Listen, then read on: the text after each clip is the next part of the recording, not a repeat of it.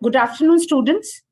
Today, students, we are on our paper 4A of the intermediate, and the faculty who will be taking the session will be our own faculty, CA Priya Subramaniam and CA Dimple. And along with us, we are having a Central Council member, CA Kota Srinivas. He is the Vice Chairman of Valuation Standard Board, and he's also the Vice Chairman of Committee on International Taxation, and he's the Deputy Convener of Publication and CDS Directorate as well. So he's having a varied experience, and from his own experience, he's going to take you through as to how to deal with this time and how really to deal with this paper and plan for this paper. Over to you, sir. Thank you, Vandana madam. Thanks for the other faculty members. Good afternoon, students. First of all, let me wish you all a good luck for the examinations that you're going to write in November 2022. I hope all of you would have started preparing, and maybe many of you would have started revising the preparation also. So good luck for your preparations. So today, as Vandana madam said, we are just talking to you regarding some of the aspects that you have to know before going into the technical aspects. They have requested me to tell something about how the examination will be conducted. And of course, she mentioned about other committees, but she forgot to tell the main committee. I'm also in examination committee. In fact, yesterday I've finalized one of the papers of your income tax also I saw yesterday. So we are in the process of finalizing all the question papers. So students, few things I would like to share with you. Let me also congratulate the Board of Studies, the chairman, vice chairman and all for having this initiative, so that we can, from the horse mouth, you can listen, like from ICA, you can hear what is that we are doing. So instead of you getting through social media or through some other places that this will happen like this, that will happen like this, instead of that, this is a very good initiative where we ourselves will tell you what it is, what is going to happen. Now coming to this intermediate paper for income tax law, as we know, like this is based on the assessment year. So the relevant assessment year for this particular examination, you can kindly note assessment year 2022 and 23. So you are expected to answer on the basis of the provisions of income tax, the law applicable for November 22 examination, that is income tax law, as amended by the Finance Act 2021, and circulars and notifications issued up to 30th of April 2022. So it so happens, students, that any law passed 6 months before the month of examination, that will be applicable. Now we have taken a date as 30th of April 2022. Afterwards 6 months, say from 1st of May, something has been amended, that will not be applicable for this examination. So it should be at least 6 months prior to the month in which examination is conducted. Now November is the examinations. You leave November, balance 6 months, previous 6 months, so up to April, whatever the amendment that happens, that will be considered. Similarly, for next exam also, up to October, whatever amendment is there, that will be applicable for May examinations. So now for November examinations, law applicable or amended up to 30th of April 2022 is applicable. Then you have this June 2021 edition of the study material of paper 4A on income tax law, which you would have received, and along with the statutory update for November 2022 examinations. Usually the institute will bring out this updates for November 22 examinations. Maybe you can even download from the website, that will be there, and even they may send it also, which contain the notification and circulars issued up to 30th of April 2022.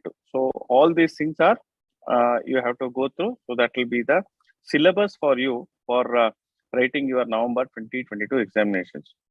So what is the advice for you? You have to work out the illustrations and test your knowledge questions contained in each chapter on their own and thereafter. Like if you have seen the study material, you would have gone through the study material. Definitely the study material is very, very high quality, I should say, because the period when I have done the CA, or maybe Vandana madam had done the CA, the material was in a different fashion or different way actually. But these law papers and all, we used to study the Income Tax Act because we couldn't rely on this updated materials. But now the thing is totally different. You need not look into Income Tax Act. Of course, definitely you can read the Income Tax Act, but study material, everything is covered in detail. So I request and suggest the students don't ignore the institute materials, whether it is a study materials or RTPs or even the suggested answers. Kindly go through that. So this will help you to identify the mistakes which you may commit. So you try to solve the questions on your own first, and then go and check the answers. Then income tax law constitutes, I think, two papers.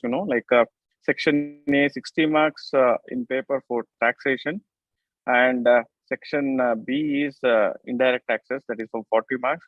But today we are talking about 4A, that is taxation. Out of 60 marks, 18 marks are by way of MCQs. So MCQs will be for 18 marks. And there would be one case scenario followed by 4 or 5 MCQs for 8 to 10 marks. This is how the pattern will be. The remaining MCQ would be independent standalone MCQs. These independent MCQs are largely application oriented. So one more thing I would like to suggest or say is, like, whatever you have learned during your articleship, the practical training, that also will help you a lot in preparing and presenting yourself in the examinations. Then 2 or more 3 MCQs may be knowledge based. There is no negative marking for wrong answers to MCQ. So there is no negative marking in MCQ. But having said that, don't take it should not be a gambling. You have to apply your mind and do it.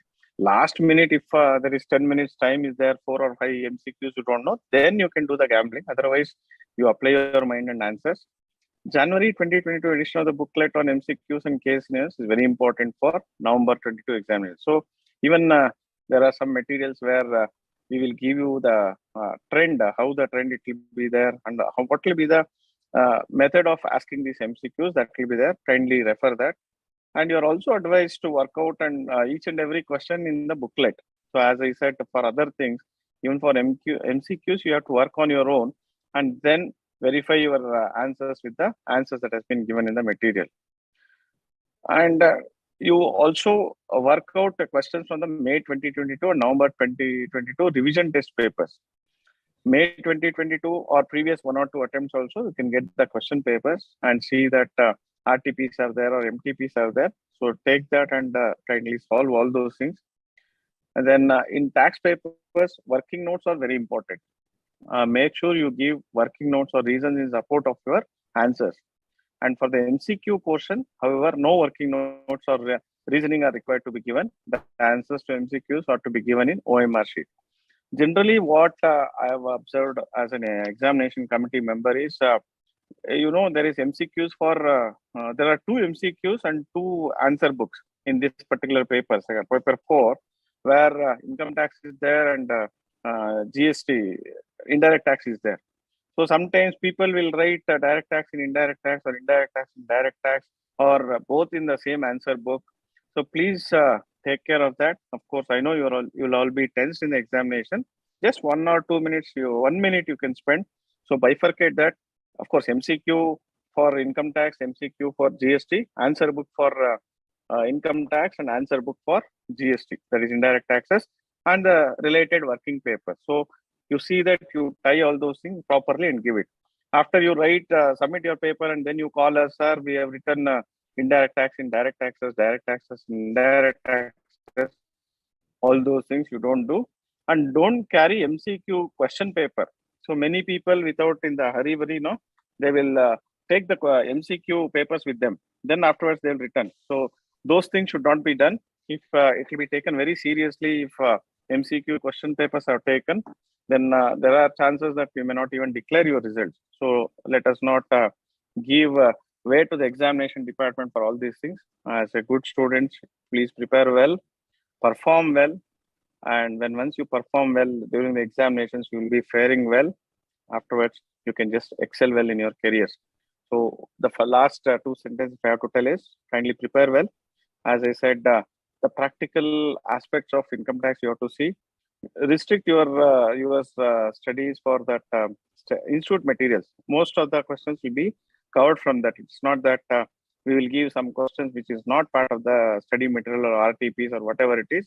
So stick on to that and don't get tensed or don't, what I should say, be afraid on the examination. Be cool, prepare well, and perform well. And one more thing I'd like to say is in this particular paper, income tax, what we have seen is people, I don't know, the students may feel that they know everything. So that generally the performance in income tax will be not as expected. In fact, we have discussed hours together on this. So I wish that the trend will change this year, this examinations. So do well. And once again, wishing you all the best, not only for income tax paper, for all the papers, for all the exams that you are writing. Thank you, madam, for giving me this opportunity. Thank you, sir. Thank you, sir. Sir, I specifically didn't mention that you are a member of the examination committee because I wanted you to mention that because be the key member of this committee. I wanted you to say it on your own. And the tips you have given being the member of the exam committee, sir, they have been wonderful. And the students will make a note of it. And you are very right. Like students in a hurry, their times, because when there are two sections, they tend to write the paper number and then they solve the question of another section. So this is something actually creates a lot of problems while the results are being declared. So yes, students, sir has given you all the tips to be very specific for exam, being the member of the exam committee. So kindly follow the tips which have been given by him to you. Plus, he has also guided you as to how to study, as to which is the assessment year which is going to be relevant for you, which book edition you need to read, what all provisions you need to take care. All those things sir has apprised you. So study with a cool mind and keep the tips in mind, and success is always going to be yours. And now you know BoS is at your doorstep for your studies, and make best use of it. And thanks a lot, sir, for sparing your time, sir. Thank you, sir. Yeah, well, just two things I forgot to tell. Sure, sir. Two things with respect to the examination. One is if you know the section, you quote it. Otherwise, don't quote the wrong sections in the examination. There may be chances that you may be losing the marks for that. And second thing I would like to say is we will have marking, like what you call this, every step we have marking. Stepwise marking is there. So say suppose if there is a problem to be solved, it may be 6 marks. There will be stepwise marking. It's not that if you don't know anything, you leave the entire question as it is. You start solving. Don't if you feel that one or two things you are not aware, so you should not you should not become blank and stop solving the problem itself.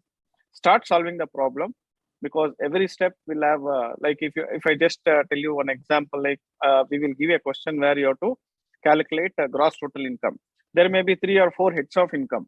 So if you know 1 or 2, you start writing. So at least you may get that particular whatever marks allotted to that particular portion, you will get it. So this is 2 more things I just wanted to tell you. Thank you once again, madam. Thank you, sir. Thank you, sir. For this last moment tips also, I think if these tips students will keep in mind, they will not leave the question, but rather they will attempt the question and do the steps and get the marks which are allotted to that particular step. Students try to answer for entire thing, like 100 marks, whatever is there, every paper, you see that you answer 100 marks. Don't leave, don't come and say that I answered only 70 marks, 80 marks. See that you first attempt for 100 marks. Maybe if possible, even 110 marks you answer. Okay, all the best. Thank you, sir. Thank you, sir, for sparing your time. Thanks a lot. Okay, ma'am. Now, students, we'll continue. Yes, sir. Thank you. Students, we'll now continue with our session. CA Kota Srinivas has apprised you as to how really to prepare for your exams. What are the special tips required? What are the things you need to keep in mind while attempting the paper? Not this particular paper, but all the papers. How to rather, you should plan for that 15 minutes time, which has been given to you for reading the question paper. Just see which question you know the best. So mark the manner in which, the order in which you are going to attempt the paper. students, keep in mind that the question which you know very well, don't devote too much time on that, because you have to complete the entire paper. So allocate the time in such a way that you are able to finish the paper in time, but plan out beforehand. So that is something is very important. Another thing which I would like to tell you is the students, like the tax paper is such that which is getting changed. It is getting amended every year through the Finance Act. And plus the notifications and circulars are also coming out, which are made applicable for each exam. Like for this November exam, your amendments and circulars made till 30th of April 2022 are going to be relevant for you. So kindly go through these amendments and solve the RTPs. Those RTPs are already uploaded on our website, on our BoS Knowledge portal. Download them, just see which are the latest amendments, and the questions are specifically given to you for attempting them also. So students, once you do the practice, you will know what are the latest provisions. So you have to keep in mind the latest provisions and do the question accordingly. And one more thing which is very important is that if you're attempting last 2 years papers, so students, we rather advise you, once you are going through those papers, but you will have to, don't go by the answers given over there. You will have to apply the latest provisions, then only it will be better. So the latest RTP will be very relevant for you. The mock test papers which are going to be there now after 26th of September, because mock test papers are going to start from 27th September 2022. And the first series will start from 27th of September. And thereafter, in the first week of October, the second series will also start. So try coordinating with the branch, nearest branch, which is near to your place. Book yourself over there. Go over there at around 1:30. Do the question paper in the examination condition. So students, if you, in any case you are not able to go to the branch, you can download the question paper from the BoS Knowledge portal, attempt the question paper in that particular time, and after doing the paper, within 48 hours, we are uploading the answers also. You can compare your answers with the answers which we have uploaded on the BoS Knowledge portal.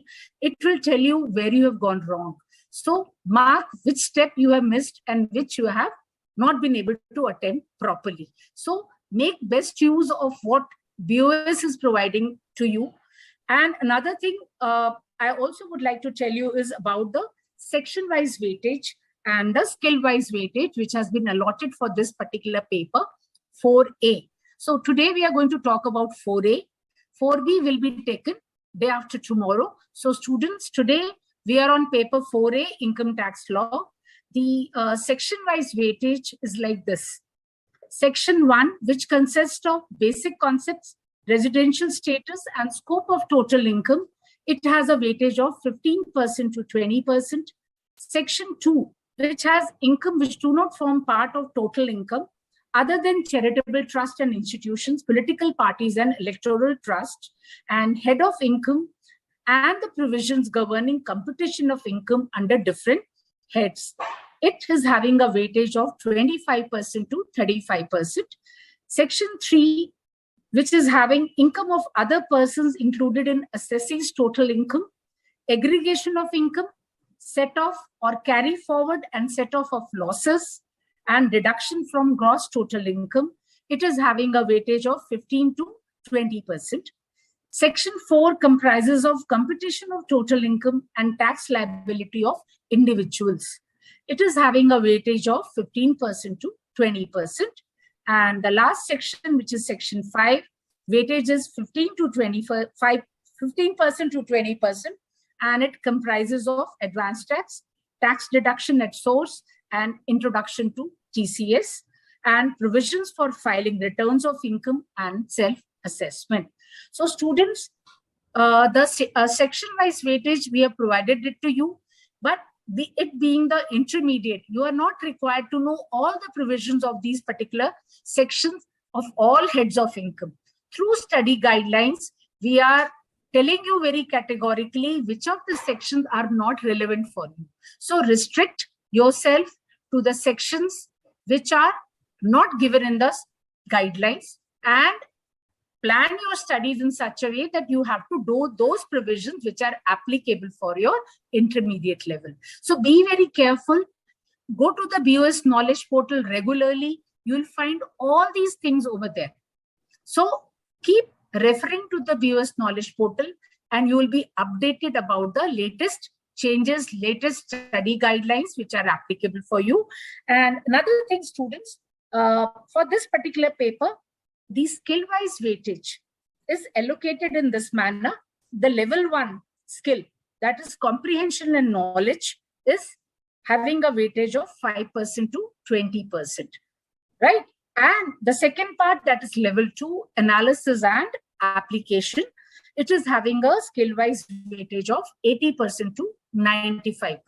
So students, majorly your analytical and application skills are going to be tested. So be very careful in reading the law and the provisions and how it is being implemented.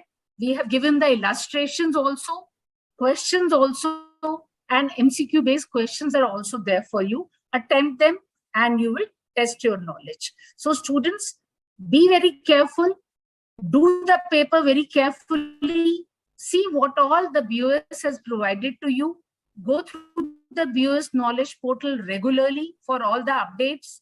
And students, we are having our ICA BoS mobile app also, which is having all the BoS contents for you. If you have not downloaded, download from the Google Play Store or the Apple Store, and tell your friends also to download this particular app, because our faculty, Priya and Dimple, will be taking you through to this particular paper. And still, if you are having queries, you can raise it during the session. They will take it and they will solve your queries. In case after the session gets over, you still have your queries, you may post your query on the Ask Your Query section in the mobile app also, and you will get the response within 48 hours. So students, make note of all these things, and all the best to you for your preparation and for your exams. Be very confident, enjoy your subject, and you will really do well. Now I'll be welcoming my faculty, CA Priya Subramaniam and CA Dimple. They'll be starting the session. And before we start, students, just wait for 1 minute, because we are going to change the platform. It will take 1 minute. So kindly bear with us, and thereafter the session will start for you. Thank you very much, students. Thank you, Priya and Dimple, for the session you are going to take. Thank you.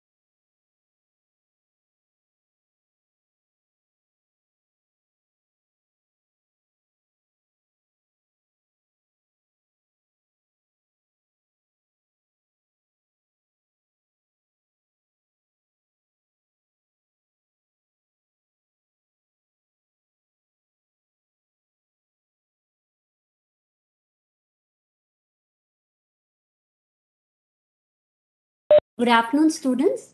You all would have heard the Central Council member telling you his valuable insights on the time management, the way you have to manage and how you should attempt the full paper without leaving anything. And Director of Studies also giving importance to the publications which are hosted at the BoS Knowledge Portal and available on the BoS mobile app. So these are the things which you really have to keep in mind in this particular paper.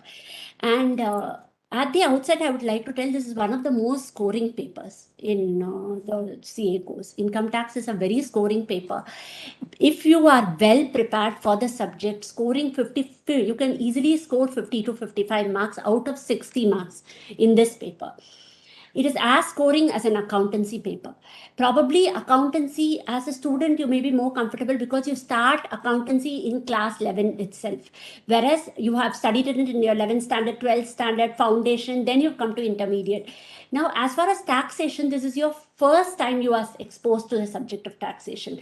So probably that is the reason why you sometimes some students are not so confident in taxation as they are in accountancy. But trust me, you have to be thorough with the provisions and you have to know how to apply it. You have to know the finer points which are involved. Once you know all this, this is a very scoring paper. There is no way that you are very well prepared and you're not able to score. That just cannot happen in this paper, because for every step carries marks. Every step carries marks, and by and large at the intermediate level, it is computation with a fine blend of interpretation. That too, not very high level interpretation, which comes only at final level, but basic interpretation of the provisions of law, which again you are comfortable with because you've already studied law at the foundation level and you're also studying at the intermediate level. This is just the combination of a law and as well as a computation, which is what makes this paper very, very interesting. Once you develop a liking to the paper, you study with all interest, and definitely you will score very good marks in this particular paper. You have to keep in mind, though, that you have to be able to effectively manage your time, which is what our Central Council members also said. Now, the time management is very important. You have 3 hours for the whole paper. For income tax as well as indirect taxes put together, you have 3 hours in totality. And out of that, 60% of the marks is for income tax and 40% is for indirect taxes. And overall, the paper has 30% MCQs and 70% descriptive. So how do you really go about allocating the time? What is the proper time management? I would say, of course, keeping in mind the difficulty level of the MCQs also, around 40 minutes would be sufficient for a well-prepared students to attempt the MCQs. Here again, of course, it is essential that you read the question properly, read the options properly, and then choose the correct option. It is not that you have worked out something, one of the, your result matches one of the options and you take that option straight away. It may be one of the wrong options. So be very careful when you're reading the MCQs. MCQs especially, I would advise you to read it twice. You know, to appreciate the finer point which they are trying to test in that particular MCQ, read it twice. Case scenario, read it once, read it once more, so that you don't make any mistakes while answering the MCQ portion. Overall, for both DT and IDT, you must be able to complete the MCQs in 40 minutes. So totally you have 180 minutes for the paper. If you remove the time for 40 minutes, you have remaining 140 minutes. Out of that, 60% is for direct taxes, around 84 minutes. Let me say you stretch it even to 90 minutes at the maximum. 84 minutes, and then how many questions you have to answer in the descriptive portion. In the objective type portion, you will have totally for 18 marks. And depending upon whether the question is for 2 marks or for 1 mark will be the number of MCQs. When it comes to descriptive question, there's one compulsory question on computation of total income and tax liability. That's for 14 marks. Then you have 3 other questions for 14 marks with subparts, of course, with subparts. And out of those 3 questions, you have to attempt 2 questions.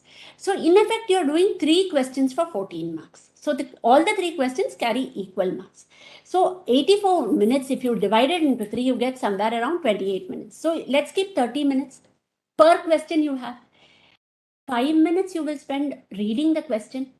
Okay, in the second and third question, if there are subparts, for everything put together, I'm telling you, reading time is 5 minutes. This is in addition to the reading. Initially, you've done 15 minutes reading time, you've utilized. This is in addition to that. Before you actually start solving the question, you have to read it very carefully to appreciate the finer points. Then 5 minutes at the end for checking to see that you have not made any mistakes. While working it out, it's possible that you end up making some mistakes. So keep 5 minutes in the end for checking for each question. So half an hour if I have for a question, 5 minutes for reading, 5 minutes for checking. Effectively, I have 20 minutes to solve the question, each question. How will you be able to solve the question in 20 minutes? You can do it provided you are thorough with all the provisions. Your preparation level should be so good that you would be able to easily attempt it in 20 minutes. If you know all the provisions and if you've applied it well, before you come for the examination, you've applied different kinds of provisions, then you won't face difficulty at all. You'll be able to manage the time very well. 20 minutes, you solve the questions. In this way, you will be able to attempt all the 3 questions and you will be able to attempt it well. So for each question, I'm telling you, maximum is half an hour. If you're able to shrink it to 25 minutes, it's very good. So that way, you will be able to complete the descriptive portion of income tax well in time, within the time which is allocated. So, but for all this, you should be very thorough. Only then you will be able to do it. You will be able to do it correctly also. That is more important. So how will you be able to do it correctly? One is a study material. Study material, in fact, we have 3 volumes. Okay, and now you're in the stage of revision. So I will talk in that direction that you are going to revise the subject now. So each chapter has an overview in the beginning and a let us recapitulate at the end. And it has several charts and tables in the course of the chapter to help you understand in a better manner. Now you are in the stage of revision. Read all these thoroughly. Your overview as well as your let us recapitulate along with all the charts and tables given in the course of content discussion. Okay. And as far as computation is concerned, for the 5 heads of income, the very first, at the beginning of every unit of chapter 4, we have given you a total computation sheet, which takes you through the computation of income under each head. And that tells you what are the income which you will be including, what are the exemptions which you will be providing, what are the deductions which you will be doing, what are the deductions which are not allowable. Everything is given to you very clear cut. So that it's very important. In TDS provisions, what are all the TDS provisions? What is the threshold limit for TDS? What is the rate of TDS? What types of income? Everything is given in the let us recapitulate. So I would suggest do the overview and let us recapitulate. And as far as the 5 heads of income, the computation in the beginning, as well as let us recapitulate, including the charts given in between, thoroughly right now. Before now you have another one. We are in right now in September. In the beginning of September, you have more than 1.5 months. Twice you do this thoroughly. And then work out all the questions and illustrations which are given in the study material. That you have to do it on your own. You have to do it on your own and then you have to compare with the given answers. Only then you will be able to identify what mistakes you're making. And only then you will be correcting yourself. See, just because you're making a lot of mistakes now, that should not, you should not go in for the temptation. Let me look at the answer. It will help me study faster. I'll save much more time on that. Ultimately, you will save much more time. But what happens in the end is, in that exam, you're not confident. Look, when some new provision, some twist comes, then you are stuck up again. So do it on your own. It's okay if you're making a mistake even in every problem which you're working out, because that will give you an opportunity to correct yourself right now. At this point itself, you're correcting yourself so that you don't make the mistake in the examination. So that is very important. Do that particularly and compare your answer with the answer given. Find out where you're going wrong and correct yourself. Go to the concept, relearn the provision and come back again.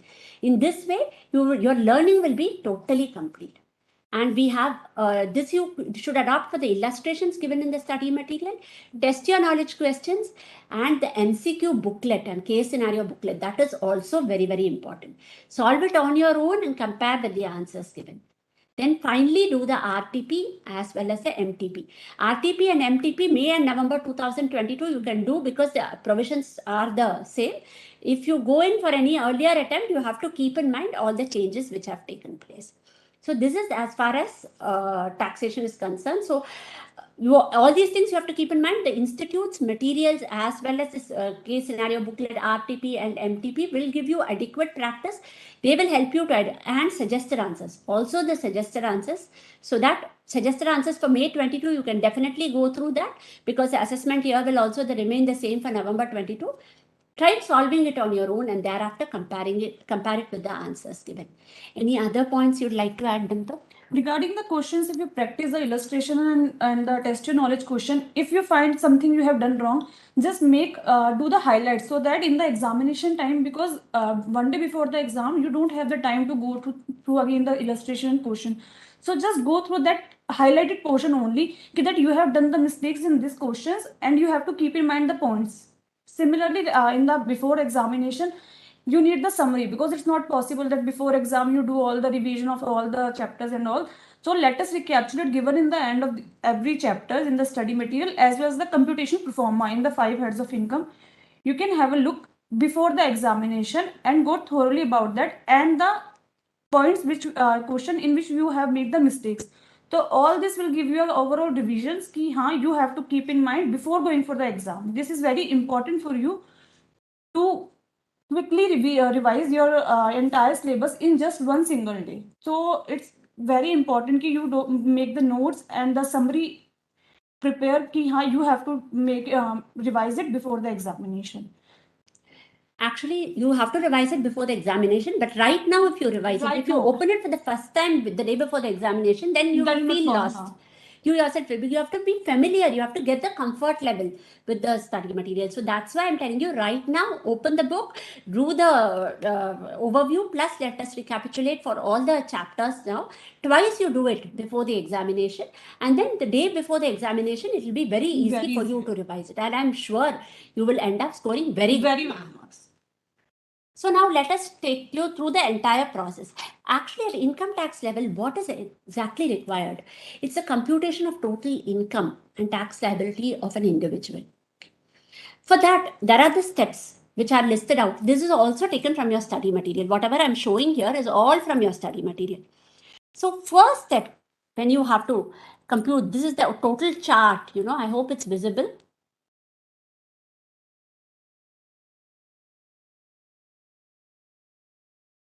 This chart is visible to you. So it starts of the process of computation of total income. Like first to determine the residential status. See, in your 14 marks question, by and large, they will give you that the person is a resident. Resident individual is what is generally asked. But apart from that, you can have other questions. Whether it's a descriptive question or whether it's an MCQ based question. See, it doesn't make a difference. If I know the concept and if I know the provision and I know the application, I would be able to do both descriptive, I would be able to do an MCQ type of question. Both has its own advantages and disadvantages. Like a descriptive question, okay, I have to give all the working notes for descriptive questions, but in case I go wrong somewhere later on, I'll get step marking. So I will stand to gain. So steps are important.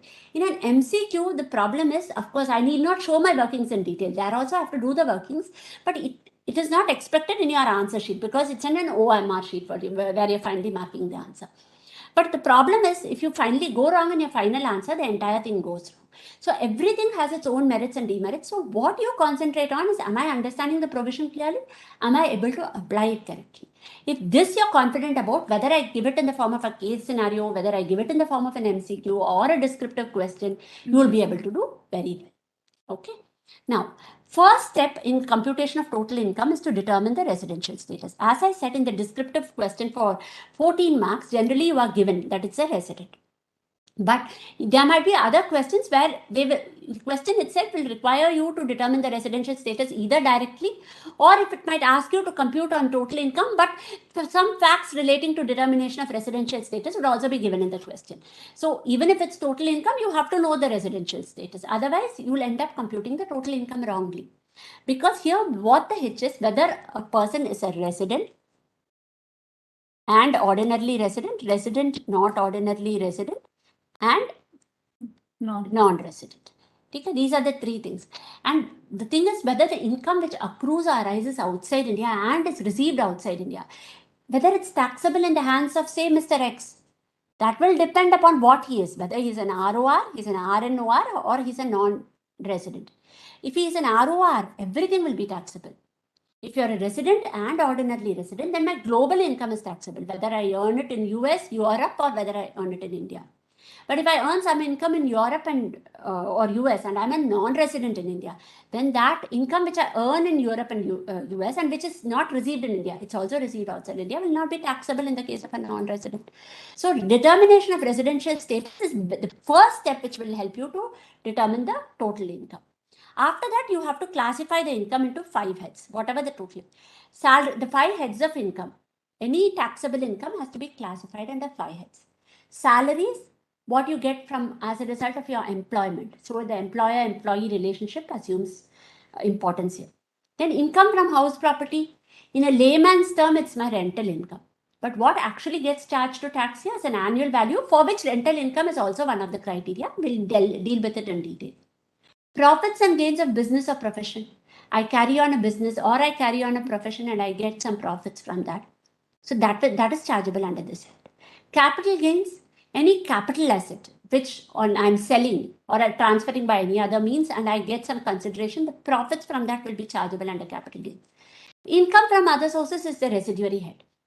What is included in my taxable income which doesn't fall under any of the 4 heads will fall under this head. Plus, there are specific income which is also taxable only under income from other sources like dividend income, casual income like income from lotteries, all those things, crossword puzzles. So that will fall under income from other sources. So you have to be sure under which head of income you are taxing the particular income. Thereafter, you have to apply the clubbing provisions. You have to add all these things, apply clubbing provisions. What are clubbing provisions? Some portion of my income, if I'm in the high income slab, 30% income slab, I might have a tendency to divert it to my spouse or to my minor child. Okay, so that because my minor child is anyway not having any income, my spouse also may not be having lesser income, so I will try to divert my income. So in order to avoid all these things, in order to bring that income to tax, the clubbing provisions have been introduced. So that income which I earn and I try to divert it to my spouse or minor child is again brought to tax in my own hands. That also we will learn. Then you have to apply set off. In one head of income, I'm getting a profit, and another head I'm getting a loss. Whether the set off is permissible, so that we will deal with in set off and carry forward of losses. Finally, after giving effect to all this, what income I get is my gross total income. Gross total income after all this. From that, I provide deductions from gross total income. That is the Chapter 6A deductions. Wherein your ATC deduction, which I'm sure all of you must be aware of now. ATC, ATD for medical premium, ATTTA for interest on savings account, all that is provided. And finally, I get the total income. When I deduce all this, I get the total income on which I have to apply my rates of tax. If the total incomes, there are certain income which are chargeable to tax at special rates, like long-term capital gains, short-term capital gains under 111A, casual income. Those are chargeable to tax at special rates that we will cover in a session. So how we are planning to go about is each aspect we are planning to take up. There, what are the finer points also? We assume that you have read it once. And what are the finer points which you have to pay special attention, which you generally tend to make a mistake. Students generally tend to make a mistake in answering. That we will be highlighting to you in today's sessions.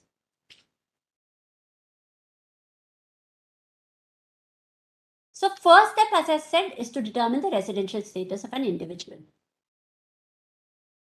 We've summarized the whole process in this table so that it makes it easier for you. So there are 6 columns here. Okay. Now the first is the resident and ordinarily resident. For resident and ordinarily resident, for determining whether an individual is a resident, what are the conditions to be satisfied? Am I audible clearly and is the screen visible? Kindly let me know. Am I audible and is the screen visible?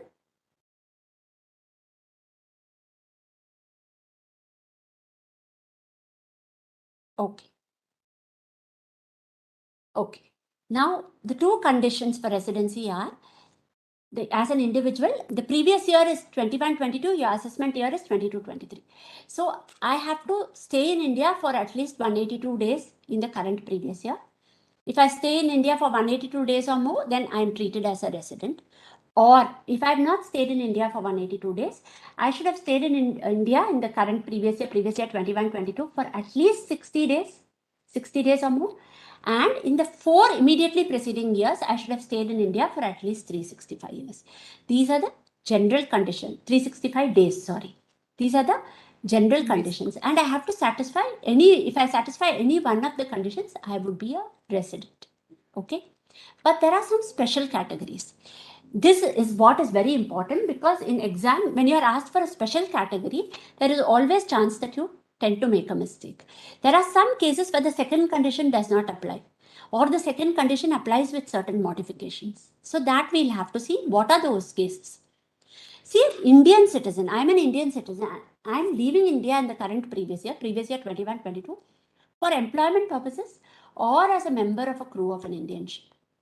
2 things. I am leaving India in the current previous year for employment purposes or as a member of a crew of an Indian ship. Then I will be treated as a resident only if I satisfy the first condition. That is, I have to be present in India for at least 182 days in the previous year 21-22. The second condition will not apply in my case. The first condition I have to satisfy. So if I'm in India only for 181 days, then I'm a non-resident in such a case. Then what happens? The income which I earn outside India will not be brought to tax and rates. Okay. Then, thank you, Hardik. Thank you, Krishna. Sandeep, thank you so much for confirming. Then, second case is an Indian citizen or a person of Indian origin who is residing outside India. He is visiting India during the previous year 21-22. And he has a total income, excluding income from foreign sources, which is lesser than or equal to 15 lakh. So let me be this thing. I am an Indian citizen or a person of Indian origin. Person of Indian origin is me or my parents or my grandparents have been born in undivided India. So then I become a person of Indian origin, even though I may not be a citizen. If it's an Indian citizen, you need not be worried about it. So then I am residing outside India normally. I am coming to India, visiting India. It's not a permanent return to India. I am visiting India. That again is important. Okay. If I'm permanently returning to India, then both the conditions will apply. Here, it's a case of I'm just visiting India. And then during the previous year 21-22, I'm having total income, excluding income from foreign sources, which is up to 15 lakh. Okay. Excluding income from foreign sources, the income which accrues or arises outside India, received outside India. However, if I have an income from a business controlled from a profession set up in India, that I have to include for the purpose of computing this 15 lakh limit. I hope it's very clear. So if that is less than 15 lakh, here again, I have to see whether I'm in India for 182 days. Only then I will be treated as a resident. Otherwise, I will straight away be non-resident. So that is also very clear. Now comes the third set of conditions, where I'm an Indian citizen or a person of Indian origin residing outside India, and I'm once again visiting India. Here again, it's visiting India during the previous year 21-22, and having total income, excluding income from foreign sources, greater than 15 lakh. If this is greater than 15 lakh, then what happens? The first condition will definitely be the 182 days. The second condition applies with certain modification. Instead of 60 days, I have to be there for at least 120 days in the previous year 21-22 and 365 days in the 4 immediately preceding previous years. If this condition is satisfied, then also I will be treated as a resident. It is not that 365 condition, it is 120 and 365 days condition, which will apply in this case, provided I'm a person who's an Indian citizen or a person of Indian origin visiting India during the previous year and I have a total income, excluding income from foreign sources, greater than 15 lakh. Only if all these conditions are there, then I have to see the applicability of the second condition. If my income is less than or equal to 15 lakh, then I need not bother at all. I have to see only the compliance of first condition. If it exceeds 15 lakh, then I have to see compliance of the second condition also. Okay. Now, after having seen all this, comes another thing. Deemed resident. Deemed resident, who will be, that comes under 6(1)(a). You notice that all the other provisions are covered under 6(1), and deemed resident is covered under 6(1)(a). Why is deemed resident covered? Because if I'm already a resident under 6(1), then 6(1)(a) I need not bother about. If I'm not a resident there by virtue of 6(1), then I have to see 6(1)(a). What is so in 6(1)(a) saying? 6(1)(a) doesn't talk about period of stay in India. I need not have stayed in India even for a single day, but still I can be deemed a resident. When my total income, excluding income from foreign sources, exceeds 15 lakhs, same as this one. Plus, I should not, my income, who's not liable to tax in any other country, I should not be liable to tax in any other country by reason of my domicile or any other reason. I should not be liable to tax in any other country. Only then this deemed resident clause will apply. One is, I should not be liable to tax in any other country, and my total income, excluding income from foreign sources, should exceed 15 lakh. Then neither of the conditions I should satisfy. I will still be treated as a deemed resident. But there is a one different students ki in this category, Indian citizen or a person of Indian origin. If I am a person of Indian origin, then this condition would apply. But if I am a person of Indian origin and I am not liable to pay tax in any other country, then deeming provision will not be applicable. Yeah. Then it will not be applicable. Yeah. In deemed resident, I have to be an Indian citizen for provisions to attract. For this provision, I have to be an Indian citizen or a person of Indian origin. This again you have to note. Now, in all these cases, I know now how do I, whether second part of it is resident and ordinarily resident and resident but not ordinarily resident. What are the two additional conditions to be satisfied? Okay, the additional conditions are, I should have stayed in India for 730 days in the 7 immediately preceding previous years. And here it is and. The resident, I should have been resident in India for greater than or equal to 2 years out of the 10 immediately preceding previous years. For at least 2 years, I should be resident in India. So 730 days, I should have stayed in India for 730 days or more in the 7 immediately preceding previous years. And I should be resident in India for 2 years or more in the out of the 10 immediately preceding previous years. And both the conditions I have to satisfy for being treated as ROR. If both 1 and 2 are satisfied, it's ROR. Otherwise, it's a resident but not ordinarily resident. And this will apply for the first case. Of course, it's a general condition. Plus, in these two cases, where a person... Okay, sorry.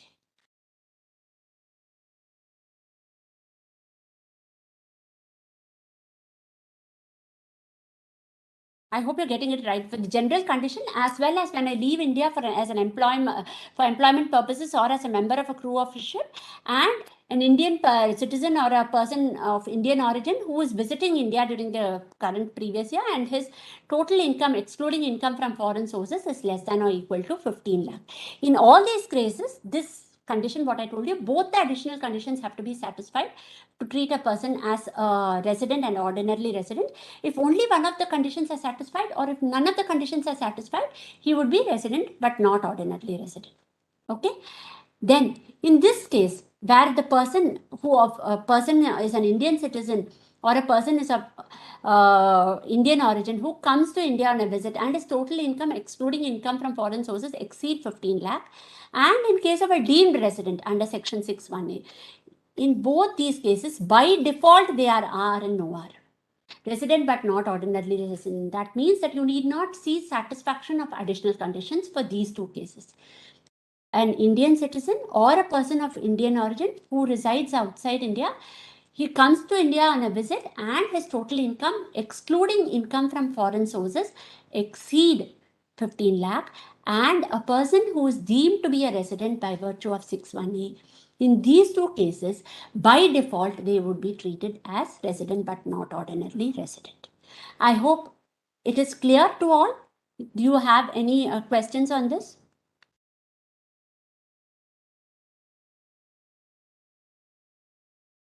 Okay, this I have already told you. Income from foreign sources also I told you, it means income which accrues arises in India, except income derived from a business controlled from a profession set up in India, that will be included for the purpose of this computation.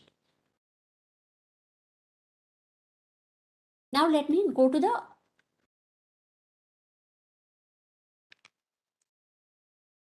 Okay.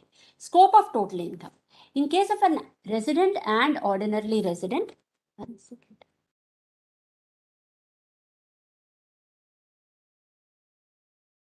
In case of resident and ordinarily resident, global income is taxable. Here, whether it's within India or outside India, everywhere, the global income, whatever income I earn as a resident and ordinarily resident will be taxable in India. Resident, and let me come to non-resident. Non-resident is income received in India, income deemed to be received in India, income accrued or arisen in India, income deemed to accrue or arise in India. Only this is taxable. What is not taxable? Income which accrues or arises outside India and is received outside India. That is not taxable in case of a non-resident. Okay, accrues or arises outside India and is received outside India, that income should not be deemed to accrue or arise in India. What exactly is this deeming to accrue or arise in India?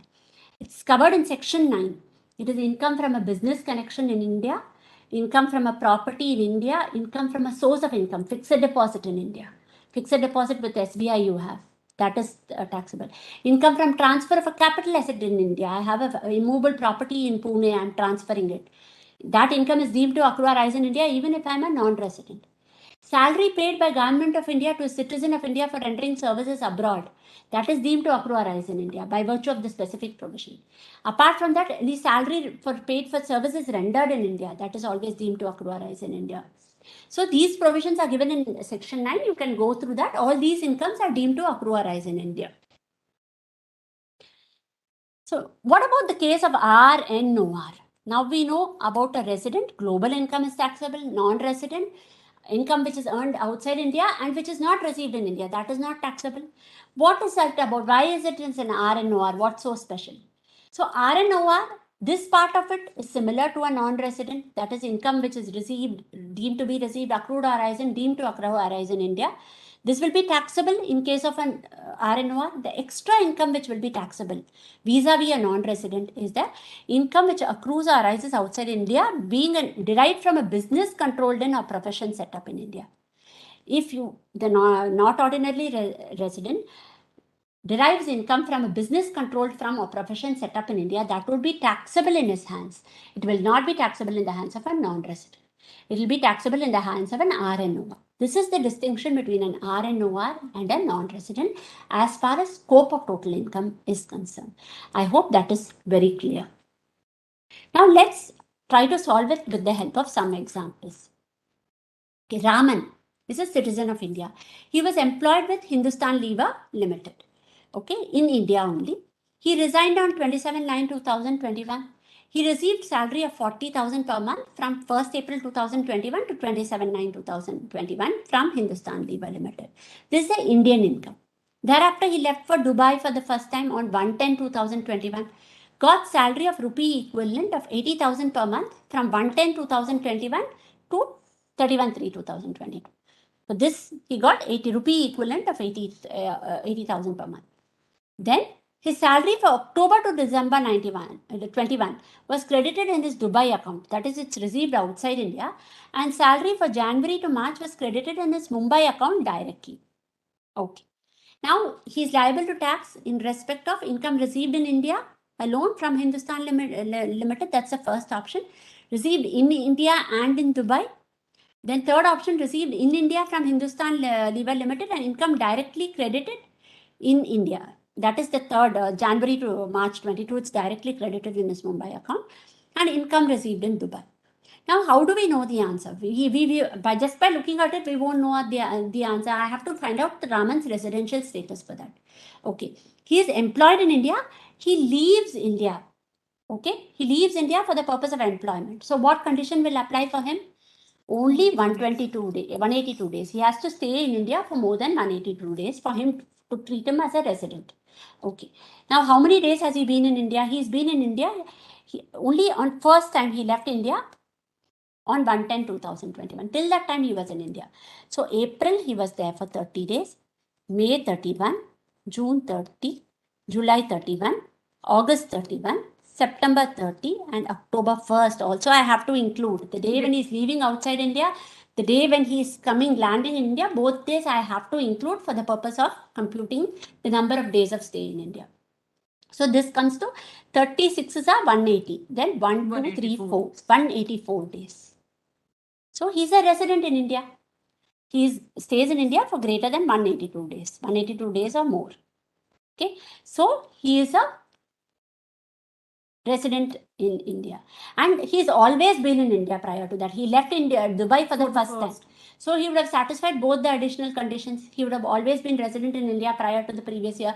He's always stayed in India. Definitely will be more than 730 days. So it goes without saying. A person is leaving India for the first time and he's a resident in the current year. That you will have to check because, suppose he had stayed here only for 179 days, he would have been non-resident. But suppose because by virtue of staying for more than 182 days, he becomes resident in India, he would definitely be resident and ordinarily resident because prior to that date, he's always stayed in India. So this Raman is an resident and ordinarily resident in India. So what is the condition for resident and ordinarily resident in India? He is resident and ordinarily resident. The global income is taxable. Even if I'm going to get income in Dubai and it's been credited in Dubai itself, it's not credited to my bank account in India, even then it's taxable because he is a resident and ordinarily resident. So the correct answer is B.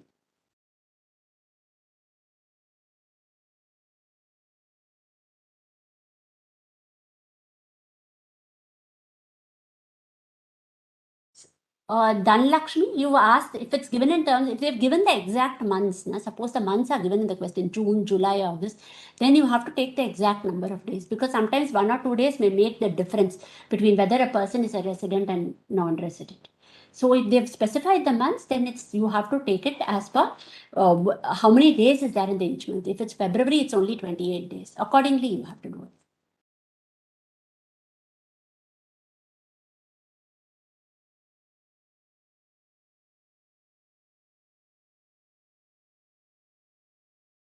I don't think there's any particular, Lakshmi, there's a provision for treating the other person also as a citizen. If one person is a citizen and the other, the spouse of that person, I don't think so. You have to personally be an Indian citizen. In Indian, there is no option of that Indian citizenship. If you marry a person of Indian citizen, marry a Indian citizen, then you get the citizenship of India. In India, this concept is not there. You get the Indian citizenship on that basis. Okay, now we move over to the next example. Mr. Square, an Indian citizen, he currently resides in Dubai. Okay, he's an Indian citizen currently residing in Dubai. He came to India on a visit and his total days of stay during the financial year is 135 days. He is not liable to pay any tax in Dubai. Following are the details of his stay in India. So they've given details of the preceding year stay in India. Then next page, what will be his residential status for the previous year 21-22 if his total income other than income from foreign sources is 10 lakhs, less than 15 lakhs. Okay. So they've given the 4 residential statuses here. So for 10 lakhs, what condition will apply? 10 lakhs may an Indian citizen who is residing outside India, where will he'll fall under this Indian citizen residing outside India, coming on a visit to India, then and having total income less than 15 lakhs, he would be treated as resident only if he stays in India for 182 days. Come back. Okay. Okay. So he stayed in India only for 135 days. His income is only 10 lakhs. Had it been higher income, had it been 16 lakhs, then the question would have been different. Here it is only 10 lakhs. So he would be treated as a resident only if he stays in India for 182 days. So all other information are irrelevant here. So he has not stayed in India for 182 days. So he becomes a non-resident. Now let us take a small twist to the question. Okay, let me say instead of 10 lakhs, this is 20 lakhs. Okay? Instead of 20 lakhs, your answer will it change? Of course it will change. Now he will be falling under the third category. He has stayed in India for 120 days. Because he is an Indian citizen, he resides in Dubai, he comes into India on a visit, and his total income excluding income from foreign sources exceed 15 lakhs. If it is 20 lakhs, I'm telling in a scenario if it's 20 lakhs, what will happen? How will your answer change? Okay. Now, in that case, this 120 plus 365 days condition will apply. 120 days condition, he is satisfied. 365 days, is he satisfying? 120 yes. Plus 125. This one will add up to 5 plus 6, 11, plus 3, 14, carry 414 days. In the immediately preceding 4 years, he stayed in India for 414 days, which is greater than 365 days. Okay, he is satisfying this condition, and the income is also greater than 20 lakhs. So he will be resident, but not ordinarily resident, because once you apply that particular condition, then you need not see for additional conditions. Here, he by default, he will be not ordinarily resident. So he'll be resident, but not ordinarily resident. In this case, just notice one thing. Another thing is given. He is not liable to pay any tax in Dubai. Can we treat him as a deemed resident? No, in this case, because you have to first see whether he falls within the scope of the resident provisions there. If he falls within the scope of resident provisions there only, then the deemed resident provisions will apply. Okay, so in this case, he's already become a resident but not ordinarily resident. So the deemed resident provision will not apply, even though he's not liable to pay tax in Dubai. You will say, why not in case of 10 lakhs? 10 lakhs, he is not resident because of that, not satisfying that condition. But there, in that 10 lakhs, deemed resident provision also, your minimum income should be more than 15 lakhs. Because in the original case, it was only 10 lakhs. Neither does he satisfy the RNOR condition nor deemed resident condition. When it becomes 20 lakhs, he satisfies the RNOR condition. So there is no need to see the deemed resident condition. I hope this is clear to you. Let's go to the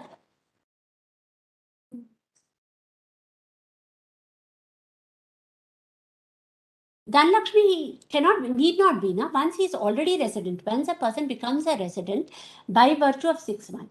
Here there are two cases. One is when his total income is 10 lakhs, he doesn't satisfy the threshold limit of 15 lakhs. It doesn't cross the threshold limit of 15 lakhs in both cases. Here, in this case also the threshold limit is 15 lakh, and deemed resident case also the threshold limit is 15 lakh. He is not satisfied. So when that is not satisfied, then there is no need to go into these provisions at all. Then you fall under this provision. So only if he stays in India for 182 days, he will be treated as a resident. Otherwise, he is treated as a non-resident. And because his total income does not exceed 15 lakh, I don't see. I mean, he cannot become a deemed resident. In the second case, when the total income is 20 lakh, he already becomes a resident by virtue of 6(1) provision. By virtue of 6(1) provision, he's already become resident, and he's by default become not ordinarily resident. So since he's already become resident by virtue of a 6(1) provision, I need not see 6(1)(a). I hope it is clear, Dhanlakshmi.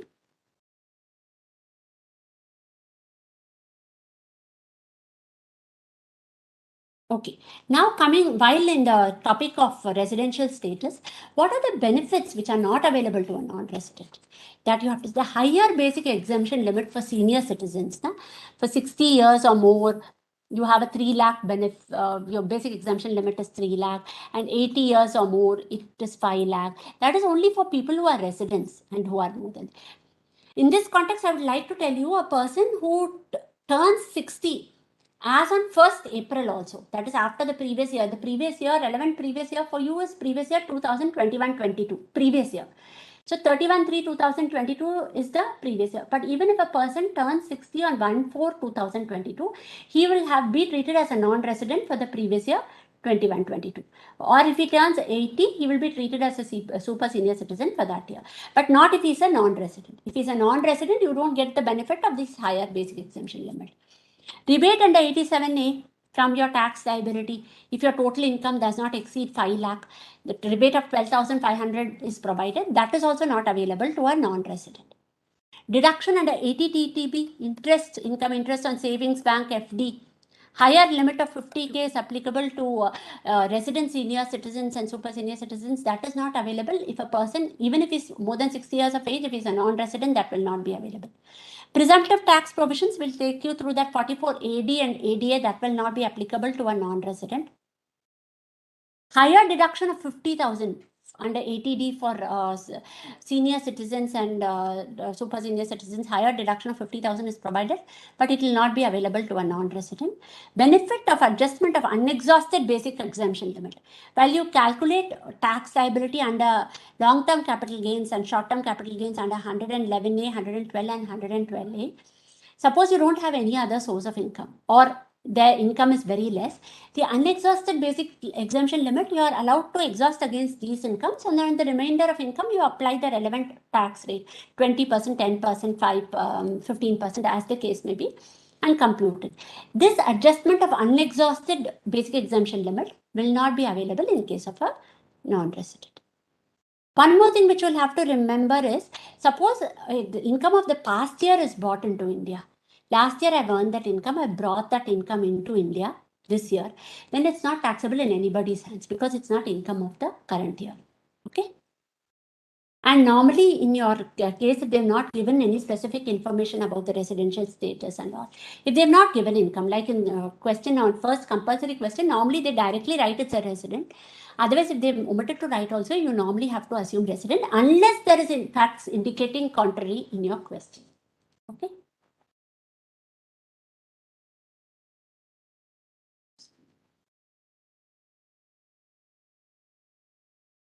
Yes, Revati, if he is already resident but not ordinarily resident, there's no need to check deemed resident state. You are right. Okay, now Dimple, can you please take them through the salary provisions? Yeah.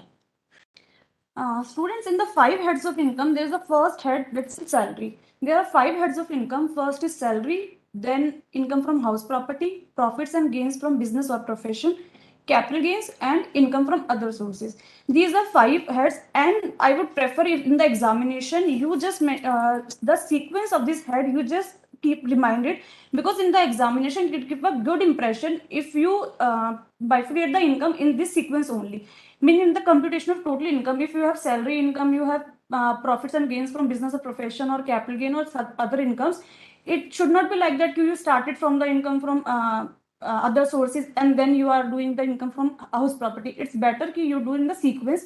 Firstly, you compute the income, the salaries, then house property, then PGBP, capital gain, and other sources.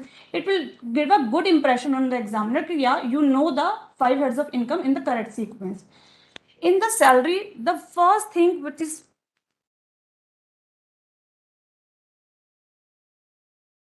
most important is the employer and employee relationship. If only there is an employer and employee relationship, only then the income will be chargeable under the head salary. Otherwise, it will not be chargeable under this head. Like for example, in case of partner and firm relationship. In case of partner and firm relationship, there is no employer-employee relationship. Hence, the salary, remuneration, or interest, whatever the partner is getting from the partnership firm, it's not taxable under the head salary. However, it will be taxable under the head PGBP because it's a business or profession income of the partner, not the salary income. Similarly, in case of members of parliament, suppose member of parliament, they are getting the salary for their services. That is also, there is no employer-employee relationship, so it will not taxable under the head salary. However, it will be their other sources income. So it's very important that you have to see the employer-employee relationship.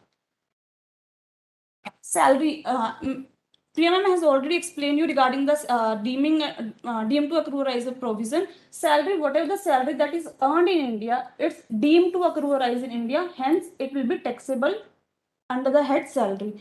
But the salary which is paid by the government to a citizen of India for the service rendered outside India, that also will be deemed to accrue rise in India, and it will be taxable under the head salary whether you are provided for services outside India, because it's paid by the government.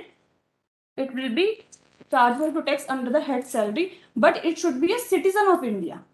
Keep in mind the point, it should be citizen in India. But the allowances and the perquisite which are provided by the government to these Indian citizens for services they have rendered outside India, that is exempt under section 10(7). So keep in mind about this key salary, every salary which is earned in India, it's taxable. Salary even for services rendered outside India would be taxable in India, provided if it's paid by the government to an Indian citizen. However, in respect of this salary, there is a exemption in respect of allowances and perquisite. Then in the salary is basically taxable on due or paid basis, whichever is earlier. If your salary is accrues, then also it's taxable in that previous year. If your salary is paid in advance, then also it is taxable. So it's basically accrue or receive, whichever is earlier. It will be whichever is earlier, it will be taxable. But once the salary is taxable on the basis of accrual, it will not again be taxable in the next year on the basis of receipt. So there should not be a double taxation. Arrear of salary is also taxable, and in this respect, you will get the relief under section 89, which is already covered in your study material in detail, ki how to compute the relief in such a cases. There are certain deduction, there are certain exemption also under section 10 in respect of certain allowances, and in the perquisite rules valuation also there are certain limits are also there, but there are certain deduction also which is given under section 16, which we will dealt in detail. Let's I'll just take up to the pro forma, which is already given in your study material. This is the pro forma that how you should compute the salary. What are the components of the salary which is taxable under the head salary? Your salary might be bifurcated into these components. Your basic salary, that is fully taxable. There is no exemption, no deduction, nothing is allowable. Fees or commission, that is also fully taxable. Your bonus, allowances. There are certain type of allowances which you get from your employer. In respect of certain allowances, you are getting the certain exemption which are under section 10. For example, in respect of HRA, you are getting the allowances from your employer in respect of HRA, in respect of house rent. There are certain exemption. There is exemption under section 10(13) where some limits are prescribed ki how much deduction exemption you will get in respect of HRA. You have to compute the exemption, the limit there given there, and the least of the following, which are the limits there that will be exempt. Firstly, you have to include the total that allowances in your salary. Then only you have to give the exemptions. It should not be like that you forget to include the HRA first allowances in your salary, but you are giving the exemptions. It should not be like that. First you have to include the allowances, then you have to give the exemption from them. In respect of HRA, they are HRA limits are there. In respect of children education allowances, flat deduction is there, flat exemption is there of ₹100 per month per child for maximum of 2 child. Keep in mind, this is allowable only in respect of maximum of 2 children. Children education allowance and children hostel allowance. But it should not be like that. Suppose you are getting the children education allowances of suppose 1,000 per child. Okay, but you are entitled for an exemption of 100 per month per child, which is coming to 1,200. It should not be like that ki you are including the allowances of 1,000 for per child, but you are giving the exemption of 1,200, because this is not the motive. If you are getting less from that, the exemption, you should be allowed the exemption up to that amount only of 1,000, and nil will be included in your salary. So keep in mind the limit also, it's a maximum limit. It's not the minimum or straight limit get flat deduction exemption you will get. It's a maximum amount you will get the exemption of. Regarding the transport allowance is their exemption of 3,200 per month only in case of blind, deaf and dumb and orthopedically handicapped employee. In respect of other employees, there is no exemption for the transport allowances. So don't give the transport allowance exemption. Regarding the entertainment allowance is fully includable in the under the head salary. However, there are deduction under section 16, which is in respect of entertainment allowance, but only in case of government employees, which will be covered later on while we discussing the deduction under section 16. Regarding the perquisite, what is perquisite mainly? Firstly, perquisite is the something over and above you are getting from your employer. Like you get the salary from your employer, but some facilities you are getting over and above from your employer. It can be in cash or it can be a kind. Suppose you need a sweeper or you need a domestic servant. Your employer is providing you this facility, or you are engaging the servant or domestic help for your work, and your employer is reimbursing that expense. Both are the perquisite. But what is the difference between that? If the obligation is of the employee and employer is discharging that obligation, that is perquisite and taxable in the hands of all the employees. Suppose I have to engage, I appointed one servant for my household work, and my employer is reimbursing the servant's salary, then it will be taxable in the hands of all employees. But suppose I am not hiring the servant, my employer, he himself is providing the servant to me, then in that case it will be perquisite and taxable only in the hands of specified employees only. It will not be perquisite in the hands of all the employees, only in case of specified employees. Who are the specified employees? There are three types of specified employees. First, if the employee is the director of the company. If I am an employee of the company as well as I am the director of the company, then I am the specified employee. An employee who has a substantial interest in the company. Substantial interest means I am holding 20% or more in that company, or the employee who is drawing in excess of 50,000. Then also I am a specified employee. In cases of specified employee, if my employer is providing me some facilities, some facilities to me, then it will be taxable in my hand. So there are perquisites which is taxable in the hands of employee, like rent-free accommodation, that your employer is providing you the accommodation. It can be for rent-free or for concessional rent. Then in the valuation rules are already there ki how you determine the value of the perquisite. There is a valuation rule for each type of perquisite. So in respect of rent-free accommodation, rules are already there in rule 3. You have to remember the limit. In the salary chapter, what is the main thing?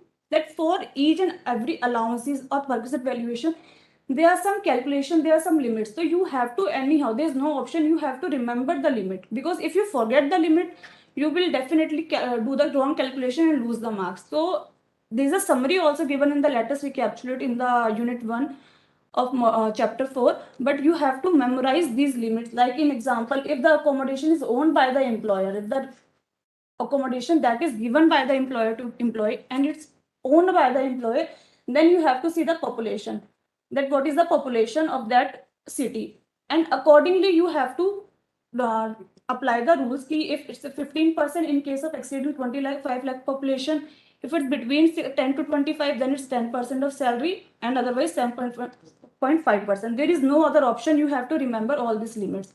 But while calculating the devaluation in respect of rent-free accommodation, you have to keep in mind that only in respect of the period of accommodation. It might be possible कि your employer has provided you the accommodation from April. Okay, but you have started occupying that property from October or say November. Then while calculating the valuation for that accommodation, 15% of salary only in respect of that period, that from the date when you have occupied the house, the property, you have to take. You have, whether your instead your employer has provided you from April, but you have to take it from the October or November when you started occupying the house. This is a very important point because, this had come in one of the papers and many students had made mistakes. It had come to our knowledge that many students had made mistakes in this particular aspect. They take it from the time the employer provides you. But you occupy it from a subsequent date, you have to take it only from that particular point of time. In this case, if the accommodation is taken or leased by the employer, then lower of the following, it is rent paid or payable by the employer or 15% of salary, whichever is lower, that will be the perquisite value. And if something you have recovered from the employer, you have to reduce it. So this is the valuation for the rent-free accommodation. This is the most important thing, students, ki whatever the obligation, if I am an employee and I am under the obligation of something to pay, but my employer is reimbursing that or my employer is paying that, then whatever he is paying, that is the perquisite for me because it was my obligation. So it formed part of my salary. So I have to include it. For example, professional tax. I have to pay the professional tax. It's my obligation, but my employer is paying on my behalf the professional tax. So I have to include it in the perquisite because it's my obligation. However, under section 16, the reduction is allowed. There's some reduction in respect of professional tax. But because my employer is paying, which I have to pay, that firstly I have to include it in my salary as perquisite, then I can claim the deduction under section 16. There are certain perquisite also, it's already there, valuation car and everything.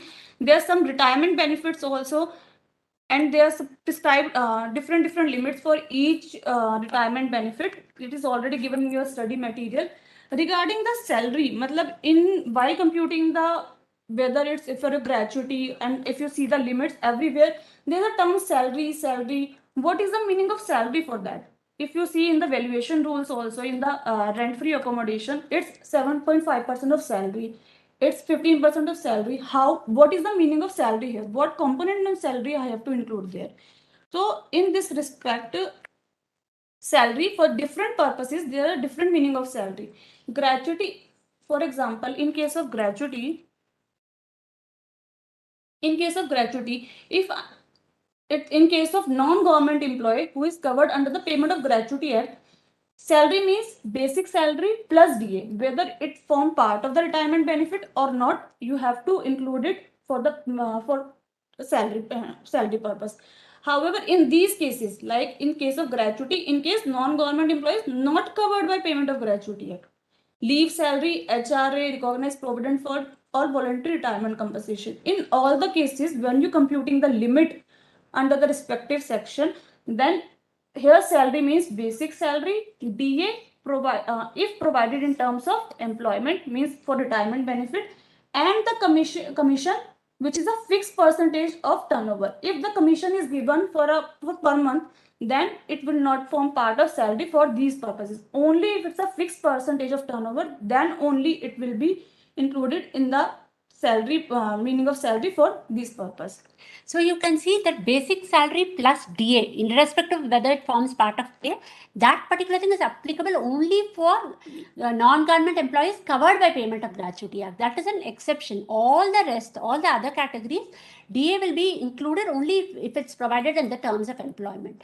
Okay, and if the question is silent, it doesn't specify. Generally, it specifies 30% forms part of pay or fully forms part of pay. But if it's silent, the more logical assumption you take is that it doesn't form part of pay. If the question is silent, that's a more logical assumption.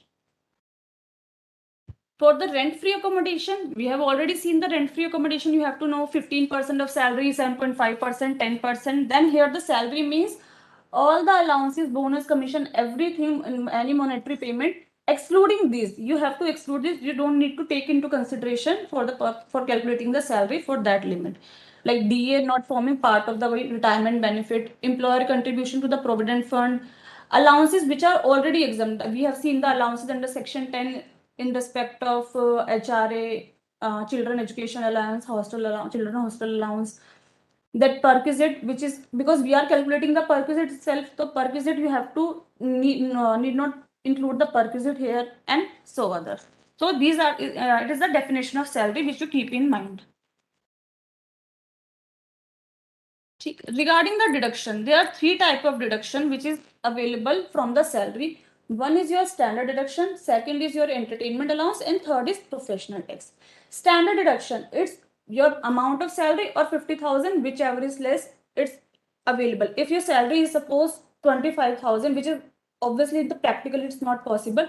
If it's like that, the standard deduction will be 25,000 because it's up to 50,000. It's not flat deduction. So your salary will be nil. In case of entertainment allowance, if you see entertainment allowance, we have already included in the salary. Now it's time to provide the deduction, but only in case of government employees.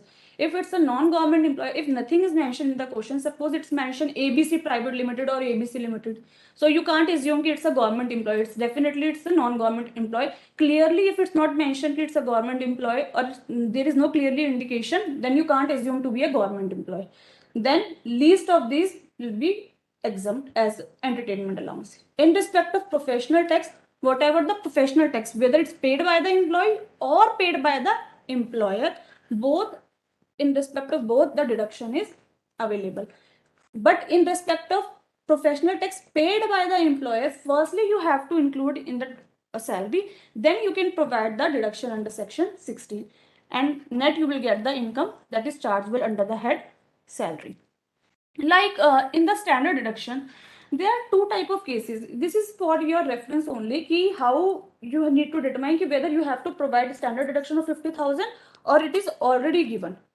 Like suppose this example, if suppose it's written in the question that Mr. A is working as a computer software program in XY Private Limited at a salary of 30,000 per month. So it means his salary is 30,000 per month. Then you have to provide the standard deduction of 50,000. So his salary would be 30,000 into 12, it's 3,60,000, and you have to provide standard deduction of 50,000. It's 3,10,000. His salary would be 3,10,000 under the head salary. But if it's given कि Mrs. B is working as an accountant in this and this, and she is getting the income under the head salary computed 3,44,000. It means already effect to the standard deduction has been given. So you don't need again to given the standard deduction. So her income under the head salary will be 3,44,000. 3,44,000 only. Because of the word computed. Computed means all the provision effect has been given to all the deductions, including standard deduction. So additionally, you need not provide any deduction. It is due to the use of the word computed. In case of 115 BAC, which we will delve in further in the next further slides, if assessee is opting for 115 BAC, you don't need to provide the standard deduction because that is not allowable if the assessee is opting for 115 BAC. But in such case, because it's already computed, and if it's something returned with the baad mein he is changing the option, then there may be cases that you have to add back 50,000. It's depend upon the cases to cases ki what is written in the question. Professional tax के respect में I have already said you that if professional tax is paid by the employer, firstly you have to include it in the salary as perquisite, then you can provide deduction under section 16. There is one question, the small question. It's better, student, if you also participate in this MCQ because hardly it will take so much time. I have one question from Vanshika. When nothing is mentioned in commission, we can assume fixed percentage. Vanshika, I told you कि if turnover is given, because I told you if it's a fixed percentage of turnover, then only it will be included in the salary for the computation of that particular limit for the particular perquisite or retirement benefit. If commission itself is given, you can't assume to be a fixed percentage of turnover. It can be a fixed amount, not on the percentage of turnover. Suppose I can say कि I'm getting the commission of 1,000 per month. So it is not percentage of commission. So it cannot be included in the meaning of salary for that purposes. So it should be specifically written, should be fixed percentage of turnover only. The turnover would be given in the question and it would be stated that he is getting 1% or 0.5% of that. Then only it's commission as a percentage of turnover. Krishna Sharma, ma'am, if in second case computed is not given, then we should deduct standard deduction. In this case, if you see the salary is given per month, then definitely the standard deduction effect has not been given. But if it is already given that income under the head salary, so you have to assume, it's a logical assumption कि it is computed under the head, so it means all the permissible deduction and allowances, all the permissible exemptions that has been, the effect of that has been given. So you don't need to provide any further standard deduction in that. Now in this MCQ, students just try to solve this MCQ. It's very small and it will not take so much time of yours. Mr. Kashyap received a basic salary of rupees 20,000 per month from his employer. He also received children education allowance of rupees 3,000 for 3 children and transport allowance of rupees 1,000 per month. Assume he is not opting under section 115 BAC, the amount of salary chargeable to tax for previous year 21-22. In respect of basic salary, there is no exemption or nothing is available in respect of basic salary. So it means basic salary complete 20,000 into 12, it is taxable. It's 2,40,000. Now we have to see in respect of children education allowances. Here's the trick, student. It's firstly, it's not per month, it's total 3,000 and in respect of 3 children only. Children education allowances exemption is there only in respect of 2 children. First point. Second point, it's maximum 100 rupees per month. So if we bifurcate 3,000, he's getting 3,000. If we bifurcate, it's 1,000 per child. If we calculate, it's 100 rupees into 12. It's 1,200 maximum which is allowed. But since he is getting only 1,000 per child, we can't give the exemption of 1,200 into 2, 2,400 for 2 children, because he is getting only 1,000 per child.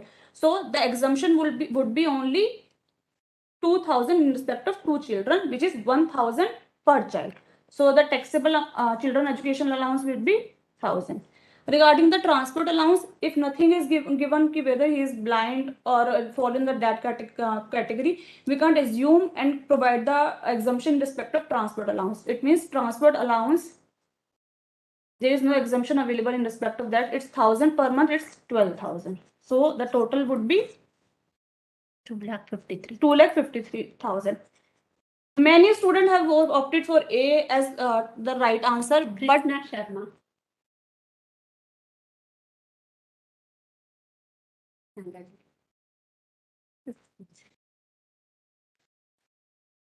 But because he is not opting for 115 BSc, don't forget to provide the standard deduction of 50,000, because it's a common area where student makes the mistake. So please keep in mind that don't forget to provide the standard deduction. So there will be a standard deduction of 50,000. So your answer will be 2,03,000. So B would be the correct answer. What happens is children education allowance and the other allowances are expressly mentioned, so that exemption normally strikes you. Standard deduction you have to provide even if it's not specified. It's in respect of the whole salary. So sometimes when we are doing the question, it tends to skip us. So always remember, even in any particular problem, wherever it's given salary, even in a big computational problem for total income and tax liability, unless it's given computed. If it's given computed, that means it's already given effective. Otherwise, you have to provide for standard deduction.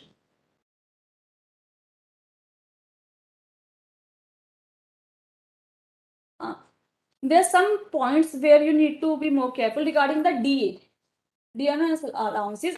If it is not mentioned whether it forms part of retirement benefit or not, so it's advisable not to assume it's form part of retirement benefit. So take it that way. Income tax paid by the employer on non-monetary perquisite on behalf of the employee, that is exempt under section 10 clause 10 CC. What is that? We have already covered that if there's some obligation of the employee, if employer is fulfilling that obligation, that is a perquisite in the hands of employer. Suppose I have taken already example of professional tax. I have to pay my professional tax, but my employer pays the professional tax on my behalf. Then it is perquisite in my hand. Similarly, suppose I am getting monetary perquisite. I am not talking about non-monetary. I am talking about monetary perquisite. I have to pay tax on that. It's very much clear. If I am earning something, then I have to pay tax on that. I have to pay tax on monetary perquisite.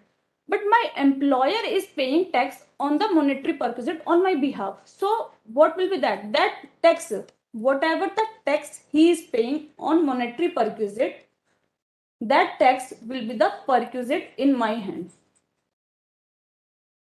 Okay? But if my employer is paying tax on non-monetary perquisite on my behalf, I have to pay tax on non-monetary perquisite, but my employer is paying tax on my behalf on that non-monetary perquisite, then that tax is exempt in the hands of employee. Means that tax on non-monetary perquisite is not taxable in my hand. That will not be my perquisite. But student generally, what the student makes a mistake, they think that non-monetary perquisite itself is exempt. No, non-monetary perquisite or monetary perquisite, both are taxable, both are perquisite, they are taxable in the hands of employee. We are talking about the tax which is paid on that perquisite. If it is paid on monetary perquisite, it is taxable in the hands of employee. If it is on non-monetary perquisite, it is exempt in the hands of employee, because in respect of this tax which the employer is paying on non-monetary perquisite, employer will not get the deduction under the head PGBP also.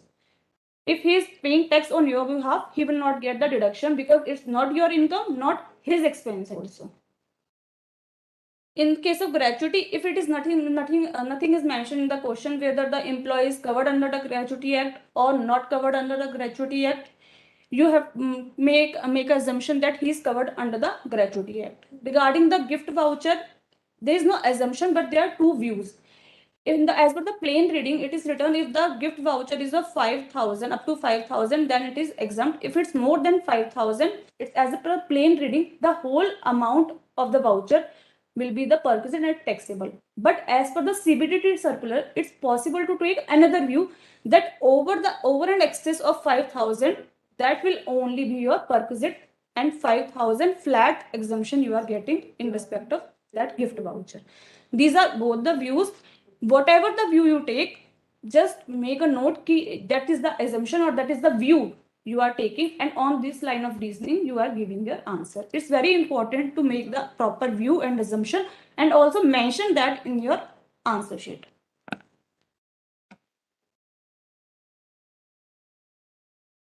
Yes, Vanshika, you have to divide because the 3,000 for 3 children. So it's logical to assume it's equally for each children. So it will be 1,000 per child. You can't assume ki it's 1,200 for first 2 child and remaining 600 for another child. It's logical ki it's 1,000 for each child.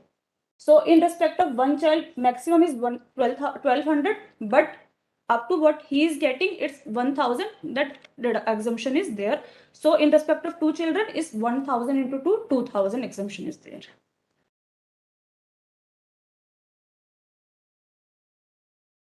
I hope you're clear. Dimple has dealt with the issues basically which arise in the salary.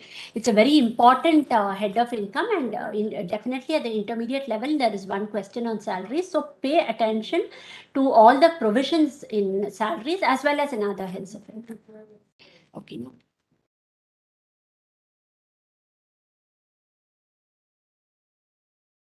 The next head is the income from house property. Now, when you talk about common parlance, what do you understand by income from house property? It's a rent which you get. No? Normally, it's like I pay a rent to one Mr. Ganesh. So, Ganesh's income from house property is the rent which I pay to him. But as per the provisions of law, they tell that it is the annual value of the house property. Rent is also one of the factors which go to determine the annual value, but it's not the only factor. Okay, so, and what is the property? Here it's my house property, it's my building, or if it's an independent house, it's building and land pertinent thereto, or it's the building. It's not plain land. Rent from vacant land will be taxable under income from other sources. So it's a building and land pertinent thereto, of which I am the owner. Okay, so the annual value of such a property will be the income from house property. Now, what is excluded from that?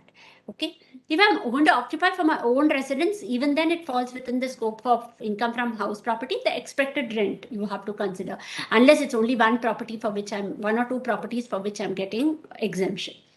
Now, suppose I'm occupying a particular house property for my own business. Then it goes outside the purview of this chapter. If I'm going to occupy for my own business, then I have to treat it. And when I'm computing my income from profits and gains of business and profession, this will be a building on which I'm eligible to claim depreciation. Okay. And then I am a person if I'm a person who is engaged in the business of letting out of property, that's my occupation itself. I'm engaged in the business. I have many properties and I let out those properties and I earn income from that property. Then that income will be taxable under the head profits and gains of business and profession. Apart from this, all income from house property, of which I am the owner, will be chargeable under the head income from house property. Now I talked to you about the annual value. What is annual value? Annual value is basically the higher of expected rent and actual rent. See, actual rent, nobody will have any confusion. When I let out a property to somebody, give it on rent, whatever rent I'm receiving is the actual rent. But what is this expected rent? What is this expected rent? How do I determine expected rent? Expected rent is the higher. You first compare fair rent and municipal value. Now, what is fair rent? What is fair rent? Fair rent is a rent which a similar property in the same locality will fetch. That is the fair rent. Municipal value is the value which is on the basis of which municipal authorities use that value for the purpose of levy of municipal taxes. So they would ascertain certain value. So that is the municipal value. So you take the higher of these two. Okay. Let us say the higher of these two happens to be the fair rent. Now, and the next step is you compare it with the standard rent. Standard rent is a rent under the Rent Control Act. Rent Control Act is operational in certain states like Maharashtra, Delhi. In these states, certain other states also. I'm just giving you an example. Rent Control Act is operational, so they determine a standard rent. This expected rent cannot exceed the standard rent. Suppose my fair rent is 1 lakh, my standard rent is only 90,000. Then you have to take the lower of these two. First, you take higher of fair rent and municipal value, then you take lower of that result. If that higher of fair rent and municipal value is fair rent, then I compare fair rent with standard rent and the lower of the two I take. That is my expected rent. Okay. Now you compare your expected rent with actual rent. Okay.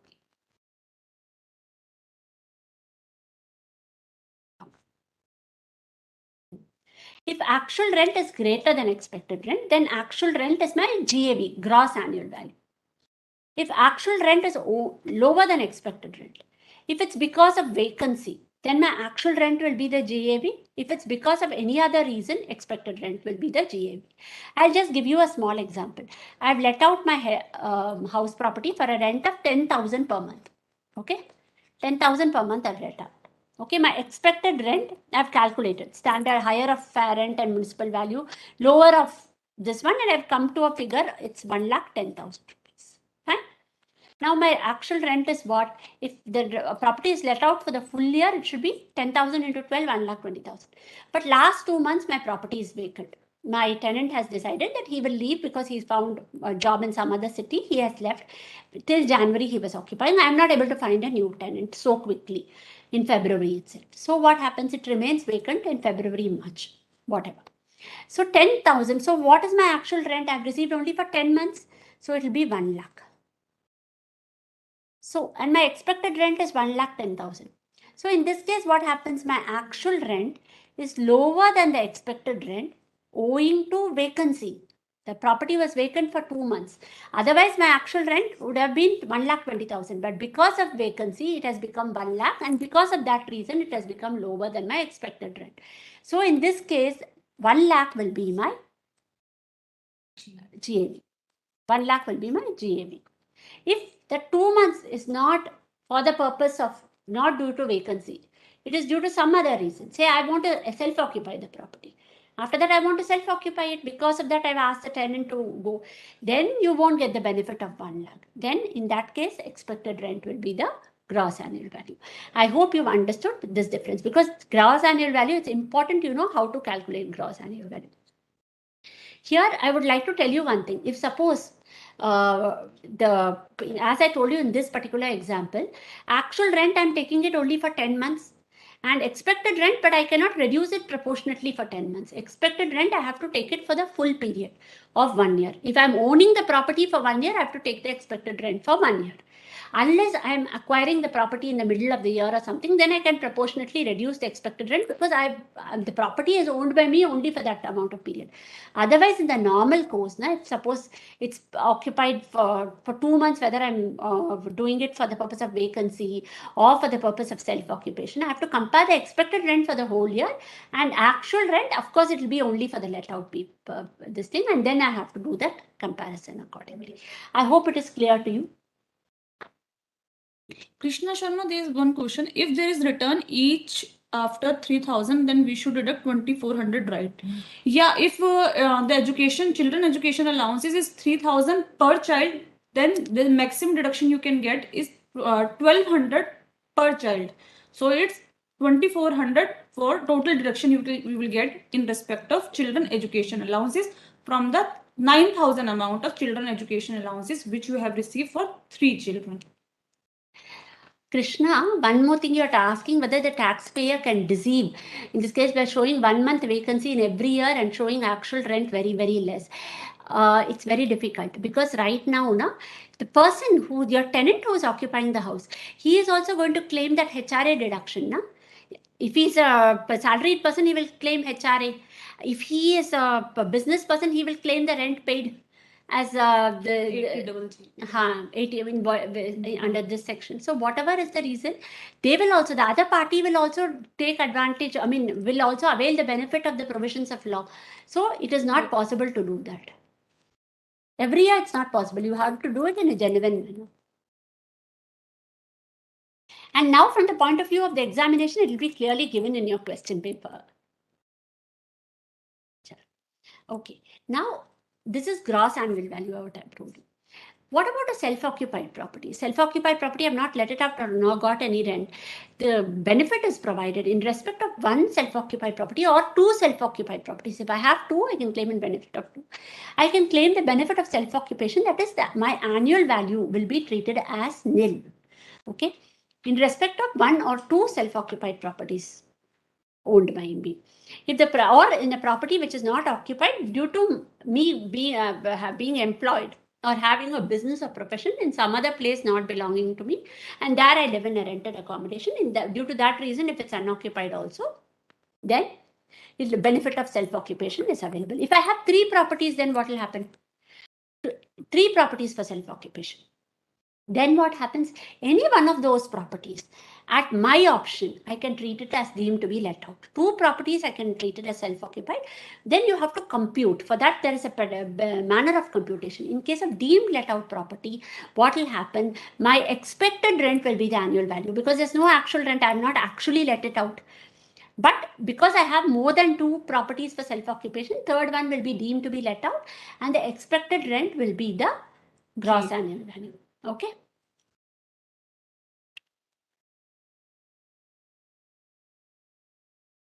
Okay. Raghav has 3 houses for self-occupation. This is very easy, whatever I have told you only. What would be the tax treatment for assessment year 22-23 in respect of income from house property? Option A, one house at the option of Raghav would be treated as self-occupied. Other two would be deemed to be let out. Option B, two houses at the option of Mr. Raghav would be treated as self-occupied. The other house would be treated as deemed to be let out. That is the third house. C, one house at the option of the assessing officer would be treated as self-occupied. Other two houses would be deemed to be let out. D, two houses at the option of the assessing officer would be treated as self-occupied. The other house would be deemed to be let out. Which is the correct answer? I'm sure this is something which you all can easily answer. We've just discussed it. Vanshika, Krishna, Sharma, Pranchal. Two houses at the option of Mr. Raga would be treated as self-occupied. Other house would be deemed to be let out. Perfect. Pooja, Krishna. Very good. This you should learn to apply when you get a problem also. This is a straight knowledge-based question. When you have a problem, you have to do the various combinations and try to see which is most beneficial to the assessee. This we've already discussed. Okay. Now, as I've already told you, income from letting out, if I'm engaged in the business of letting out of properties, then the income will be accessible under the head profits and gains of business and profession. Okay. But what if I'm a builder? If I'm a builder and I'm engaged in real estate business, okay, then my property is completed this year, but okay, the real estate market is very low, so I'm not able to sell my property. So I'm holding my property. I'm not letting it out also. I'm just holding that property, waiting for the market to improve so that I can sell it at a reasonable price. So it takes time. Sometimes if the market is low, it takes more than a year. It takes a couple of years to recover. So till that time, I keep my property as it is. So some exemption is provided. See, annual value of property held as a stock in trade. I'm a builder, real estate business. I'm holding it as a stock in trade. Will be treated as nil. Suppose I get my certificate of completion this year, June 2021, I'm getting the certificate of completion. So for a period of 2 years from the end of previous year 21-22. End of 21, I'm getting my certificate of completion. So end of this year is 31/3/22. So 2 years from the end of 31/3/22 is 31/3/24. So up to 31/3/24, in respect of this property, I will enjoy benefit of nil annual value. After that, in 24/25, still I'm not able to sell the property. Still I'm holding the property. Then the expected rent will be deemed to be the gross annual value and under the head income from house property. In this case, it will be income from house property because I'm holding it as my stock and trade. If I'm engaged in the business of letting out of properties, then it is under the head profits and gains of business or profession. Hardik, the question paper structure we've already told you, na? As far as this one is concerned, MCQs are concerned for 18 marks. You will get MCQs from income tax. One will be a case scenario based MCQ followed by 4 or 5 MCQs. All will be for 2 marks each MCQ. Remaining will be independent application. Largely it will be application oriented. 1 or 2 knowledge based questions also will be asked. This is as far as income tax is concerned. As far as the descriptive question is there, there will be first question, which is a compulsory question on computation of total income and tax liability. Then remaining 3 questions are also of 14 marks each. You will have to attempt any 2 out of the 3, but they will have subdivisions. You will be asked question on any head of income, determination of residential status, then clubbing provisions, set off and carry forward, TDS, return of income, all these things will be asked in these 3 questions, and you will be asked to choose any 2 out of the 3. So this is the paper pattern. Yeah, if Vanshika, if he has 4 properties, any 2 properties he can choose as self-occupied. Remaining 2 properties will be deemed to be let out. Okay, I'm assuming that they have not actually let it out. If they have actually let it out, then you have to take the actual rent or expected rent, compare the same like we compared, and find out the gross and annual value. Otherwise, if it's deemed to be let out, then expected rent will be the actual rent, the gross annual value for the other 2 properties.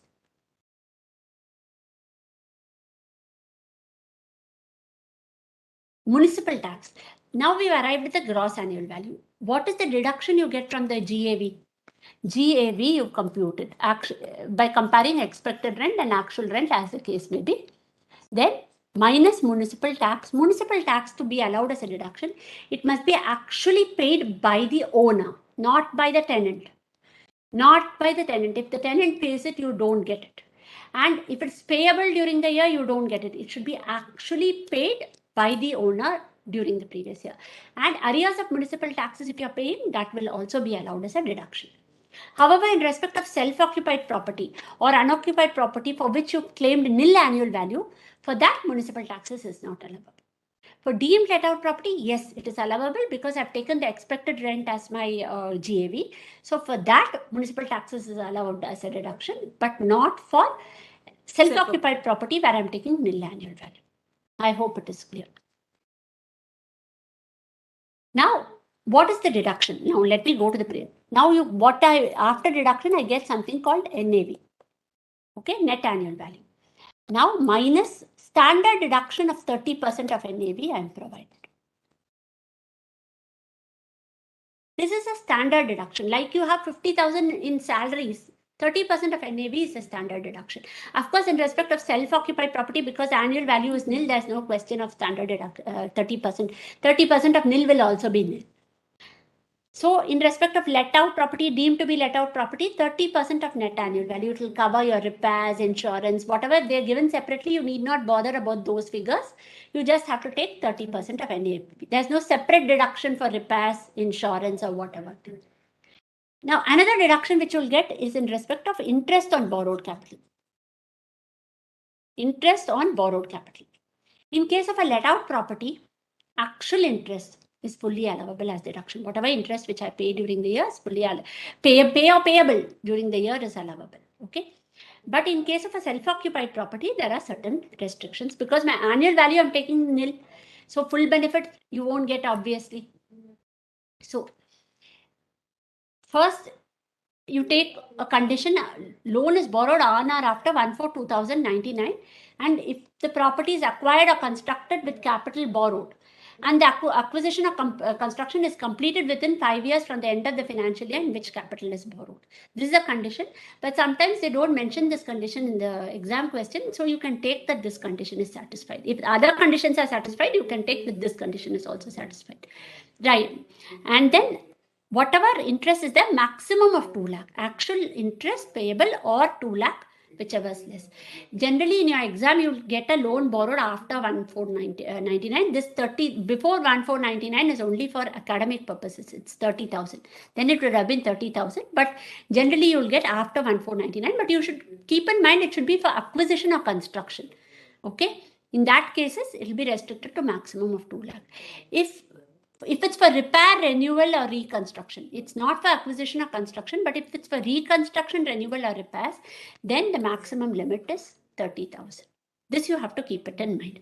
So now I've told you that 2 properties can be self-occupied. Now I can take any two properties as self-occupied. Okay, in one I take a loan for acquisition or construction. Then I'm eligible for up to 2 lakh. In another I take a loan for repairs, renewal, reconstruction.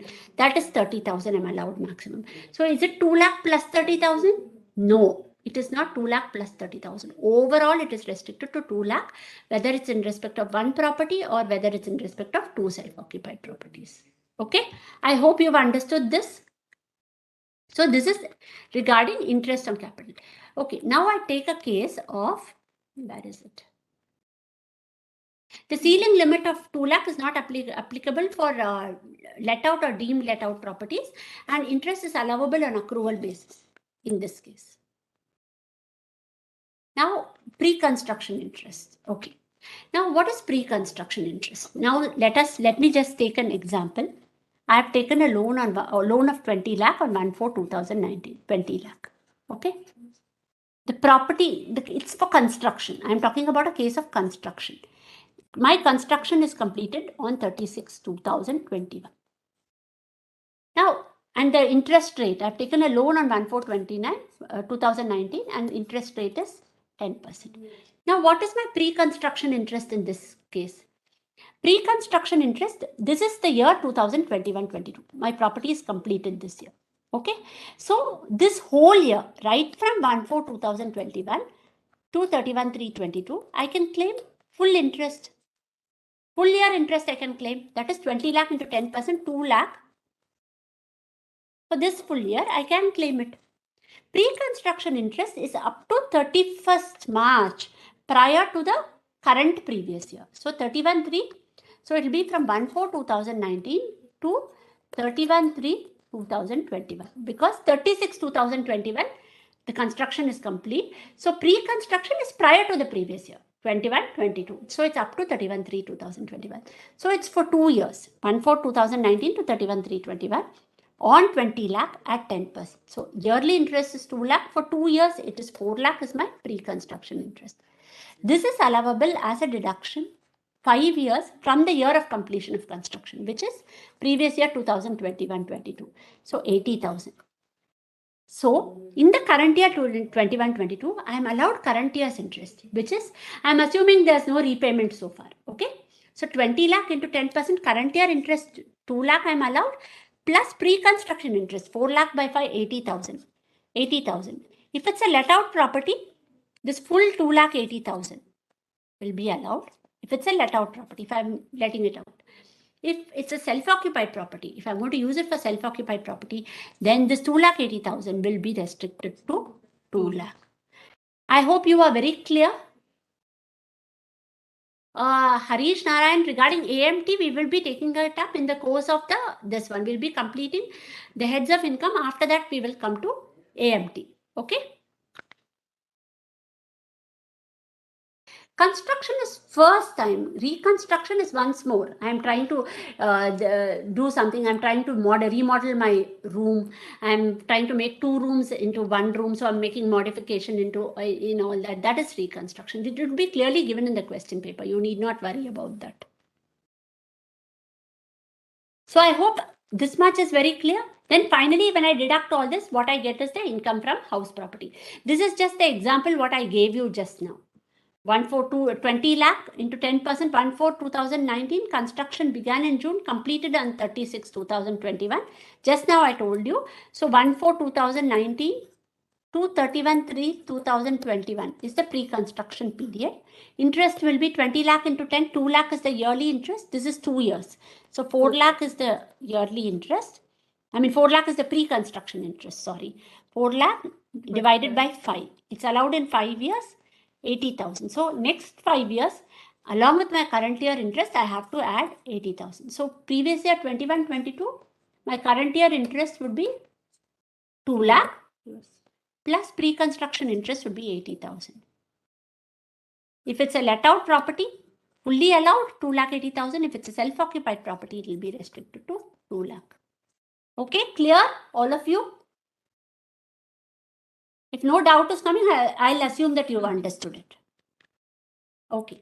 Now, one more important thing. This is a chapter 6A deduction. I'm taking it here because it's related to income from house property. In addition to this 2 lakh deduction, there is a deduction available under 80 EEA, but provided you fulfill certain condition. It is for acquisition of house property. First, you note that is for acquisition of house property. Stamp duty value of the house should be less than 45 lakh. Okay. And the individual should not own any other residential house on the date of sanction of loan. And the loan should be sanctioned during the period 1/4/2009 to 31/3/2022. If they fulfill all these conditions, this period the loans should be sanctioned by, and he should not own any house on the date of sanction, any other house on the date of sanction of loan, and stamp duty value does not exceed 45 lakh. If these conditions are fulfilled, then deduction under 80 EEA will be allowed 1,50,000. Okay. Now you will ask me, okay, this will happen. Suppose I've taken a loan of 35 lakh. 35 lakh I've taken a loan. Okay.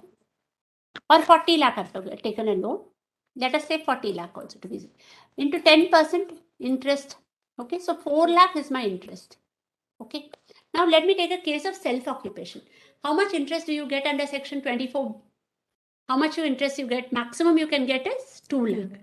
It would be beneficial if I fulfill all the conditions. I take deduction under 1,50,000 also. So totally I'm getting 3,50,000 deduction because of 80 EEA, provided I fulfill the additional conditions. Okay, let me take the properties let out only. Let out only, then I will get the entire 4 lakh deduction under income from house property. Let me say after providing for 4 lakh deduction, it results in a loss of 3,25,000. I'm just telling you, I don't know what the other figures are. Net loss from income from house property turns out to be 3,25,000. Problem comes because in set off and carry forward of losses, when we come there, we will discuss this, but here I'm discussing because it's relevant. Only 2 lakh I can set off against some other head. There is a restriction. For self-occupied property, the interest deduction itself is restricted to 2 lakh. Okay. So your loss cannot be more than 2 lakh. In case of a let out property, there is no restriction. I can claim interest of 5 lakh, 10 lakh, whatever. But it might result in a loss. Suppose that loss is more than 2 lakh. Only to the extent of 2 lakh, I can set it off against income from some other head. The balance loss, I'll have to carry forward to the next year. So that restriction is there. Because of which, if I fulfill the condition under 80 EA, it would be more beneficial for me to claim to the extent of 1,50,000 under 80 EA and balance interest to claim under income from house property as a deduction under section 24. I hope you've got the point. But provided I satisfy the conditions which are specified here. If I have one self-occupied property, one let-out property, or I have 2 let-out property, one I have an income of 8 lakhs, another I have a loss of 4 lakhs, I can easily set it off. There is no restriction between inter-source set-off. What I am talking about, net loss under the head income from house property. That if it is more than 2 lakh, I'll be able to set off only 2 lakh against any other head of income.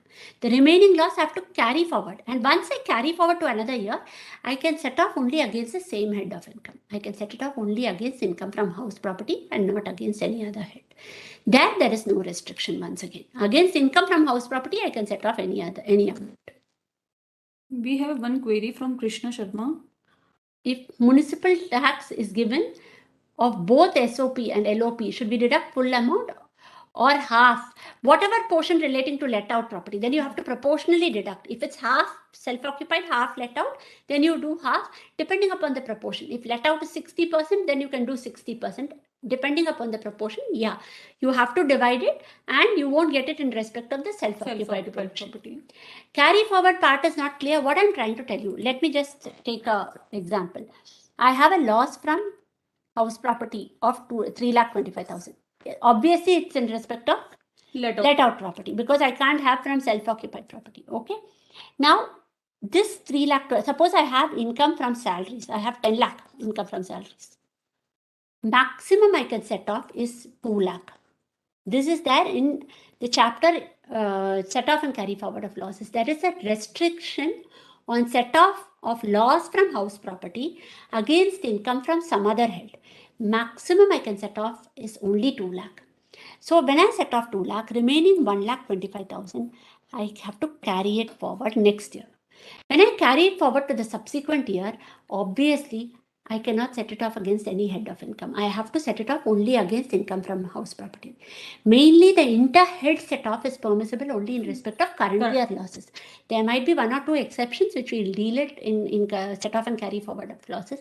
But otherwise, it is only in respect of current year income. The moment you carry it forward, then you can set it off only against the same head of income. You can't set it off against a different head. Then there is no restriction. This 1,25,000 next year I can carry forward. I can set it off against income from house property. Even if I have to carry forward, let us say this is 5,25,000. Okay, 2 lakh I've set it off. Only 2 lakh in the current year I'm permitted to set off against any other head. I carry forward 3,25,000. Okay. Then next year I have income from house property of 4 lakh. Entire 3,25,000 I am permitted to set off. There is no restriction there. I hope this is clear. Pooja, are you clear? There is a restriction only in case of interhead. If you are adjusting the loss from one house property to the another house property under the same head, then there is no restriction. Of 2 lakh. Inter-head set-off may there is a restriction. Within the same year, inter-source set-off, there is no restriction.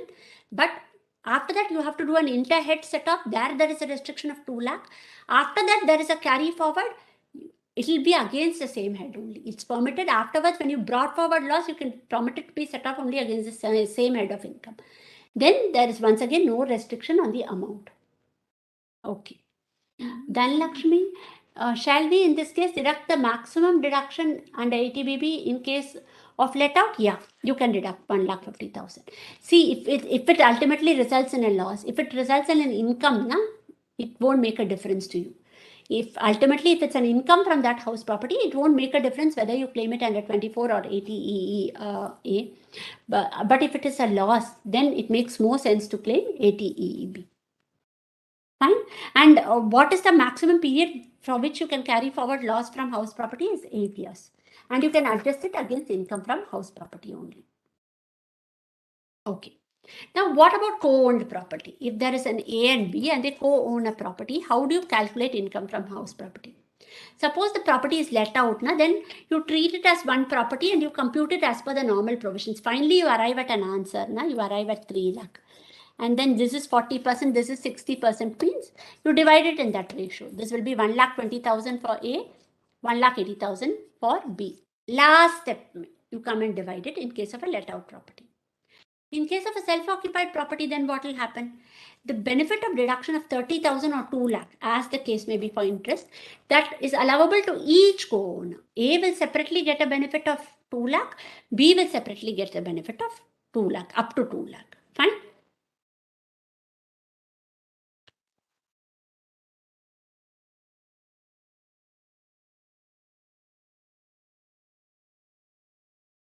Revati, I don't understand the question. I think I've already answered your question. Do you still have doubt relating to 80 EEA? In case of let out property, 80 EEA will be beneficial if there is a loss from the let out property due to the interest part.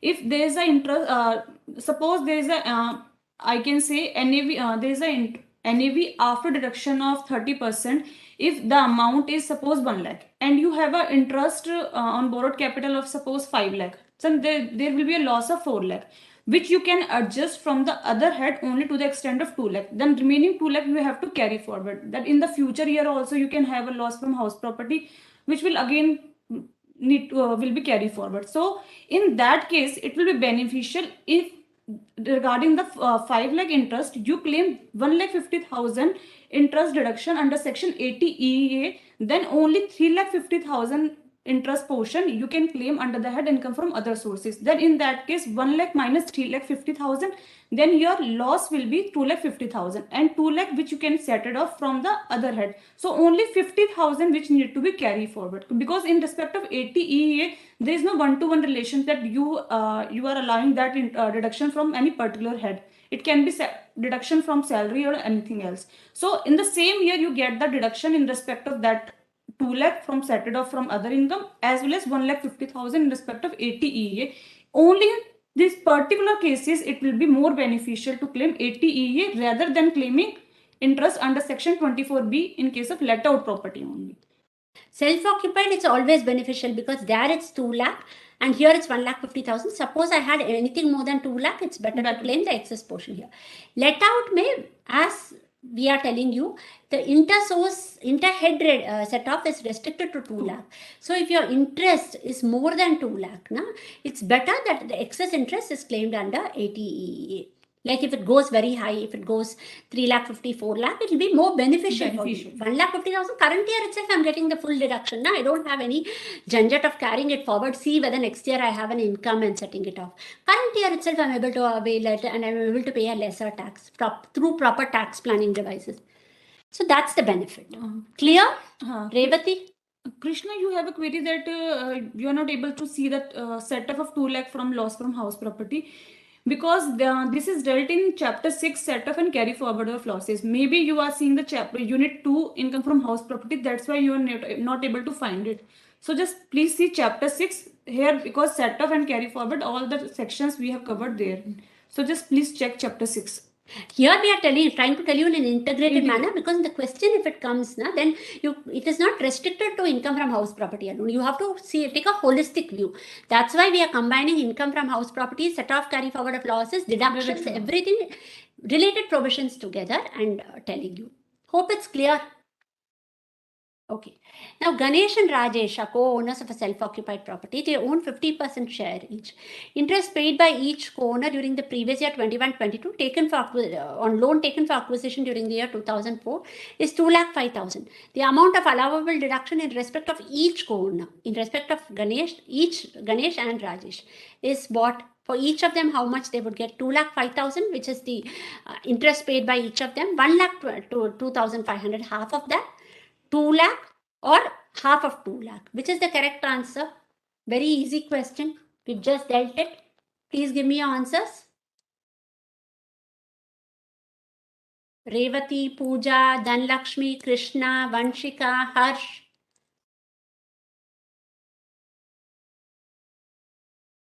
Long time for this answer? Yes, we got the answer. We got the answer. Krishna, it's not 1 lakh. That's what we've been trying to tell you. It is 2 lakh. Yes, right, Pooja. Sandeep, it's not 1,02,500. See, what I'm telling you, it's a self-occupied property. Oh, sorry.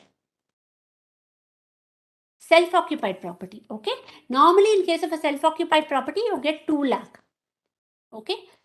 Maximum interest deduction is 2 lakh. In case of co-owner, what I just now told you, each co-owner, Ganesh as well as Rajesh, is separately eligible for deduction of up to 2 lakh. Ganesh is also eligible for 2 lakh. Rajesh is also eligible for 2 lakh. Okay. And the interest 2 is lakh paid by 5,000. each owner. Each co-owner has paid 2,05,000. That's what it's given. Na? Each co-owner, of course, more than 2 lakh, it's not allowed because it's self-occupied. But individually, they can take the benefit of 2 lakh. So the correct answer is C. I hope you've understood. Krishna and Sandeep, Harsh, Narayan. Now we are getting the right answer. Got it? Good, good. In case it's let out property, then you compute it as one property and then finally you divide it between the two persons, owners. In case of self-occupied property, individually they are entitled to 2 lakh each. Sure. I hope house property is clear to all of you. Yes?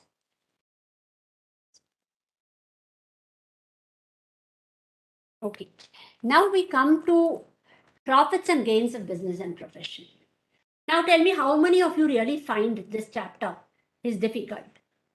How many of you, quickly, I want the answer. How many of you think that it's the most difficult of the heads of income? No answer? All of you find it easy? If no answer means all of you find it easy.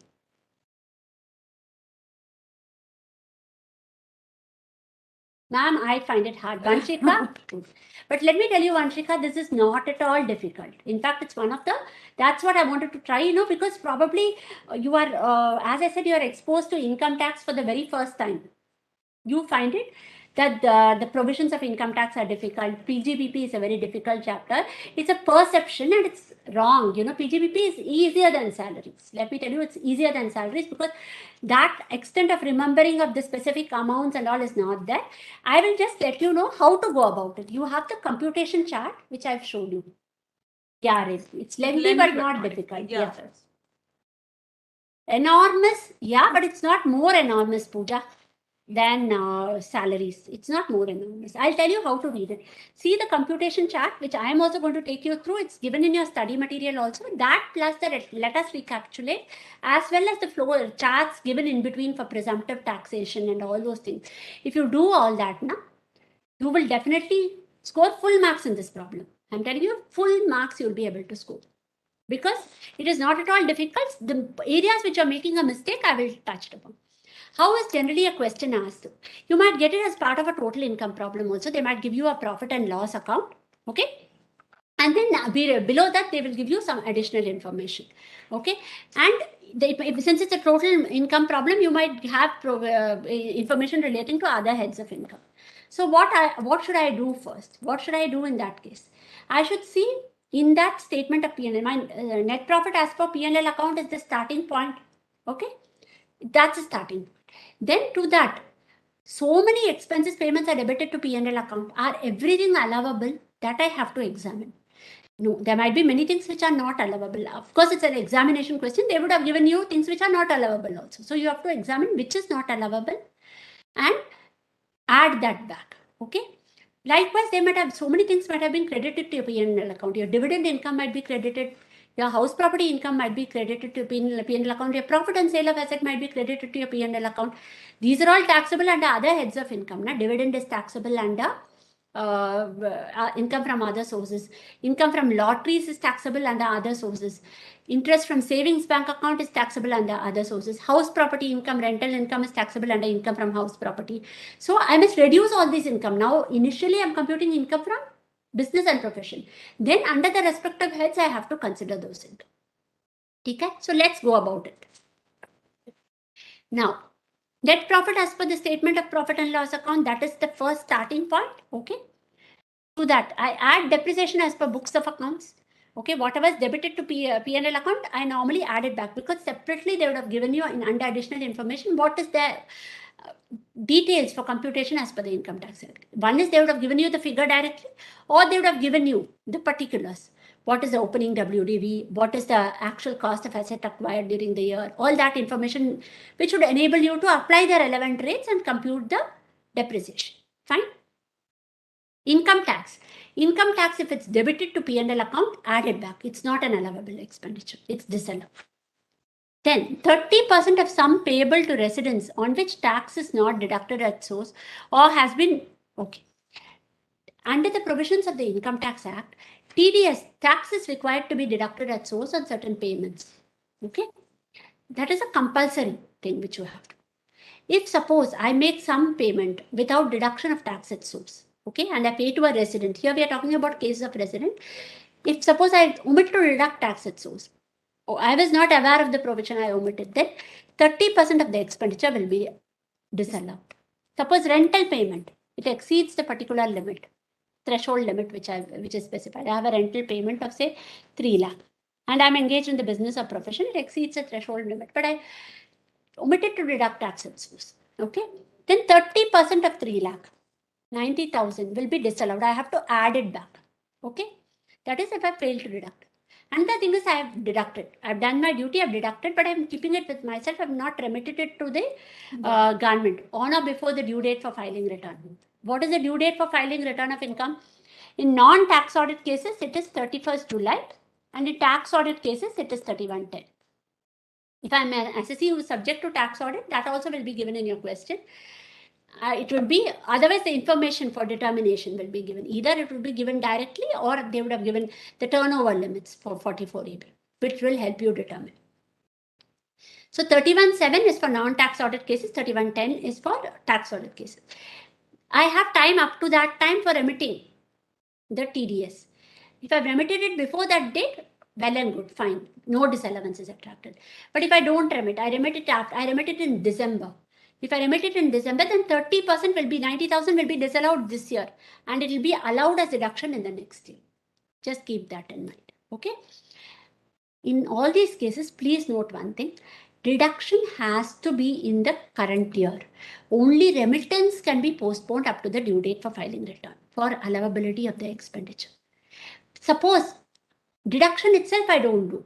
But next month, April, May, I suddenly come to realize, oh God, there was a deduction. I forgot to deduct. I have a subsequent remittance, another payment I have to make to the same person. I will remit for last year also.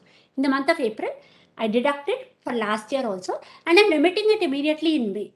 So I've done the remittance before the due date of filing return, but my deduction is only in the next year.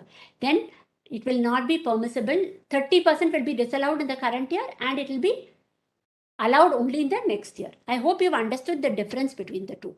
Just let me take this example. Okay, 700 lakhs. Okay, interest on loan on which tax was not deducted. Tax was not deducted means 80,000. Interest on loan includes an amount of 80,000 paid to X, a resident, on which tax was not deducted. So how much should I add back? 30% of 80,000, 24,000. Even if subsequently they've given me, this tax was deducted in April, May, I had a subsequent payment to X, I deducted tax and I remitted that in May. It's before the due date of filing return, but still 24,000 disallowance is attracted because my deduction itself, I postponed it to the next year. What is the essential condition? Deduction has to be in the relevant previous year. Remittance, I can do it before the due date. Then no disallowance is attracted. But deduction itself is postponed to the next year. Then 24,000 will be disallowed this year. This 24,000 will again be allowed next year. I need not worry about that. I hope you've all understood this. Okay, this is another type of this thing which you got. Raj is engaged in the manufacture of textile. His profit is 700 lakh. In additional information, this is given.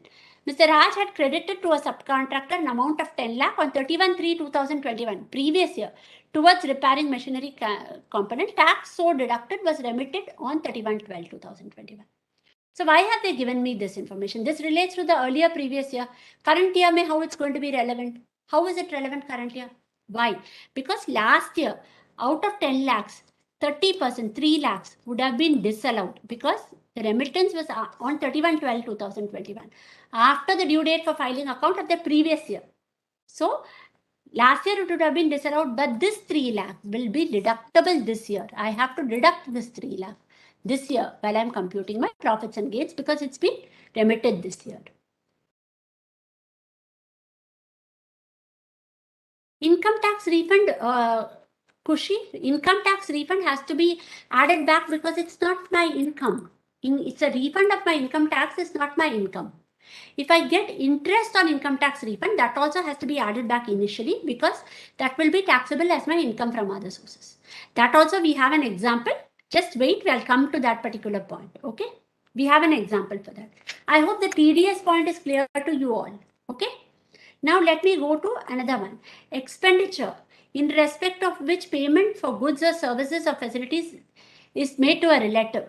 Relative means spouse, brother or sister. Spouse means husband or wife. Brother or sister, then lineal ascendant or descendant. Lineal ascendant, who will be my lineal ascendant? My parents and my grandparents will be my lineal ascendant. My lineal descendant will be my children, my grandchildren. So that is the lineal, the definition of relative is restricted to this. So if I'm making some excess payment to these people, suppose the fair market value would be given to you. Suppose the fair market value is 15,000 and I pay 25,000 to these people. Then the excess 10,000 has to be added back. Okay. Excess 10,000 will be added back because it's excessive or unreasonable with regard to the fair market value. In this thing, you note if it's a brother-in-law or sister-in-law or uncle or aunt. Okay, if I'm making payment to these people, then it should not be disallowed under 48(2) because they don't fall within the scope of definition of relative. I hope this is very clear.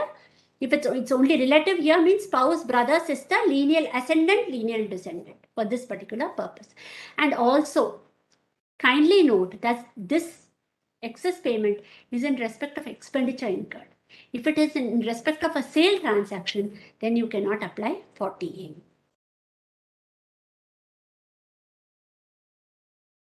Vanshika, we have to reverse the disallowed portion as deduction. Are you asking in relation to this one, for the example which we took? Last year, the 3 lakh would have been disallowed.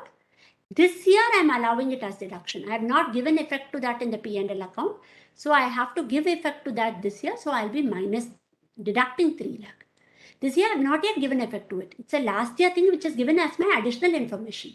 It is not given as part of my P&L. As my additional information, I have given you that last year 10 lakh payment was there on which tax was not deducted at source. I mean, a tax was deducted, but it was remitted only in December. It's remitted after the due date for filing return. So last year 3 lakh would have been disallowed. This year I have to provide for the deduction. It's not reversal of disallowed portion. I hope you got it, Vanshika. 40A2, I hope you all have got it. The next thing is 40A3.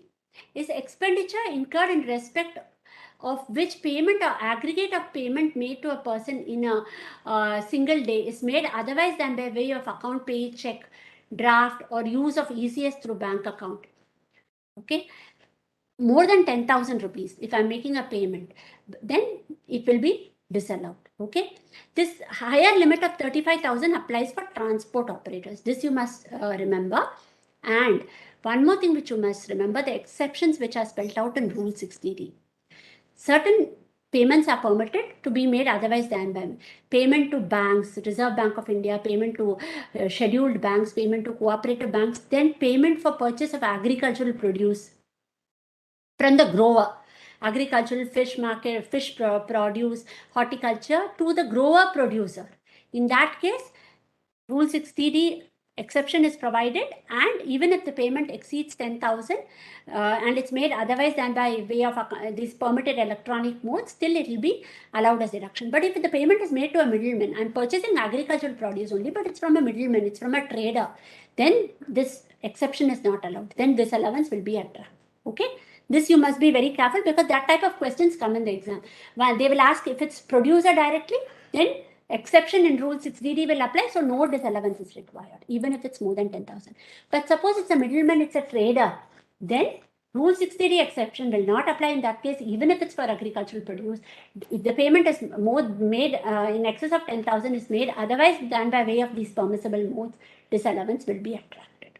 I hope this is very clear.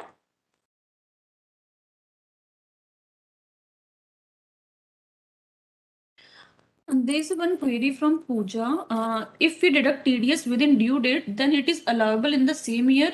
If not, we can get it in the year in which we pay. Within due date, if previous year, if we have deducted in the previous year, and if you have paid on or before the due date, then it is allowed in the current previous year. But if you have not deducted in the current previous year, or you have deducted in somewhere in April, May, till July or October, whatever the due date in your case, and you have deducted in that particular month, and you have paid on or before due date, then it will not be allowed in the current previous year. It will be allowed in the next year in which you have deducted and paid. Is it clear, Pooja? Okay. Then we proceed to 43B. There are certain, see, if it's a mercantile basis, you are allowed expenditure. If the assessee is following mercantile basis of accounting, even if he is not paid the expenditure, if he's just incurred the expenditure, it will be allowed as deduction. But in respect of certain specified payments, it will be allowed as deduction only if the payment, even if I'm following mercantile basis, the payment must have been made on or before the due date for filing return. That is 31/7 or 31/10, as the case may be. Which are these payments? If you go to section 43B, it lists out those payments. It's fees, cess, tax, duty, fees, cess. Income tax is anyway not allowable. I'm talking about other taxes. On or before the due date for filing return. Then employer contribution to PF. Employer contribution to PF I'm talking about, not employee contribution. Employer contribution to PF, that can, even if it's paid before the due date for filing of return, it's allowable. Then in respect of leave encashment, these things also, if the provided it is paid on or before the due date for filing return, it is allowable as deduction. Okay, just go through the entire set of things are given. If it is not paid, if it's paid after that date, it is not allowable as deduction in this year. Personal expenses are not allowable as deduction as per section 37. If suppose I'm a sole proprietor, I'm booking everything to P&L account, all my personal expenditure, motor car expenses, 1/4 I use for my personal purposes, 3/4 I use for business purposes, all expenses, repairs, everything only 1/4 if I'm using for my personal purposes, 3/4 for business purposes, 3/4 will be allowed. 1/4 will not be allowed, whether it's repairs, maintenance, whether it's driver salary, whether it is depreciation. For everything, that portion which I use for personal purposes will not be allowed. Drawings will not be allowed. Likewise, capital expenditure. Any expenditure which is capital in nature is not allowable as deduction. Now coming to some voluntary retirement expenditure. This is an often asked thing. Voluntary retirement expenditure, suppose it's debited to P&L account. Okay, they say the voluntary retirement expenditure is 5 lakh and it's debited to P&L account. As per section 35 DDA, it's allowable as a deduction over a period of 5 years. So out of that 5 lakh, only 1 lakh will be allowable as deduction. 4 lakh has to be added back because they are telling 5 lakh has been debited to P&L account. Okay, if the question mentions that 5 lakh has been debited to P&L account, then you add back 4 lakh. Only 1 lakh will be allowed as a deduction in the current year, and the successive 4 previous years I'll be allowed the remaining 1 lakh in each year. Another thing which children go wrong is family planning expenditure. Family planning expenditure for employees is allowed only in case of a company. If an individual is an employer and he incurs family planning expenses for the purpose of his employees, that is not allowable as deduction. Children make this mistake because we've given it under section 36 deduction. It's coming in your study material, but kindly note it's allowable only in case of a company. Fine. Now, another thing, or any expenditure which is relating to some other head, if municipal taxes paid in respect of residential house property is debited to P&L account, obviously I'll have to add it back. That is allowable as a deduction when I compute income from house property. In respect of residential house property which I'm occupying, if the income is credited, I remove that also. If expenditure is debited, I remove that also. I have to add it back. Okay. Then any sum paid by an assessee as an employer by way of contribution to pension scheme under 80CCD exceeding 10% of salary of the employee. Okay. Suppose the question mentions that 12% he has contributed. Okay, 80CCD. Now, what happens? In the question, you are asked computation of total income of an individual. He is an employer. Mr. A is an employer. Mr. B, C, and D are his employees. And for them, 12% of salary A is contributing. What will be the tax treatment in the hands of A? Why are they giving you this information in the first place? Please don't allow 80CCD in the hands of A. That is my thing. 80CCD deduction is in respect of employer's contribution. Mr. A's contribution will be allowed as 80CCD to in the hands of B, C, and D. In the hands of A, the employer. Why have they given you this information? So that you disallow the excess of 2% of salary. Suppose the salary totaling is 10 lakh and is paid 12%. Okay. Then this excess of 2 lakh has to be disallowed. So that is the reason why they are given you the particulars relating to 80CCD. It is not for you to provide the 80CCD deduction. He is the employer, A is the employer. He is allowed to contribute only 10% for B, C, and D. Instead, he contributes 12%. That excess 2% has to be disallowed under section 36. It's not permissible as per section 36, so you add it back. That is the reason why they have given you the information. Is it clear, everyone? Pooja, Vanshika, Kushi, then Lakshmi, Krishna. If no questions come, I presume that you've understood. Fine. Now, expenditure allowable as deduction, but not debited to P&L account. As I told you, depreciation as per books of accounts, you've already added back. What is allowable as deduction? Depreciation, which you compute as per income tax rules. That you all know how to compute. If the asset is opening WDV, you apply the rate, whatever rate, 15% if it's plant and machinery, 10% it's building, you apply. Asset which is purchased during the year, actual cost of asset which is purchased during the year, if it's put to use for more than 180 days, you provide full depreciation. If it's less than 180 days, you provide 50% of the depreciation. This you all are very much above. And in the actual cost, you should not include any sum which is only through permissible electronic. If it's more than 10,000, it should be through permissible electronic means. Otherwise, you don't include it as part of the actual cost. Then if you receive subsidy from the government to meet any cost of the asset, then that also has to be reduced from actual cost. It won't form part of the actual cost. Okay. Pooja, ATCCD you need to compute if I'm the employee. If I'm the employee, B, C, and D. If the question requires computation, I told you A is the employer, B, C, and D are the employees. So employee ke liye I have to compute ATCCD deduction. In respect of own contribution, you will be allowed under ATCCD 1, ATCCD 1B. In respect of employer's contribution, first you will include the entire thing in his salary income. It would form part of his salary employer contribution. A's contribution to B's account will form part of B's salary. Then you provide ATCCD2 in the hands of B, C, and D. But in A's own hand, A is the employer. So for him, you should not provide ATCCD2 deduction. You have to disallow the excess amount of 2%. I'm answering Pooja's query. She had a query relating to ATCCD. Why it is not allowable in the hands of A? So I'm just answering this query. I hope I'm clear, Pooja. It's allowable in the hands of the employee. Where your income is salary income, ATCCD2 deduction is allowable. In the hands of the employer, the income is PGBP. So if he has contributed in excess of 10%, the excess 2% is to be disallowed. Okay. Now, additional depreciation again. Additional depreciation, 20% of the actual cost of new plant and machinery acquired is allowed. Here again, it should be put to use for more than 180 days. If it's put to use for less than 180 days, only 50% of 20,000 will be 20% will be allowed. That is 10%, and the balance 10% has to be allowed in the subsequent years. Again, remember, additional depreciation is allowable only if the asset is engaged in manufacturing or in power generation. It's not allowable while he's a trader. Okay. Or if he's engaged in the business of warehousing or something, then it's not allowable. I hope these are all very clear. Sometimes in the question, they would provide data we will go to when we see the questions. Okay. Now, these are all what I told you. Income credited in the statement of P&L account, but not taxable. It's either not taxable at all, or taxable under any other head. Like if dividend income is there, I have to reduce dividend income because while computing PGBP, I'll have to reduce because it's income from other sources. Agricultural income, if it's debited, I have to reduce it because it's exempt. Interest on savings bank account, taxable and other sources, so I have to reduce here. All these things you should remember like that. Income tax refund?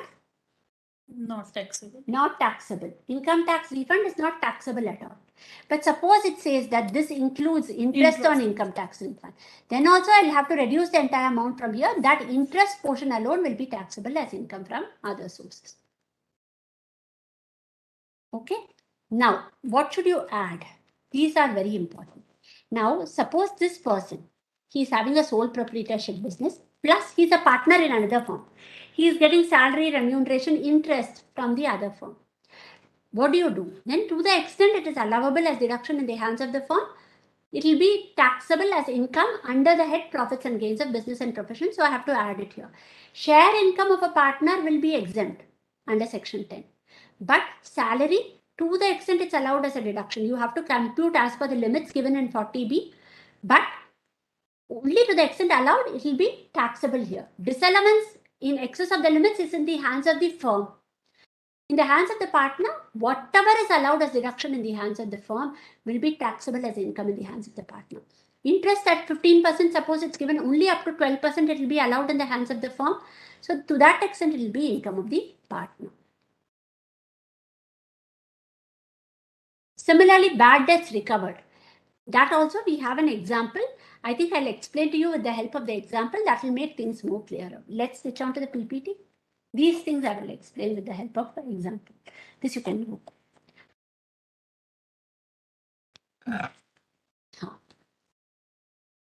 Bad debts is 40,000.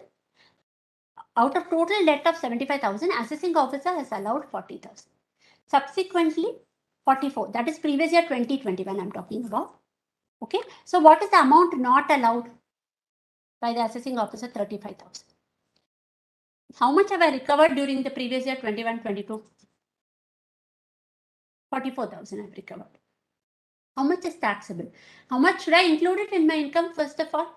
Up to 35,000 I need not include because in the first place it was not allowed as deduction. I was allowed deduction only for 40,000. So 35,000 was not allowed. So if I'm recovering 44,000, 35,000 I have to deduct because it was not allowed. Remaining 9,000 I have to add it to my current year income. Is this clear? Okay. Now, as far as salary, bonus, remuneration to partners is concerned, as I said, you have to understand what is allowable as deduction in the hands of the firm. Only if it's allowable as deduction in the hands of the firm, it will be treated as income of the partner.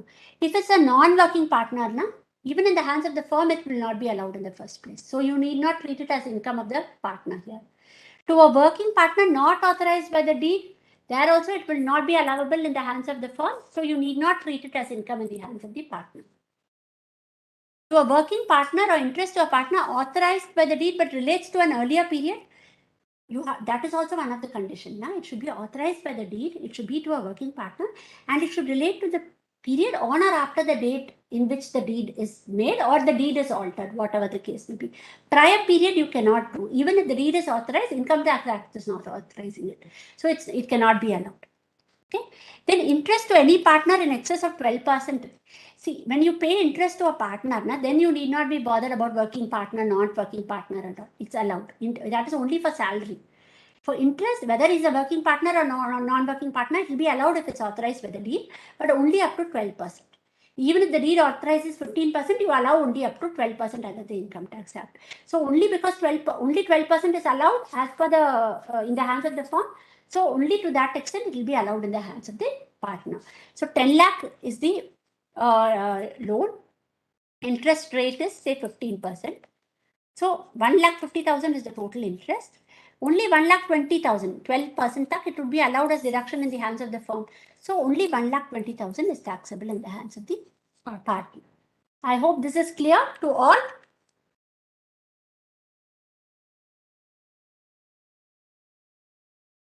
This one.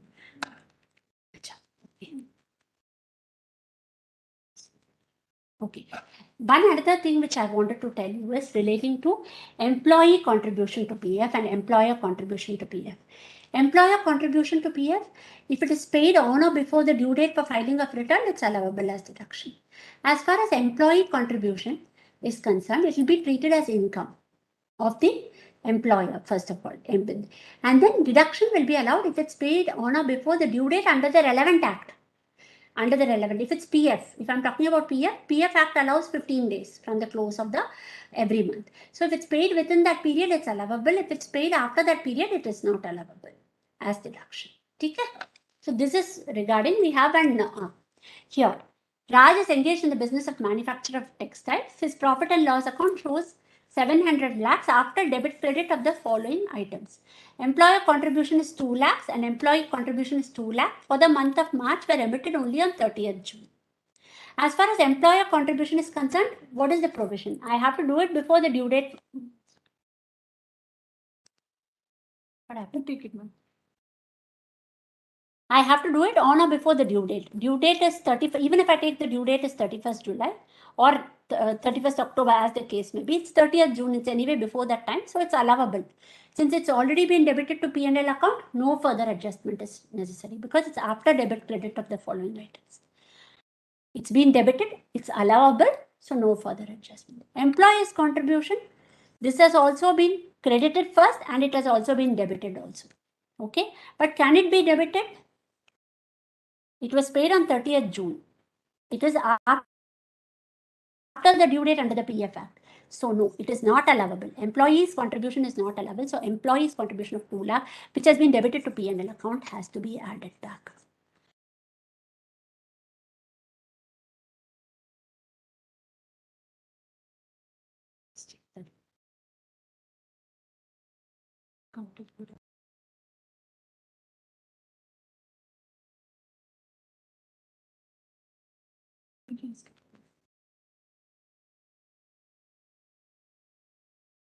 Okay, now we come to presumptive taxation. Okay, presumptive taxation provisions. This is as far as the main listings are. Then one more thing which I wanted to say, that net amount and gross amount. That is coming back to that. Okay, let us go to that. That is, Mr. Raj is engaged in the manufacture of textile. His profit and loss account shows debit credit of the following items. Winnings from game show net of TDS, 35,000 has been credited. And income tax refund principal is 5,000. Interest is 450. One of you had asked for that question, na? 5450. These things have been credited to P&L account. Now, what do we do? First thing, this is taxable. Winning from game shows taxable under other sources. Income tax refund principal is not taxable. Interest is again taxable under other sources. So, whatever amount has been credited to P&L account. In this case, it's 35,000. In this case, it's 5450. I have to deduct both 35,000. I have to deduct 5450 while I'm computing my business income. Okay, this is clear. Now, when I go to income from other sources, winnings from game show, what is the amount which I will show? I'll have to show the gross amount, 35,000 plus the net of TDS 15,000. 50,000 I have to show it under income from other sources. While I'm computing PGBP income, I deduct only 35 because only that much has been credited to my P&L account. But my gross income, I have to take it when I'm computing income from other sources. Likewise, no treatment for principal. Income tax refund is not taxable. Interest on income tax refund is taxable under income from other sources. So these two will be included in my income from other sources. Then what about this 15,000? 15,000 rupees net of TDS. When I'm computing my tax payable, I have my tax liability. I apply the rates, I compute tax liability. For computing tax payable, I'll have to deduct this 15,000. So that's 3 different places the adjustments are happening. Explain. Acha, Vanshika. Okay.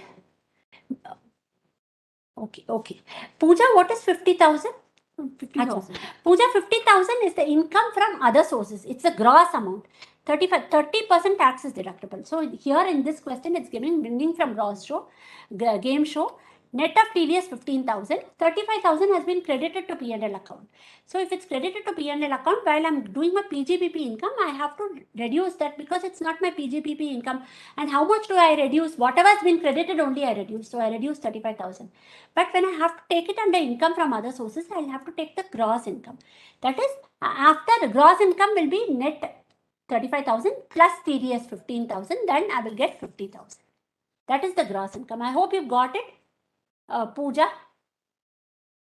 PPT will be shared. Don't worry about that. Krishna, you say you don't get. Krishna, Vanshika, the PF provision, you did not get it clear. See, employer contribution to PF, okay, which is debited to PF. Let me go to that example again.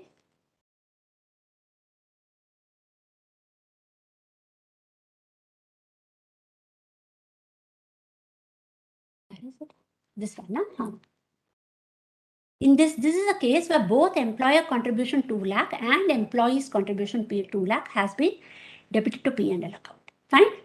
Now they are telling that the contributions for the month of March were remitted only in 30th June 2022. Okay. In case of employer contribution, I have time limit up to the due date for filing return. So if I've remitted on 30th June, it is proper compliance. So there is no requirement of disallowance. It's allowable. And it's already been debited to P&L account. I've already reduced it from my net profit. So no further treatment is required. This much is clear. Employer contribution is clear.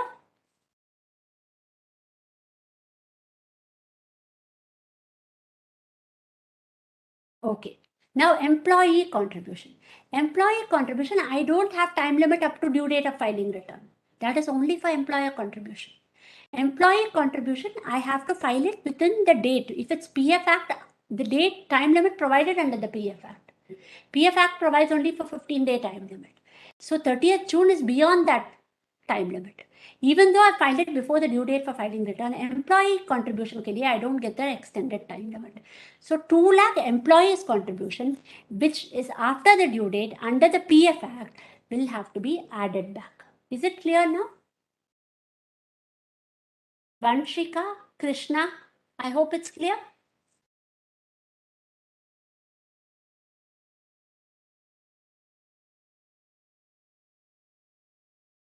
Okay, good. Now we'll come to presumptive tax provisions under the Income Tax Act. Any other MCQ which we've left out? This is based on presumptive tax, no? Okay.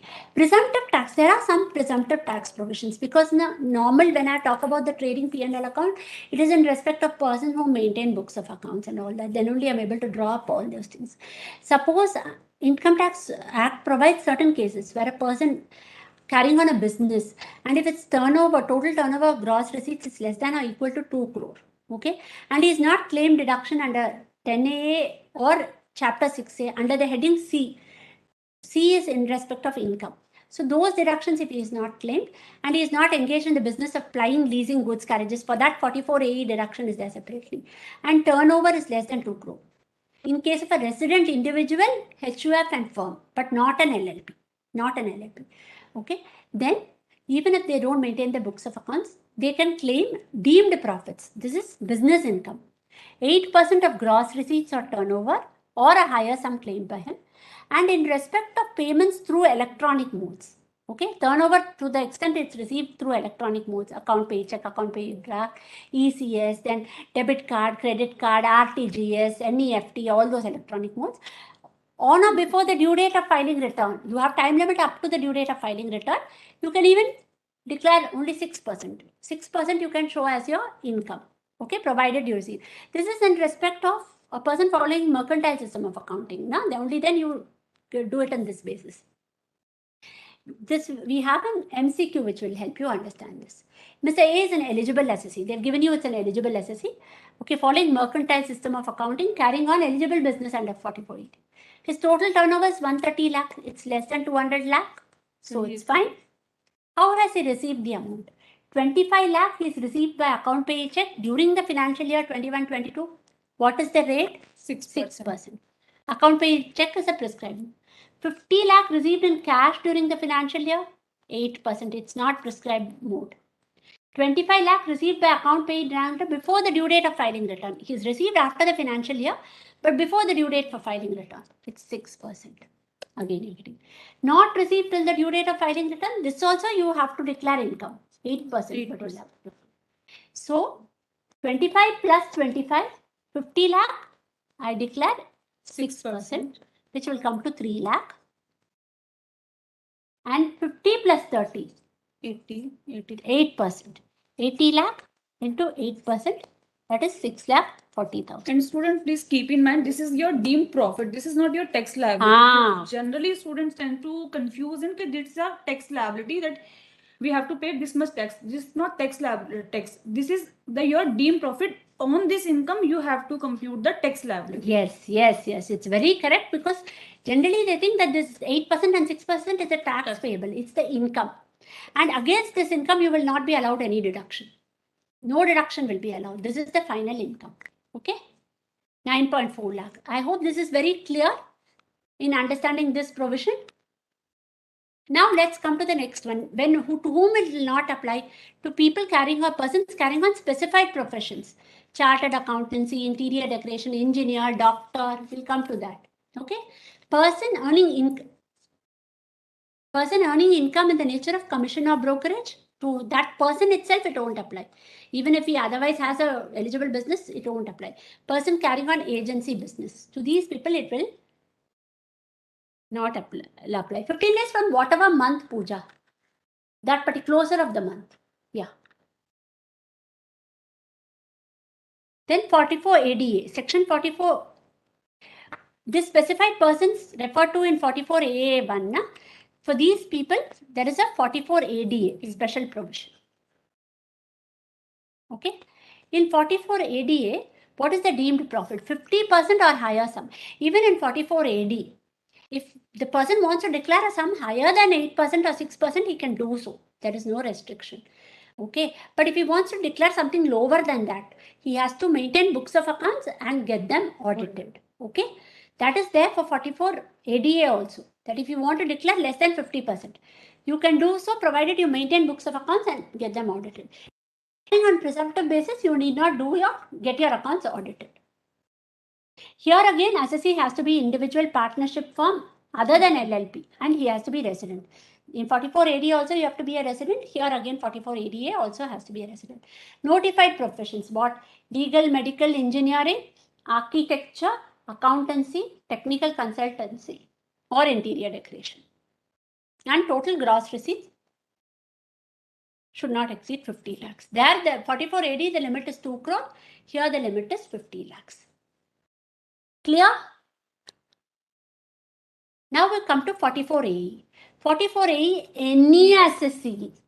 It's not individual resident in India. There is no restriction here. It's any assessee. Condition is you should not own more than 10 goods carriages at any time during the previous year, and who is engaged in the business of plying, hiring and leasing goods carriages. Any time during the previous year. In the middle of the year, you can't have 11, and the end of the year, if you have 10, at any point of time, you should not have more than 10 goods carriages. Okay. And how to compute it? They've given again. For heavy goods vehicle, they've said 1,000 per ton of gross vehicle weight or unladen weight. This will be provided in your question paper. It said what is the gross vehicle weight or unladen weight, and what is a heavy goods vehicle? That means your more than 12,000 kgs. Less than or equal to 12,000 kgs will be other than less than or equal. So if it's exactly 12,000 also, it won't come under heavy goods vehicle. This type of questions are also asked. And this 1,000 per ton will be applied for every month or part of the month during which the vehicle is owned by the assessee. Put to use is not relevant here. It's not put to use. Suppose I buy it on 30th June and I put to use only in September. This 1,000 per ton per month or 7,500 per month will be counted from June. Even if it's for one day in June, I'll be counting it for the whole month. It's ownership which matters and not put to use. Don't get confused with depreciation. Depreciation in the year of acquisition, the date count for 180 days computation, I have to take from the day it's put to use there. Here I have to take the ownership from the month in which I actually purchased the vehicle. I hope this is clear. I hope this is clear to all of you. Then you have to apply that for other than heavy goods vehicle, it's 7,500 per month or part of month. You have to do it into the number of vehicles, into 7,500 into number of months in which it is owned. For heavy goods vehicle, it's 1,000 per ton of gross vehicle weight, which would again be given in the question, or the amount actually earned from such vehicle, whichever is higher. Fine. I hope it's clear to all. Then in composite income cases, okay, there are cases where your because you do growing, partly the income is partly agricultural in nature, partly business in nature. Instead of having too much confusion, you compute it as per the PGBP norms, and then you divide that 65% is agricultural. In case of rubber, it is 65% is agricultural, 35% is business. In case of sale of coffee, if it's grown and cured by the seller, if it's only growing and curing operations, 75% would be agricultural income, 25% would be business income. But if you further process it, if you do roasting and grounding also, then the percentage of agricultural income will come down because you've done more processing in that. So 60% is agricultural, 40% is business. Tea grown and manufactured by the seller in India, 60% is agricultural, 40% is manufacturing. These rates you have to remember. The lower rate is always for the business.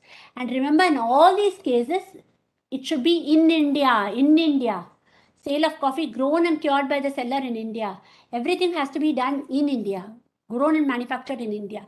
Only then this percentage will be agricultural income. If suppose you've done the growing and this thing outside India, in Sri Lanka, Nepal, in residential status, generally we get questions like that. Sometimes they give that also. Entire income will be business income. If it's outside India, entire income will be business income, it will be taxable. If it's in India, then you have to apply these percentages. Okay.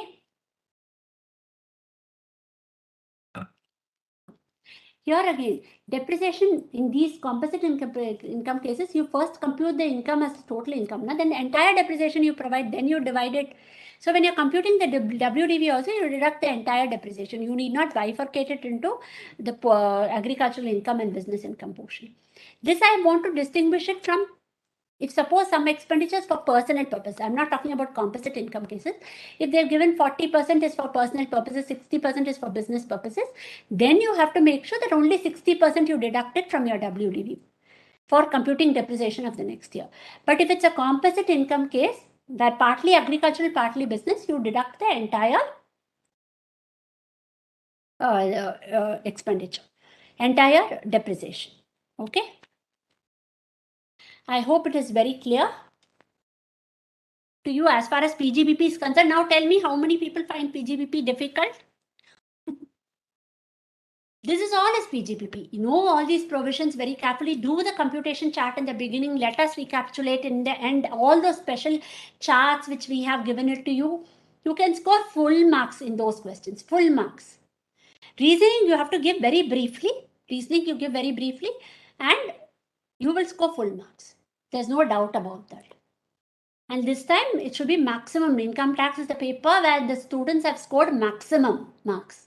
See, because these small mistakes you tend to make, your answer tends to be wrong. That's why we are telling you what are the mistakes which you normally tend to make, so that you can correct the mistakes. Now with this mindset, you approach the study the material again, you will definitely succeed.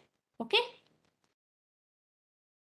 Now let's students start with the capital gain, one of the other important heads. Capital gain. Capital gain is in respect of your if you have some asset and you have transferred the capital asset, then the income generated from the asset is taxable under the head capital gains. This pro forma that how you compute the capital gain. It's a fixed pro forma that you know your actual consideration, that is your full value of consideration. Full value of consideration in case of immovable property is can be your stamp duty value, provided your stamp duty value is higher than the actual consideration by more than the 110%. For example, let us say an example ki you have your stamp duty value. Your stamp duty value is suppose 50 lakh. Okay? And you have an actual consideration of 30 lakh. Then in that case, in case of immovable property, I'm talking about immovable property being land and building or both.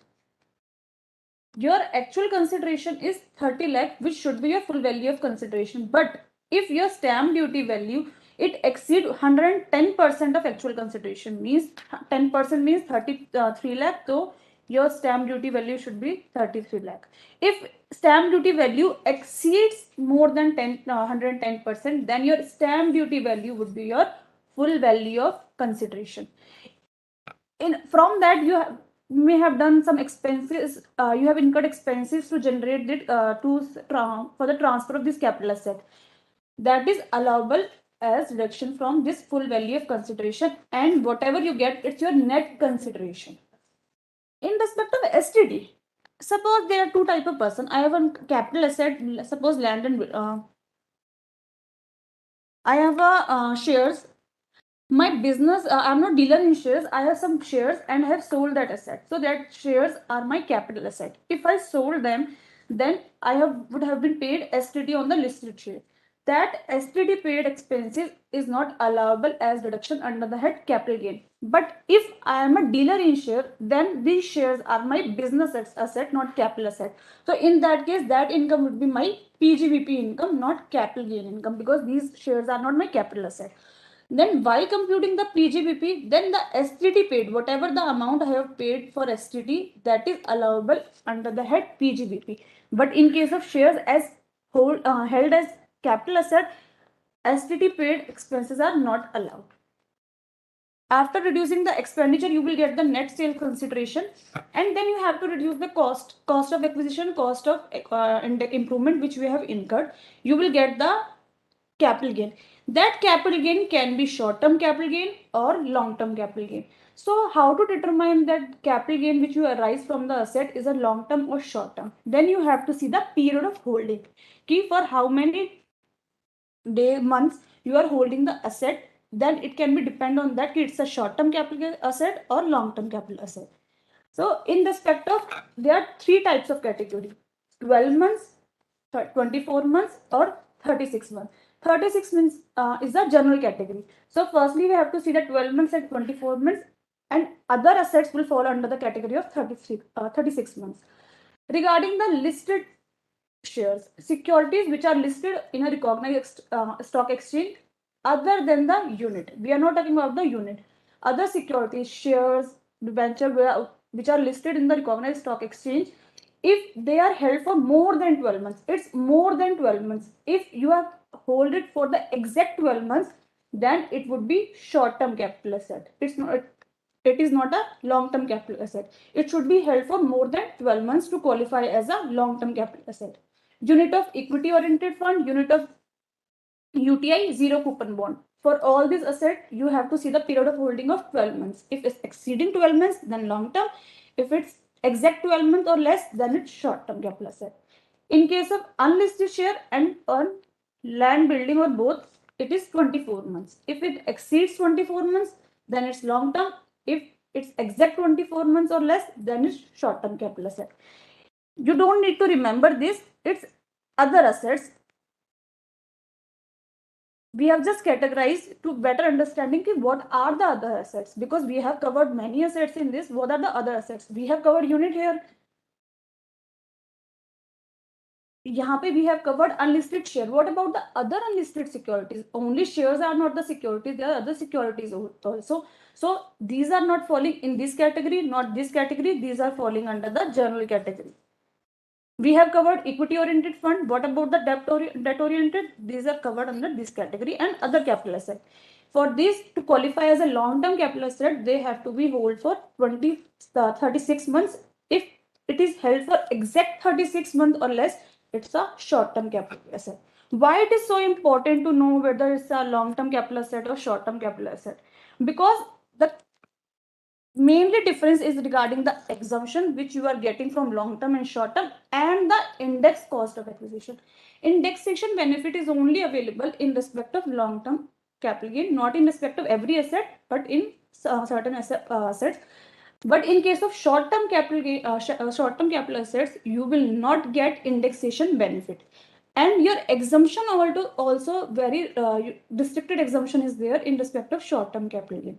There are only two type of restriction as far as intermediate is concerned. Two type of this exemption is there: exemption under section 54B and 54D, and in respect of long term capital gain, it's section 54, 54B, D, EC, and F. So I'm not covering in detail what are the exemptions, because that is already given in your study material, and let us recapitulate. It's very beautifully, it's distinguished are there ki what type of capital assets qualify under each section. Just briefly I'm covering under section 54 and 54F. If you see, you can link between the sections to distinguish the requirement. To a requirement, and to see what are the other assets, what are the assets who are qualified under this. For getting exemption under 54, that capital asset which you are transferring should be a residential house. But for getting the exemption under 54F, it should be a other capital long-term capital asset other than residential house.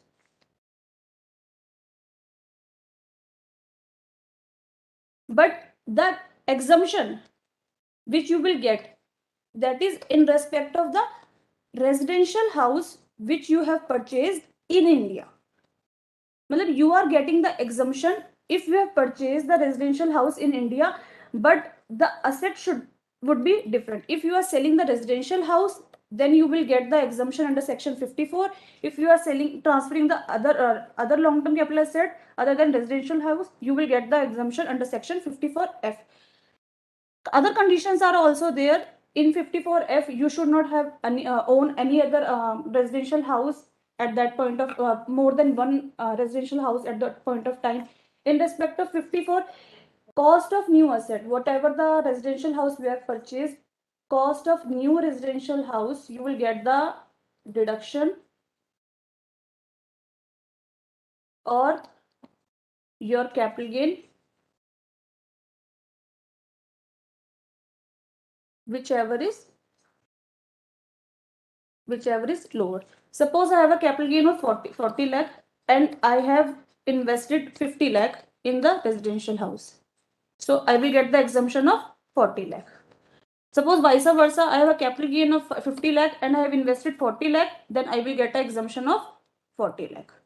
But in case of 54F, you will not get have the full exemption. It will be restricted to your net consideration. It's proportionate to your net consideration. You have to see your net consideration. If you have invested your net consideration, what is the net consideration? We have already seen the net consideration. It's your full value of consideration reduced by your expenditure which you have incurred for the transfer of asset. That's your net consideration. If you have invested the whole net consideration, then you will get the full exemption under section 54F. Otherwise, it will be proportionately. Regarding the 54B, it is in respect of your urban agriculture land which you have used for agriculture purpose. But the asset which you have purchased now, it should be your agriculture land, whether it's urban agriculture land or rural agriculture land. 54D is regarding your industrial undertaking. 54EC specifically the eligible asset, it's land and building or both. In respect of both, which you will get the exemption, in which you can invest in the bonds of NHAI or RECL. Okay. Maximum, in this case, there is a cap of 50 lakhs. The exemption which you can get, it's a maximum of 50 lakhs. And you have to invest in these bonds within 6 months from the date of what? From the date of transfer of asset, not within the date of financial year in which asset is transferred, within 6 months from the date of transfer. These time limits are very important because in many places, the time limit is given before the due date of filing return and all those things, or from the end of the previous year or from end of the month. This is actually, in this case, it's the date of transfer. And the maximum limit is 50 lakhs. Suppose I have transferred somewhere in 15th of November, I would say. Then within 6 months, it means in March, you invest 50 lakhs and in another May, you invest. In March, suppose I have invested and then again in May, I have invested. 6 months, I have to count 6 months where the 6 month will end. It's 15th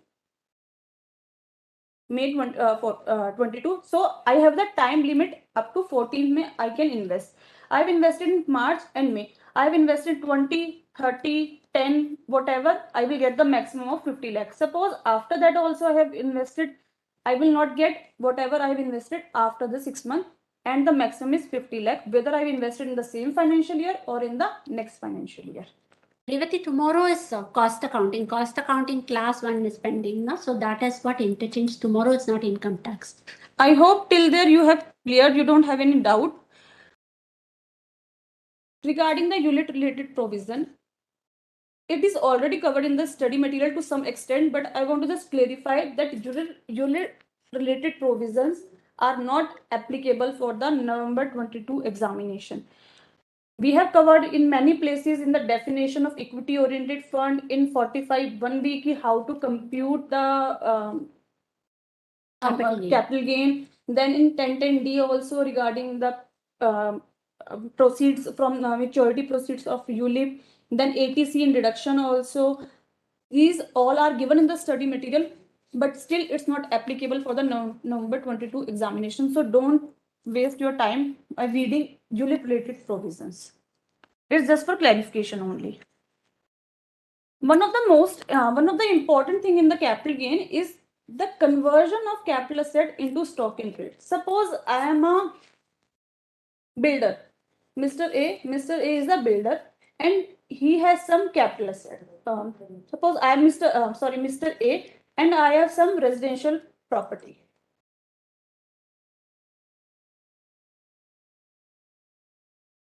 Okay, I am doing some business of manufacturing or something like that, trading or something.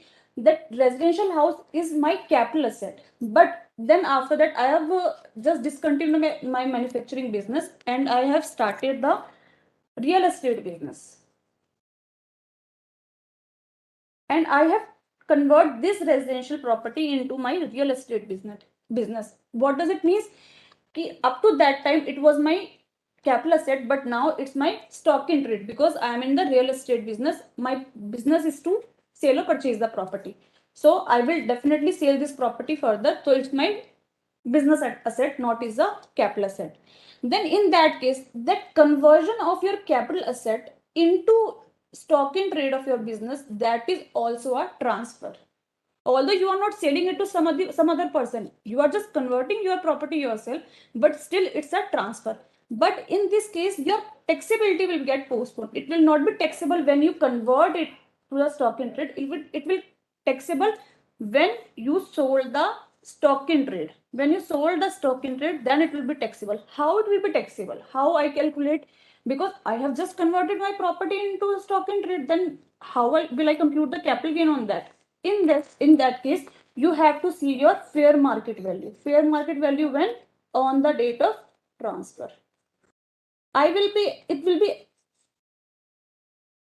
assumed that you have transferred your capital asset on the fair market value on the date of transfer.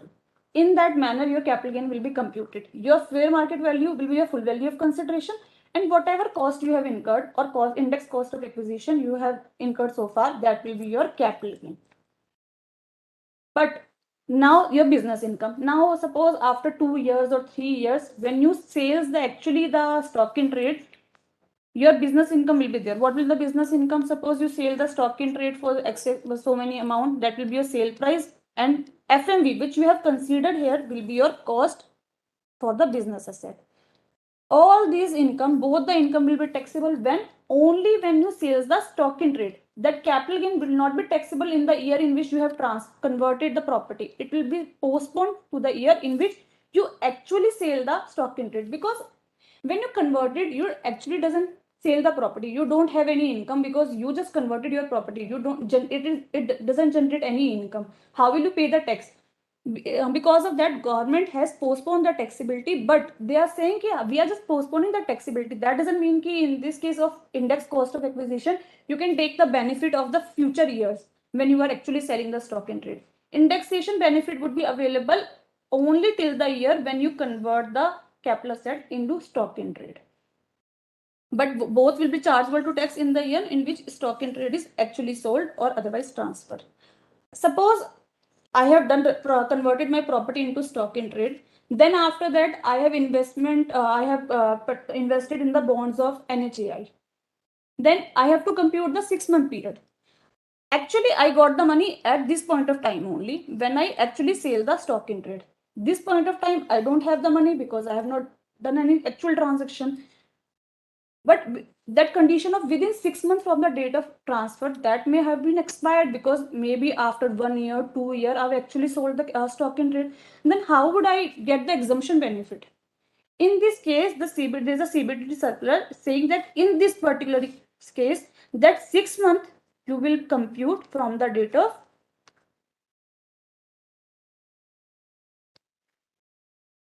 sale of your stock in trade. Only in this case, the exemption is there regarding that. I hope this is clear. We have one query.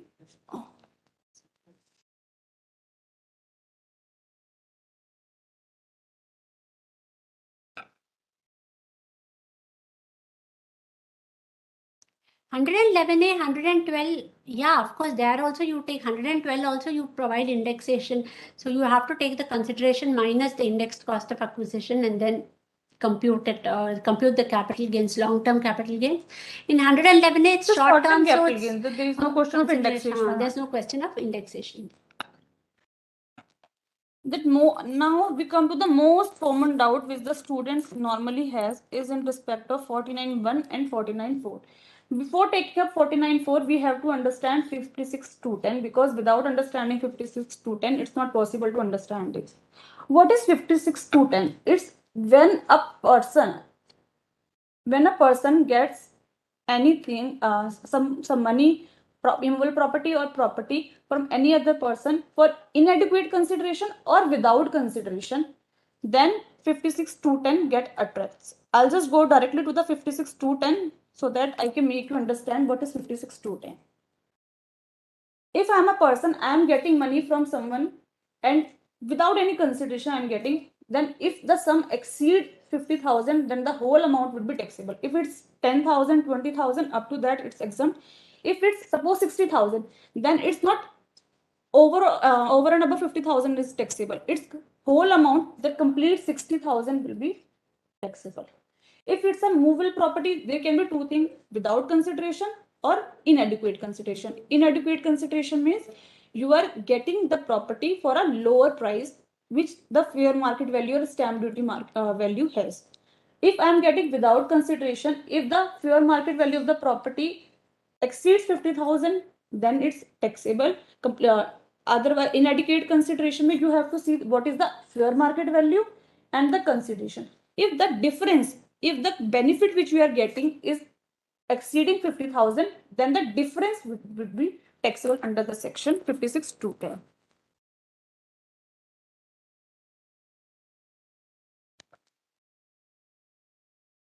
Immovable property. This is the most important in the 56(2)(10) regarding the immovable property. Immovable property, if you are getting without consideration, then it's simple. The limit is 50,000. That stamp duty value of the property is more than 50,000, then it's taxable. If it is for inadequate consideration means that suppose the stamp duty value of the property is, let's say, 1 lakh, and you are getting it for the 40,000. It means the benefit which you are having from that property is 60,000. Then you have to compare the benefit. If the benefit is 50,000 or 10% of consideration higher of that you have to compare, then the difference would be taxable. Suppose stamp duty value is 1 lakh and actual which we have paid is 40,000. I have to see 50,000, the limit, or 10% of actual consideration, which is 4,000. Whichever is higher. What is the higher of this? 50,000. The difference is what? 60,000. So I am getting the benefit of higher of these two. So that 60,000 would be the taxable under the head income from other sources.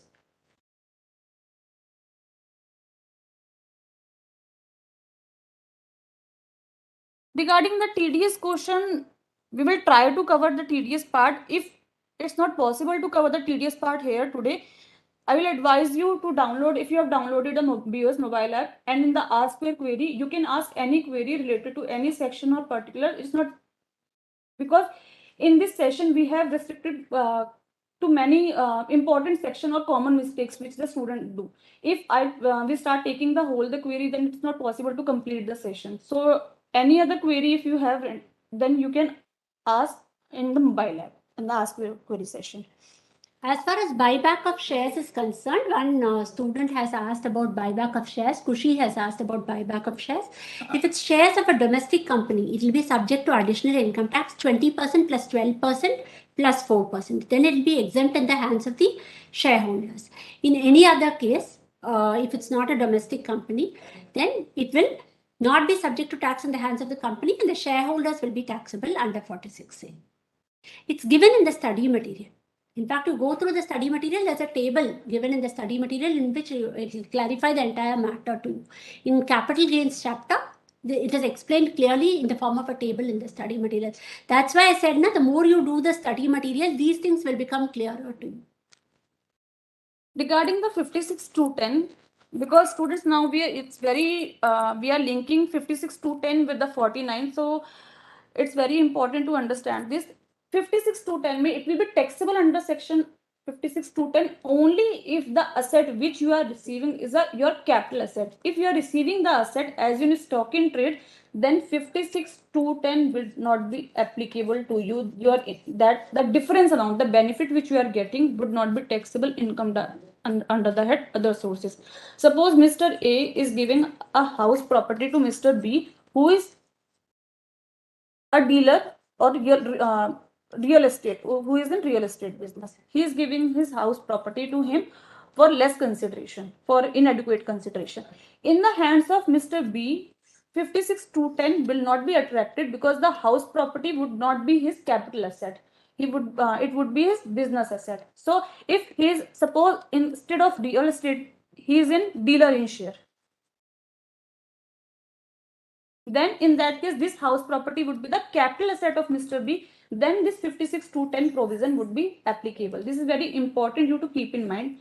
And the property, there is list which come under the definition of property. Any other asset which doesn't fall in this category is outside the purview of 56(2)(10). Suppose the car, watch. These are not the property definition. These are not covered in the definition of property. So any car, watch you have received, that is not taxable under the head under section 56(2)(10).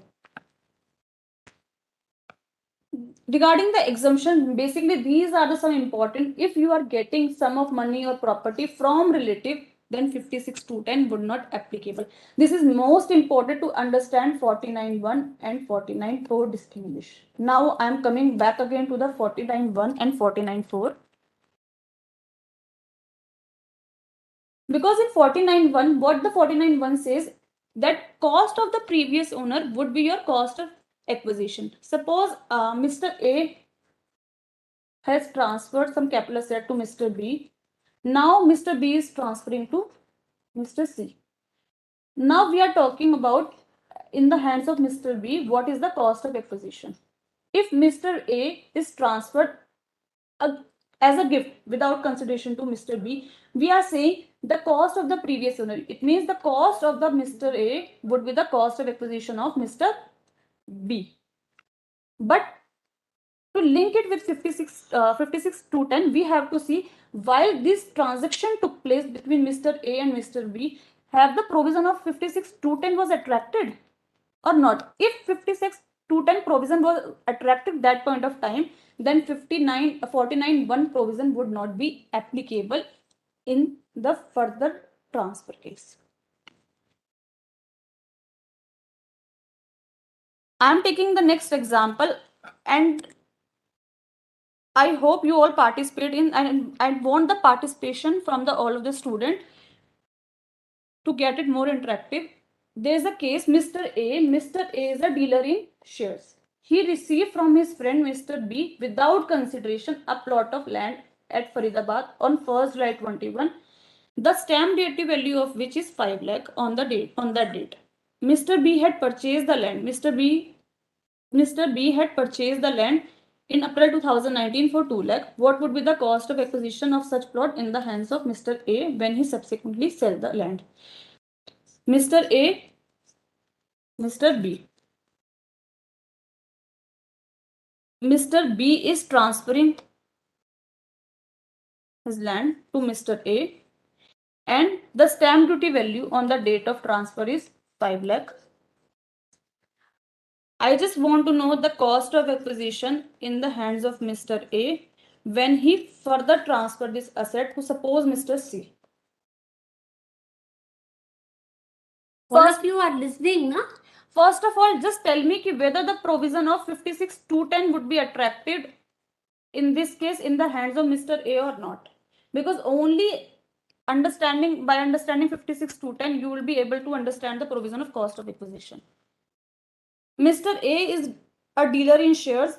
He got a land from Mr. B without consideration. The stamp duty value is 5 lakh. Whether in this transaction 56(2)(10) was attracted or not. Come on, students, I am waiting for your answer.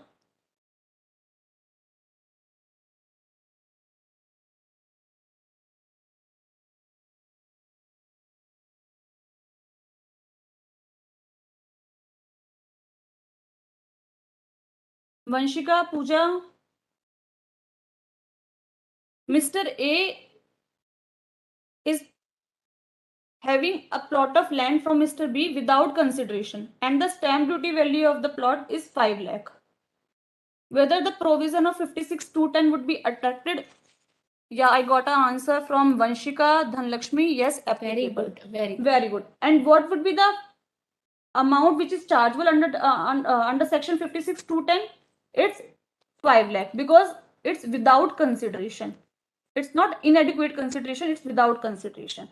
So it means in the hands of Mr. A, 5 lakh would be taxable under the head other sources under section 56(2)(10). While when Mr. A transferred this asset to Mr. C somewhere after 1 year or 2 year and so on, then in the hands of Mr. A, what would be the cost of acquisition? It would be 5 lakh or the 2 lakh, which is the cost of the previous owner. This is the important case which we are discussing here. If 56,210 is got attracted in the hands of the recipient, then the cost of the previous owner would not be the cost of acquisition of this assessee, because already it is chargeable to tax under section 56,210. So it means the cost of acquisition in the hands of Mr. A would be the 5 lakh. And regarding the period of holding, the period of holding of Mr. B also would not be considered in this case while determining the period of holding in the hands of Mr. A. There's a slightly change in this second case. If we are seeing, there's a slightly change only by changing just a single word, how the answer got changed.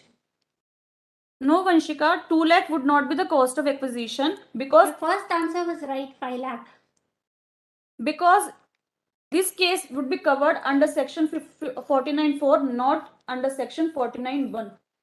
Because income was chargeable to tax under 56.210. So the value which we have taken under section 56.210 would be the cost of acquisition for Mr. A, not the cost of previous owner. In this case, there is a similar same question, only the difference is that Mr. A, Mr. B is the brother of Mr. A. He is the relative. Similar question, Mr. B is transferring to Mr. A a plot of land. The stamp duty value is 5 lakh. Now tell me whether the 56.210 provision would be attracted in the hands of Mr. A or not. Quickly answer. Yeah, Dhanlakshmi, 56.210 provision would not be applicable because it will fall under the exceptional because He's a brother. He's a brother. Relative. 56.210 would not be applicable. It means it is not the case of 49.4. Then it would be case of 49.1 because Mr. A is getting the property from Mr. B in as a gift. So in case of in the hands of Mr. A, what will be the cost of acquisition? Cost of acquisition of previous owner, which was 2 lakh. And the period of holding. When 49.1 gets attracted, the period of holding of the previous owner is included in the while computing the period of holding of the assessee. It means suppose if Mr. A sells in somewhere in 2023, then period from April 2019 to 2023 would be the period of holding for Mr. A, and it would be a long-term capital asset. I hope you understand the difference between when to apply 49.1 and when to apply 49.4, because this is most of the students got confused in this, when to apply 49.1 and 49.4. If 56.210 gets attracted, then you have to apply 49.4. You can't take cost to previous owner. You can't take period of holding of previous owner. If 56.210 is not attracted, in the case of a relative, then you have to take cost to previous owner, period of holding of previous owner. Is it clear? Lakshmi, yeah. It will be shared with you. PPT will be shared. There is a popular case of Manjula Jesha, but this is in relation to 49.1, because in case of gifted property, the index, when you are computing the index cost of acquisition, because you are taking the period of holding of the previous year, as per the Bombay High Court, while computing the index cost of acquisition, the indexation for the year in which the previous owner first held the asset, you have to take the index benefit from that year, not when the assessee, Mr. A, become the owner. But if you see that as per the plain reading says that CII you have to take for which year in which the asset was first held by the assessee. Who is the assessee? Mr. A. While in the Manjula Jesha, it's of the previous owner, it's Mr. B. Indexation you have to take the year in which Mr. B first held the asset. Both the views are possible. You have to write your view in which view you are taking. If in the suppose examination. information relating to only one is provided, you work it out accordingly. If both information is given, then accordingly you write your view and give your answer. Regarding the rates, we are the rates under section 112, we are restricted to individuals only. Regarding the asset, what asset qualify under section 112, 112A, 111A? You have to remember these two. The remaining will fall under 112. What are covered under 112A and 111A? It's equity share or units of an equity oriented fund. Listed share with listed equity shares, because you have to pay the STT on that. This is a separate condition we have mentioned, but I am just marking here also. Other asset which are not covered under 112A falls under 112. For 112, it should be a long term. For 112A, it also should be a long term. For 111A, it is short term. What are the other conditions? For 112, there are no such other condition. For 100 to qualify under 112A, it should be equity share or units of an equity oriented fund, and STT should be paid at both the time, at the time of acquisition as well as on sale. While for 111A, its STT should be paid at the time of sale. Deduction in respect of concessional rate, whether under section 112, 112A, 111A, it's common. You will not get the deduction under chapter 6A in respect of any of these.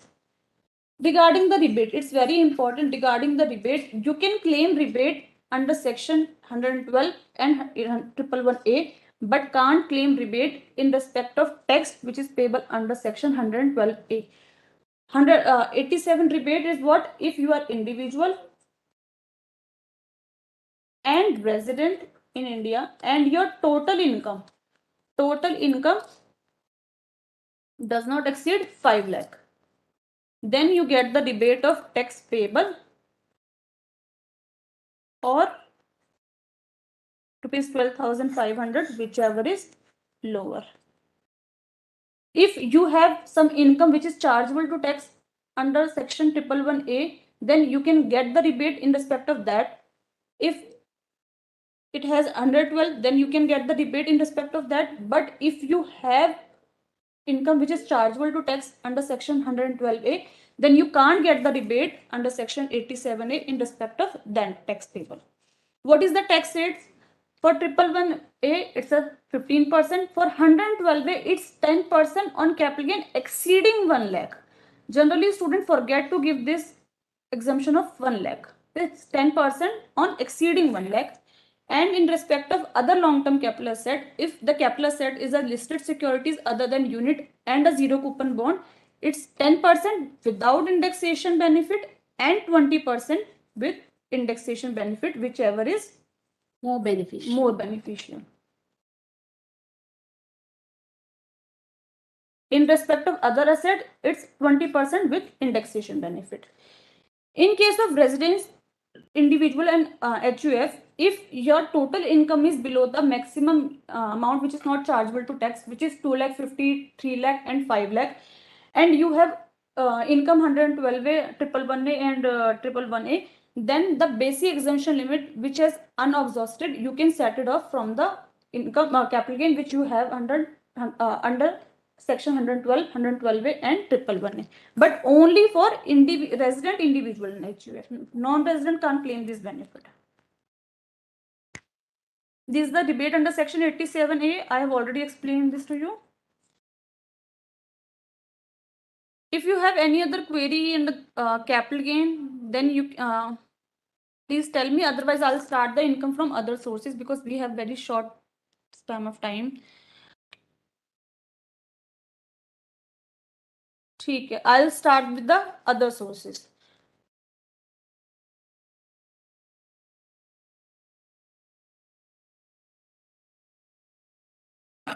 Other sources. There are some. This is the last head of income.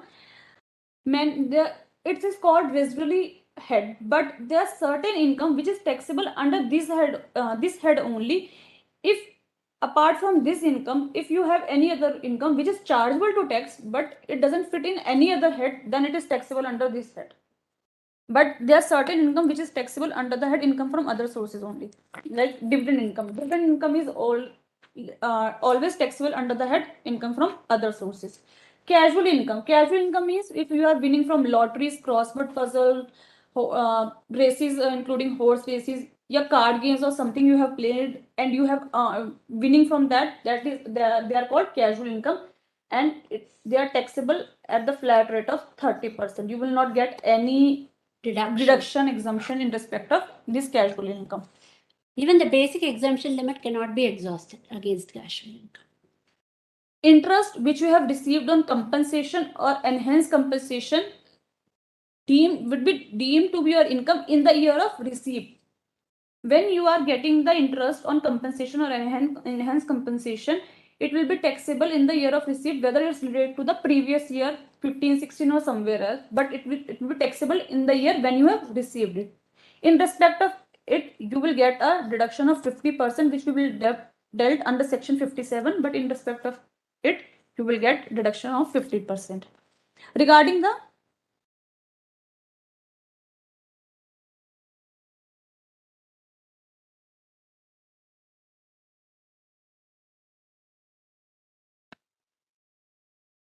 Vanshika, you asked for a 2-minute break, na? As it is, we have this thing. I think if we take a 2-minute break now, it will further extend and students may go away.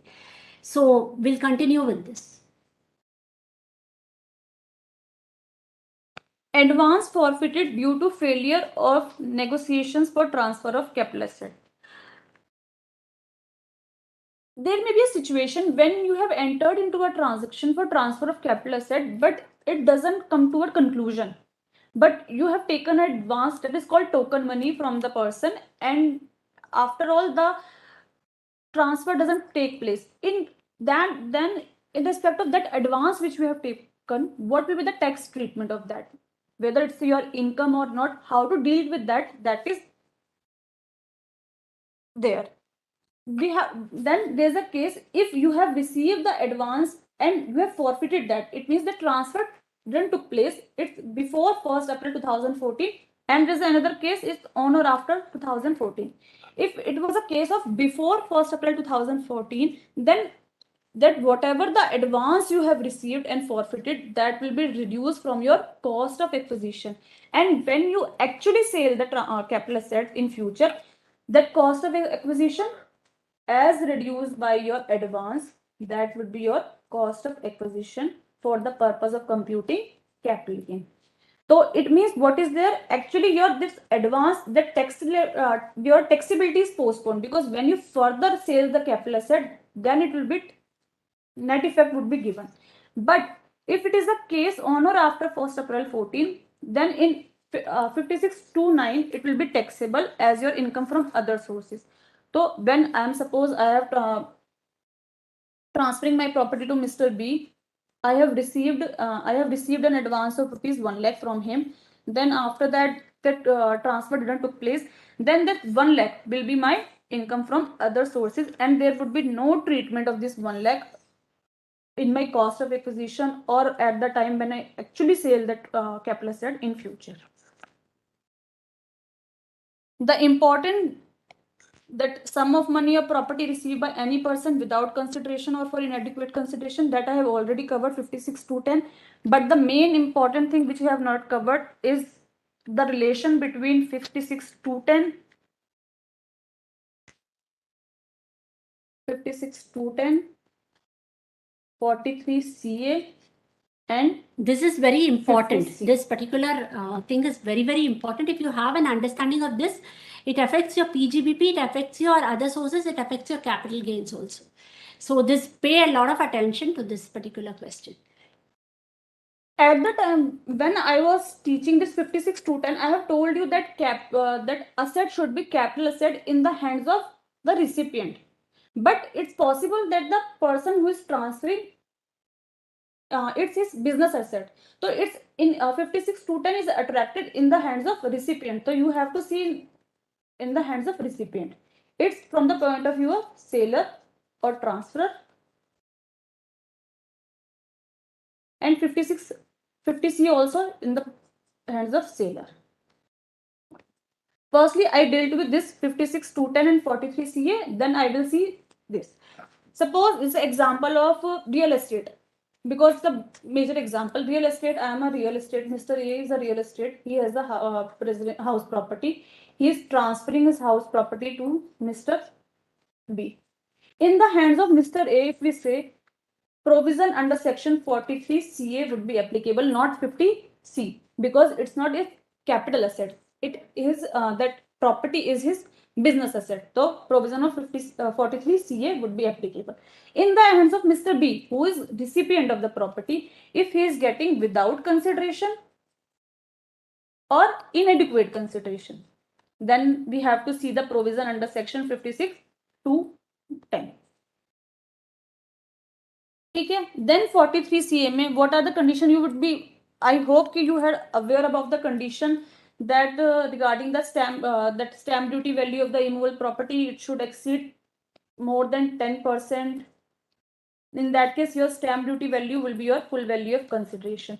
But there is one amendment also in respect of particular time period, which is from 12th November 2020 to 30th June 2021. In that case, if the real estate assessee, if he is transferring the immovable property by way of first time allotment to the buyer, and the transfer took place between this period and the consideration does not exceed 2 crore, then in that case, that stamp duty value, if it exceed 120% of actual consideration, then only your full value of consideration will be your stamp duty value. Otherwise, the provision says 110%. So the benefit of 10% more is given only in respect of these cases. The period you have to be careful about, and it should be 12th November 2020 to 36 2021, and by way of first time allotment, and consideration should not exceed 2 crores. There are three conditions are there. If all these conditions are satisfied, then stamp duty value would be the full value of consideration if it exceeds more than 120% of actual consideration. 20% variation is permitted. Normally 10% variation is permitted. Up to 10% you take the actual consideration, you don't take the stamp duty value. But for this period, if the conditions are fulfilled, 20% variation is permitted. So up to 20% variation, the actual consideration is taken into. When I talk about in the hands of Mr. B, simultaneously in the hands of B, because he is getting the property. If all these three conditions, the time period, the actual consideration, 2 crore limit, and by way of first time allotment, in the hands of him also, that permissible variation would be 20% instead of 10%. Because the transaction is, we have to see as a whole.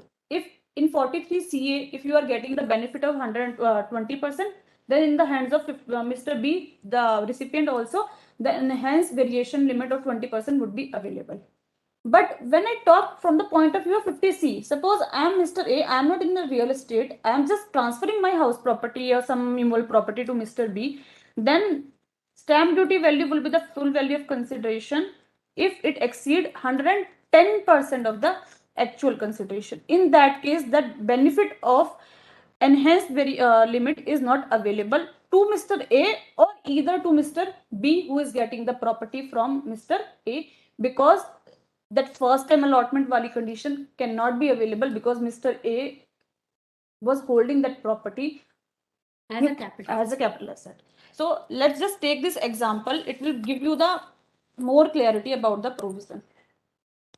When you get the benefit of 20% under 43 CA due to fulfillment of the conditions, corresponding benefit under 56 to 10 would also be available. So if suppose it is within the 20% limit and you don't take the stamp duty value, you take the actual in consideration, no income will be chargeable to tax under 56 to 10. But this enhanced variation is only in respect of 43 CA. It's not in respect of 50 C. Where a capital asset is transferred. Students, I hope you are able to understand. You have a problem. Actually, there was no space, so we have to do it. Probably the next page will make things more clear. I'll just take this example because in this example 43 CA, 56 210 and 50 C, all these are dealt in one example.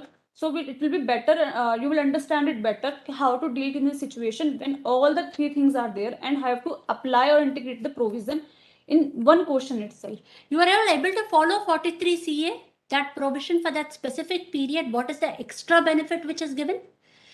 Between that 12th November to 30th June 2021, in case there's a transfer of a property which is held as stock in trade, then the difference between the actual consideration and stamp duty value up to 20% is permissible. In such a case, that if it is within 20%, actual consideration will be taken, stamp duty value will not be taken. Correspondingly, in the hands of the recipient, there will be no income chargeable to tax, because there again the 20% variation is permitted. In all other cases, 10% variation is permitted. Is it clear? No responses. That's why we are not sure whether it's clear. Vanshika is active only. Okay, I'll just start with the example. What about Dhanlakshmi, Sushil Kumar,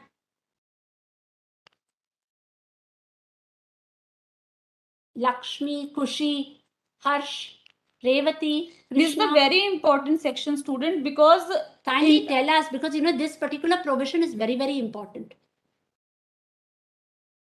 It's actually an interplay of three different sections at the hands of two different persons, the seller and the buyer. Are you all there? We got a reply from Dhanlakshmi. Be active, student, and if you participate in this example, then you will better understand. Better. Yeah. Ashiana developer has completed one of its housing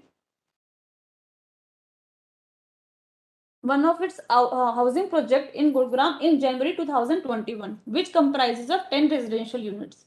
It has transferred 9 residential units in February 21 and remaining 1 residential unit in May 2021 to Mr. Suraj. Our relevant previous year is 2021-22. So we have to see for this previous year only that Ashiana developer has sold 1 unit to Mr. Suraj in May 2021. All the units were transferred by way of first time allotment. This is the second condition. First condition was it should be between 12th November 2020 to 30th June 2021. First condition is satisfied. Second condition, it should be by way of first time allotment. The second condition is satisfied.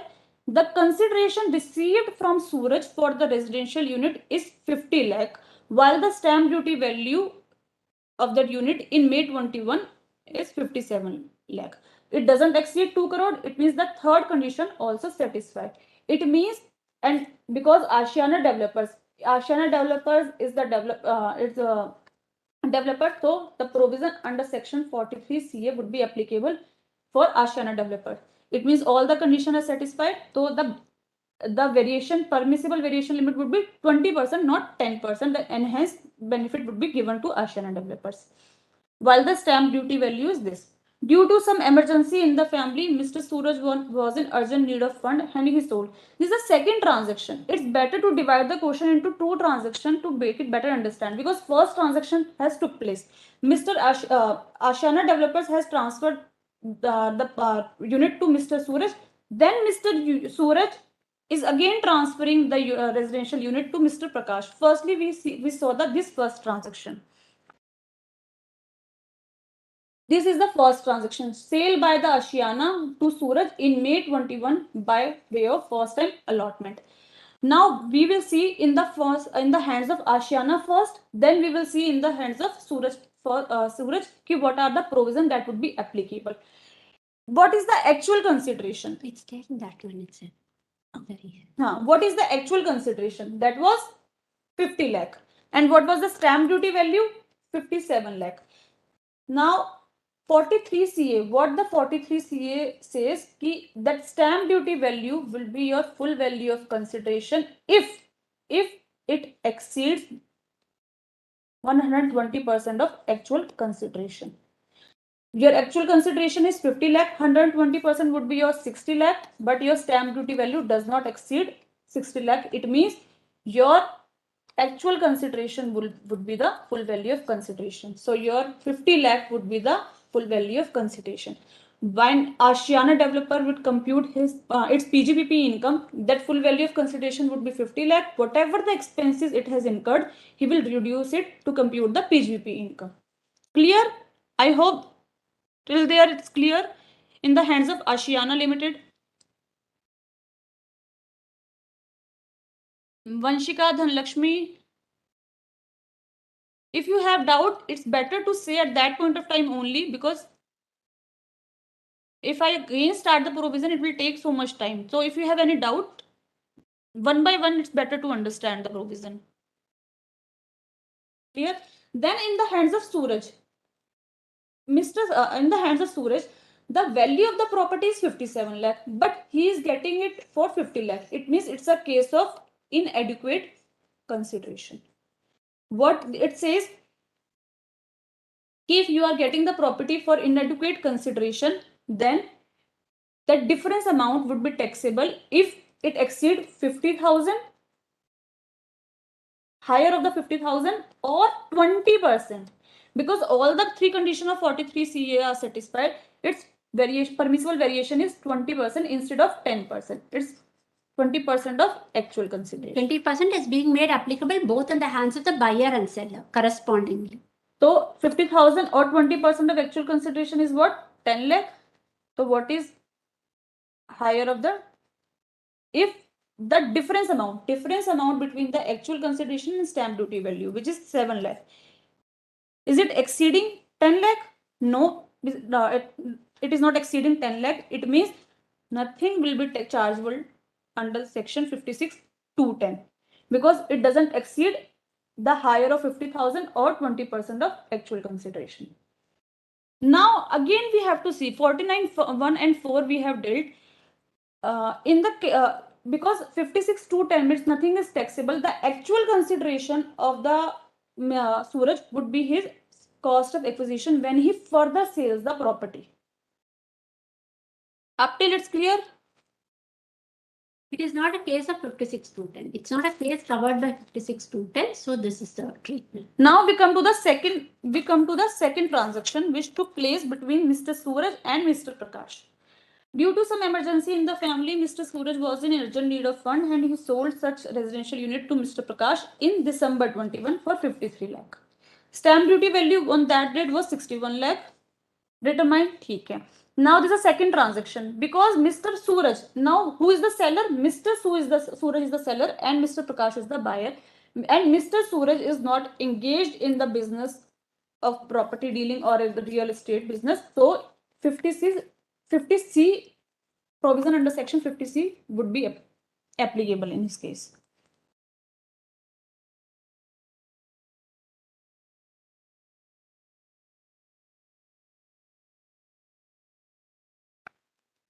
What is the actual consideration in the hands of Mr. For Mr. Suraj? It's 53 lakh. But what is the stamp duty value? It's 61 lakh. Now 50C, what the 50C says? If your full stamp duty value will be your full value of consideration if it exceeds 110% of actual consideration. Actual consideration is 53. What is 110%? It's 53 plus your 5.3. It's 58.3. 58.3. However, your stamp duty value is what? 61 lakh. It means your 61 lakh would be your full value of consideration. And what was the cost of acquisition for Mr. Suraj? It was 50 lakh. Then what would be the capital gain in the hands of Mr. Suraj? It would be 11 lakh. Indexation benefit would not be available because it's for less than 24 months. Then in the hands of Prakash, if we see in the hands of Prakash, again 56(2)(10) will be get attracted because it's for inadequate consideration. Then we have to see this time the benefit of 20% would not be available. Then we have to see 50,000 or 10% of actual consideration, which is what? 5.3. So higher of this is 5.3. However, the difference amount is what? Difference amount is 8 lakhs. The difference amount is higher of is exceeding the higher of these both. So your 8 lakh would be taxable under the head other sources under section 56(2)(10). Now we see the options. Now we are coming to the options. Instead of just seeing the option first, we are now just coming to the option. In the hands of Mr. Suraj, short-term capital gain of 11 lakh. Yeah, that's right. In the hands of Prakash, 8 lakh as income under the head other sources. Just see the other option also. In the hands of Suraj, 7 lakh other sources made. No, 56 210 was not attracted. In the hands of Mr. Suraj, short-term capital gain 11 lakh. That is correct. In the hands of Prakash, nil, no, because 20% benefit would not be available to Mr. Prakash because the conditions are not satisfied. In the hands of Suraj, 7 lakh as other sources income, wrong, because 20% benefit would be available to Mr. Suraj. So answer A would be your correct answer.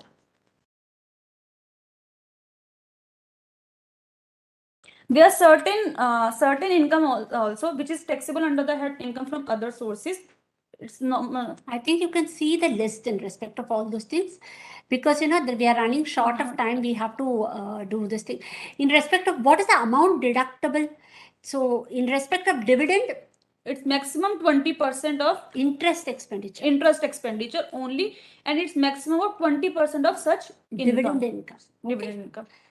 In case of family pension, is 33 1/3 of such income or 50,000, whichever is less. And in respect of interest on compensation, which we have already dealt there, 50% of such interest, whether you have incurred any expenditure or not, 50% is allowed. If you have incurred legal expenses or something expense, further deduction would not be available. Flat 50% deduction you will get. And whichever year it relates to, the year of receipt, it is taxable after providing 50% deduction. So now we come to the remaining provisions we have to rush through. So really the problem areas which we will be taking about in clubbing, actually there's nothing much except for one portion relating to minor sum. The problem area is basically relating to asset transferred. In case of what is a clubbing provision, where income of a minor son or spouse is included in the hands of the parent or the other spouse. So otherwise the provisions are very clear. The issue comes relating to house property. When something is transferred for inadequate consideration, income from that property which is transferred to the spouse or minor son will be included in the hands of the transferor spouse. Fine. But what happens in the case of house property? In the case of house property, if I'm going to transfer to my spouse or to my minor child without adequate consideration, then the transferor is to be deemed as the owner. So income from house property will directly be assessed in my hands. It's not that it's going to be clubbed with my hands under section 64. Under section 27, I would be the deemed owner. So it will be directly taxable in my hands. So in such a case, what will happen? I will not get the benefit of 1,500 exemption under 1032 in respect of each minor child. 1032 exemption is available in respect of income of minor child included in the hands of the parent. For each minor child it's allowed. But where it is the asset in question is house property, then it is included in the hands of the transferor parent. Okay, and there is no deduction under 1,500 per minor child.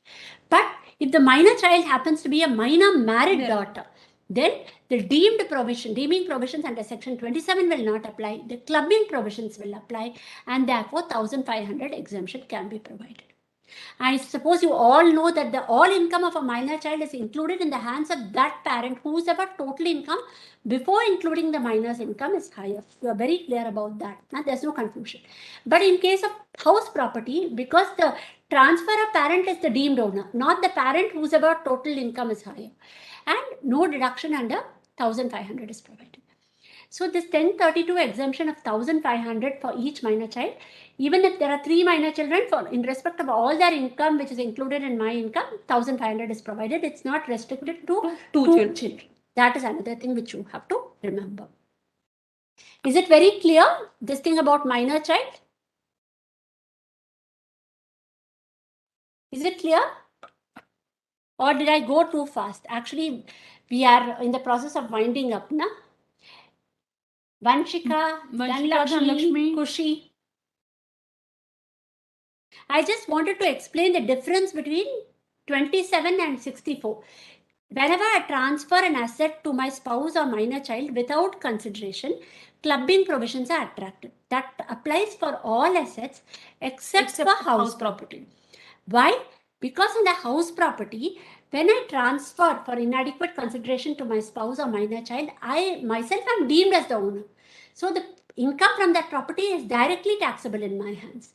So there is no need to apply the clubbing provisions. Is it clear? So when I'm not applying the clubbing provisions, so the benefit of 1,500 per minor child, exemption also would not be available. However, the deemed provision under 27 will not apply to a minor married daughter.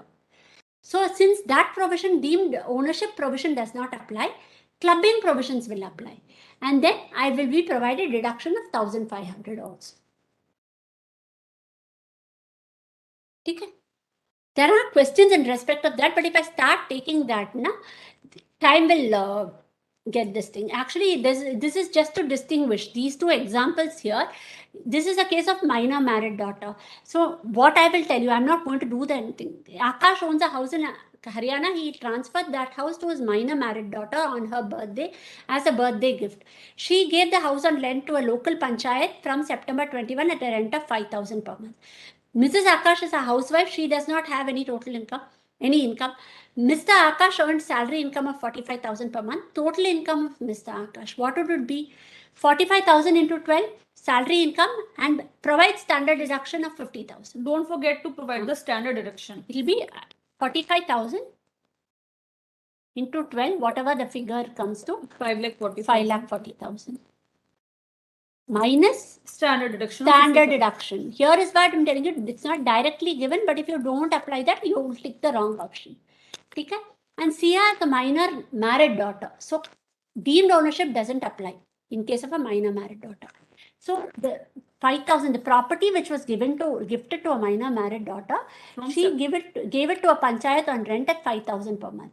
So 5,000 into 7, 35,000.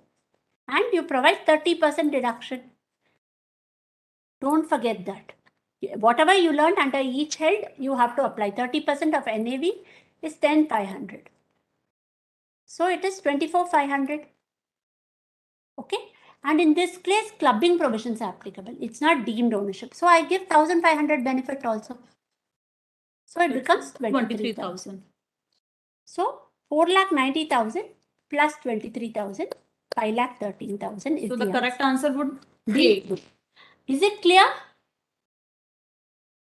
Revati, the recording will be there. You can see from that. Okay. Here the same question with the difference. She's not a minor married daughter. She's simply a minor daughter. Everything else will be the same. The salary income will be 5,40,000 minus 50,000, 4,90,000. Only the difference would be here in regarding that 1,500 which you.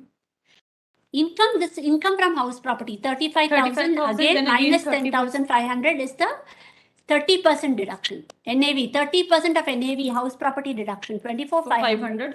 This will be deemed income of Mr. Akash, 27. Mr. Akash is the deemed owner. So there is no question of providing deduction under section 1032. So this will be directly 500, 4, 9 plus 2, 11, 514, 500. So the correct answer would be 514,500. Just because of a single word, the married daughter or minor daughter, your answer will completely change.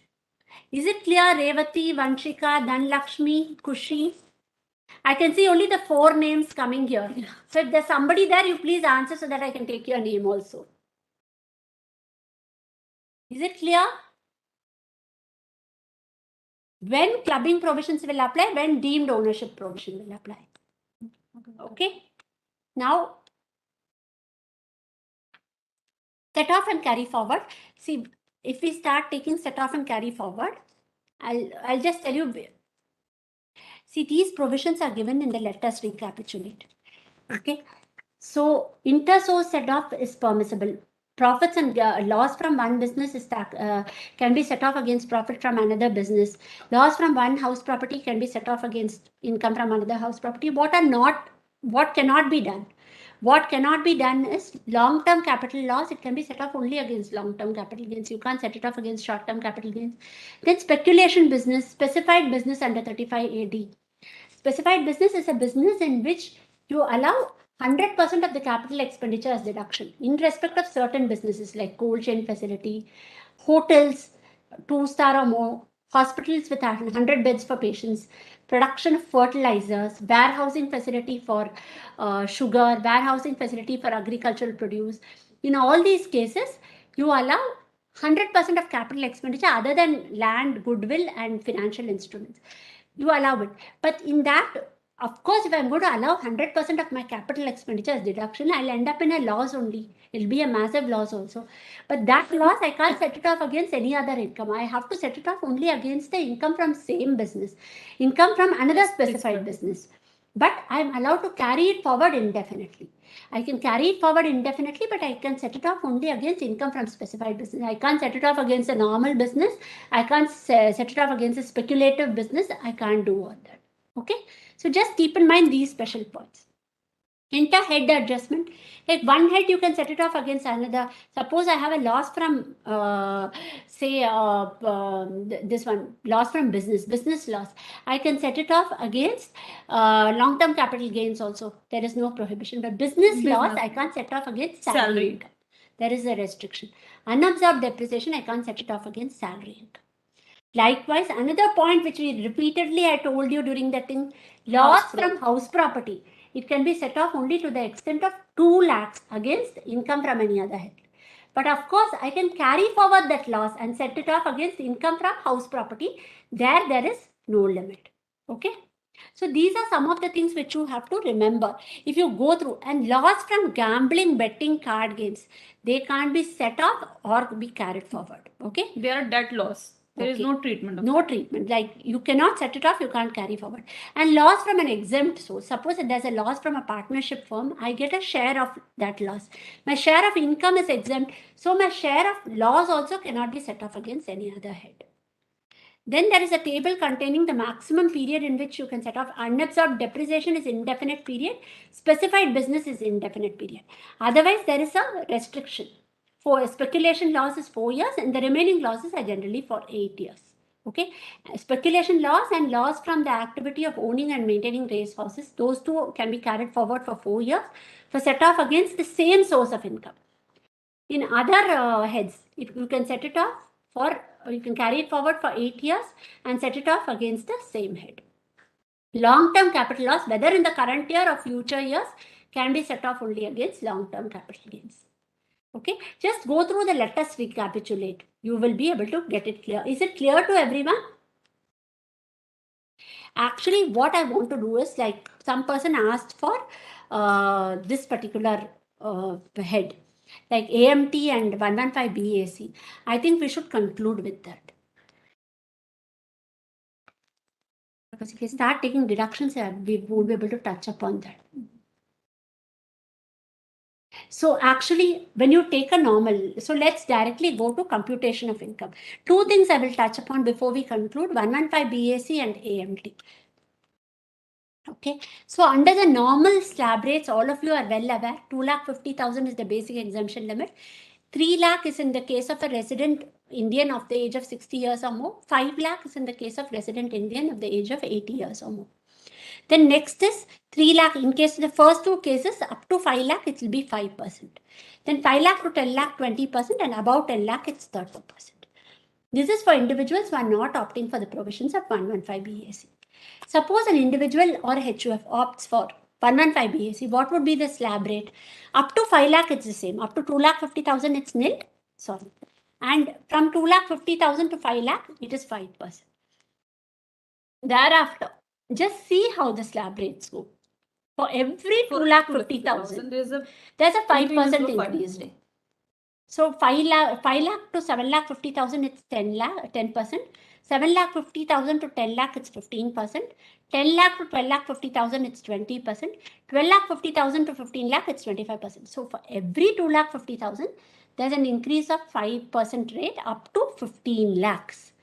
15 lakh above, it is taxable at 30%. So up to this, when computed, it comes to 187,500. So if your income is say 16 lakh, then what you do up to 15 lakh, it's 1,87,500. So for this 1 lakh, you do 30%. Sorry. So it will become 30,000. So it will be 2,17,500. And this concessional slab rate is in respect of income which are not chargeable to tax at special rates like LTCG under 112, 112A, STCG under 111A, casual income, those are all chargeable to tax at special rates only. This is for the remainder of the income. Okay, so this is how the calculation you go. You remember up to this it's 187,500. For each 2,50,000 the rate increases by 5%, and about 15 lakh it becomes 30%. In the normal slab rates it's about 10 lakh it's 30%. Here it's above 15 lakh it's 30%. Higher basic exemption limit is not allowable for resident individual of the age of 60 years or 80 years where they opt for 115 BAC. Keep this in mind. 3 lakh and 5 lakh higher basic exemption limit are not available under 115 BAC. Okay. Now, 115 BAC, why am I getting concessional rate? If they're giving me some benefit will be removed. Just remember that. I am getting benefit, I am getting a concessional rate of tax, so some benefits I will be denied while computing my total income. What are those benefits? Leave travel concession exemption under 10(5), it's not allowable. HRA exemption, the lowest of 3 limits, not allowable, no exemption for HRA. Okay. Then was minor income, 1032,500 for each minor child, not allowable. Okay. Then standard deduction is not allowable. Most important, entertainment allowance, professional tax, all the 3 deductions in 16 is not allowable. Then interest on loan for self-occupied property 2 lakh, that is not allowable. That's why you have to do the pura computation. Just by seeing the rates of tax, you can't decide which is more beneficial. Suppose I'm entitled to so many benefits, then I should not opt for 115 BAC. You have to compare which is more beneficial. You have to do computation. So all these benefits will not be available. I cannot claim 2 lakh in respect of interest on loan. Additional depreciation is not allowable. Normal depreciation is allowable, but not additional depreciation. Then 35(1), 2, 2A, 3, 35(2), AA, these are all contribution for scientific research. For scientific research, social research, and contribution to this one, IIT or National Laboratory for under 35(2A), these are all not allowed. But in-house scientific research expenditure under 35(1), whether it's revenue or capital in nature, 35(1)(4), that is allowable. In-house scientific research expenditure related to my business, that I can allow, that is allowable even when I'm computing 115 BAC, but contribution to an outsider for scientific research is not allowable. Investment linked tax benefit, which I was telling you about, that is not allowable. Investment linked tax benefit for all these specified businesses, that is not allowable. Family pension deduction is not allowable. Most important, 80C to 80U, Chapter 6A deduction, not allowable except 80CCD2 and 80JJ. These 2 are allowable in respect of employees, and this is employer contribution to NPS. These 2 are allowable. No other. 80CCD1 is also not allowable.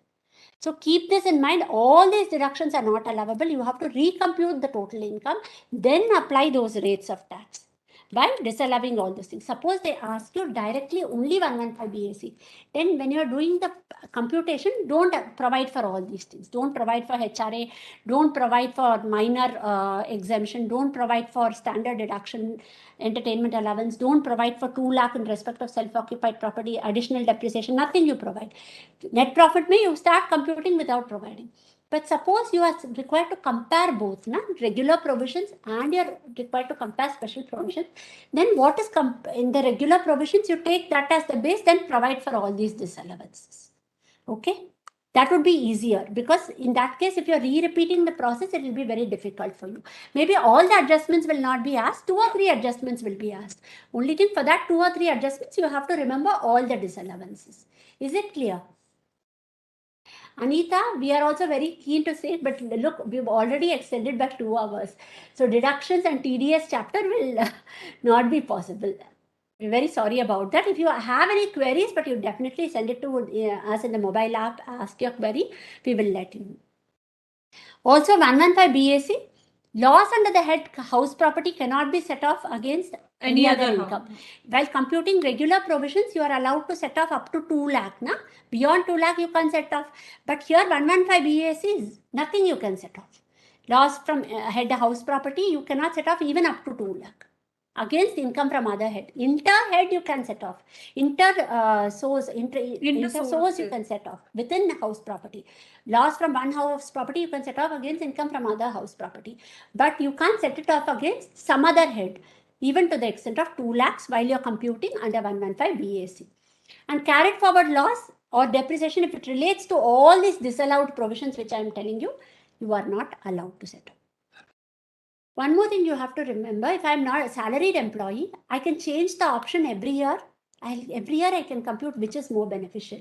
Taking all the benefits and applying the regular rates of tax, without taking the benefits, applying the special rates, I can compare which is more beneficial and accordingly do it. But if I'm having income under the head profits and gains of profession, business or profession, if I opt for 115 BAC, then I have to continue to opt for 115 BAC. I can't change my option every year. Okay. And individuals are HUF exercising option under 115 BAC are not liable to AMT under section 115 JC. They don't have to pay. If you're doing under the regular provisions, you have to see 115 JC also. 115 JC, when it will be applicable, we will conclude with this section. It's applicable to persons other than company where you're claiming deduction under chapter 6A under these 3 sections.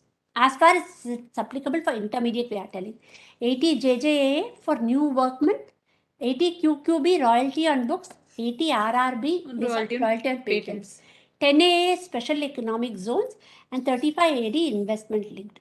Whenever these 5 provisions are becoming applicable, you have to immediately check whether AMT is applicable. Because the question won't expressly ask you compute AMT. I think last time also in the examination it came. Students missed it out, because the question didn't ask you compute AMT. The question, but however contained information providing for deduction under these sections. 80 JJAA, QQB, RRB, 10 AA, 35 AD. These 5 sections. When will it apply? If your adjusted total income exceeds 20 lakh. What is adjusted total income? You compute your total income. That's the regular provisions of the Act you compute. Then you add back these deductions. JJA, you might not have everything. You might just have one of these things. You add back that deduction. Then you get the adjusted total income. But if you have a deduction under 35 AD, if it's under 35 AD I'm adding back, then I have to provide for deduction under 32. Because originally when I provided 35 AD deduction, I won't be eligible for 32. But now when I'm computing alternate minimum tax, I'm adding back 35 AD. That means I'm not providing. So therefore this depreciation which would have been allowable under the regular provisions, that should be added. So if it's a 35 AD which I'm adding back, then I have to provide for depreciation. Not in respect of other provisions, not in respect of 80 JJA, QQB and RRB or 10 AA. But if it's 35 AD, when I'm computing adjusted total income, if I'm adding back 35 AD, then provide for deduction under 32. And if my adjusted total income exceeds 20 lakh, then you have to see AMT becomes applicable. So higher of tax payable under the regular provisions, what is it? Or alternate minimum tax. Alternate minimum tax is straight away. You have computed adjusted total income. As I told you, total income plus those deductions. Under 80 JJA, QQB, RRB, 35 AD, this one. And if it's 35 AD, I provide depreciation. Resultant figure will be adjusted total income. Okay, 18.5% of that. Okay, and if it exceeds that 50 lakh limit and all, I have to add surcharge. You know those limits, surcharge limits, 50 lakh and 1 crore. If it exceeds those limits, whichever bracket it falls in, the applicable rate of surcharge and cess you add it. These 2 taxes you compare. Whichever is higher will be my tax payable. Okay. Suppose this is, and here no special rates are applicable. Once I do 18.5% of adjusted total income, be it capital gains, be it short-term capital gains, anything else, it's 18.5%. And there's no basic exemption limit, nothing is applicable. Okay. There was one boy who had asked for that particular doubt. Okay. Now, this is the provision. So, you have to take higher. So then you will be entitled for credit. What is the tax credit? If AMT paid is higher, then the regular income tax payable as per the provisions of the Act, the difference between the 2 will be my tax credit. And I can carry it forward for 15 years. And I will set off in a year where my tax as per the regular provisions is more than my AMT. AMT is the minimum tax which you have to pay. So if your regular income tax is higher than the AMT, then that whatever that credit you have, you can set it off here. And you can carry set it off only to the extent of your regular income tax. Then the further tax which you have, then you can again carry forward, which is for the maximum period of 15 assessment year only. So were you able to understand this? When AMT is becoming applicable, they won't ask you this expressly in the question. They will not ask. But if these deductions are being provided, and if you adjust the total income, you compute immediately, you adjust the total income. If it's less than 20 lakhs, then also state that AMT is not applicable because adjusted total income is less than 20. If it is more than 20 lakhs, then apply these provisions, provide the necessary, take whichever is higher. If AMT is higher, the remaining will be allowable as tax credit. But this AMT is not attracted if you are choosing 115 BAC special provision. So when you have to do a pura tax planning of an individual, regular provisions plus AMT, if applicable, compare vis-a-vis 115 BAC. That's how you have to do it. Is it clear? Dhanlakshmi, if in the second year they do not continue the business, it's for the assessee who is doing the having the business profession. If the business is closed and he is further not engaging in any business and profession, then he can do it. But there is no express provision in this regard. It's only an interpretation of law. Okay. Then Kushi had asked one question relating to unabsorbed depreciation. It got skipped out because we saw it only after the thing was complete. Whether unabsorbed depreciation can be adjusted against while computing book profit? Yeah, because it's under 32. You can adjust it. So I hope all your doubts are clear. Any other particular doubt relating to whatever we have taken? Is it all clear? Kushi, Vanshika, Dhanlakshmi. AMT only you need to see if you have claimed deduction under these section 80 JJAA, QQB, RRB, 10 AA or 35 AD. If suppose you have claimed under 80C, 80 CCD, then the AMT is not attracted. These are deductions in respect of certain income. They fall under C category, and these are the ones which are covered in your intermediate syllabus. So only these things are being asked. 80 JJ is asked often. So don't forget, when you're computing 80 JJA, you have to simultaneously compute this also.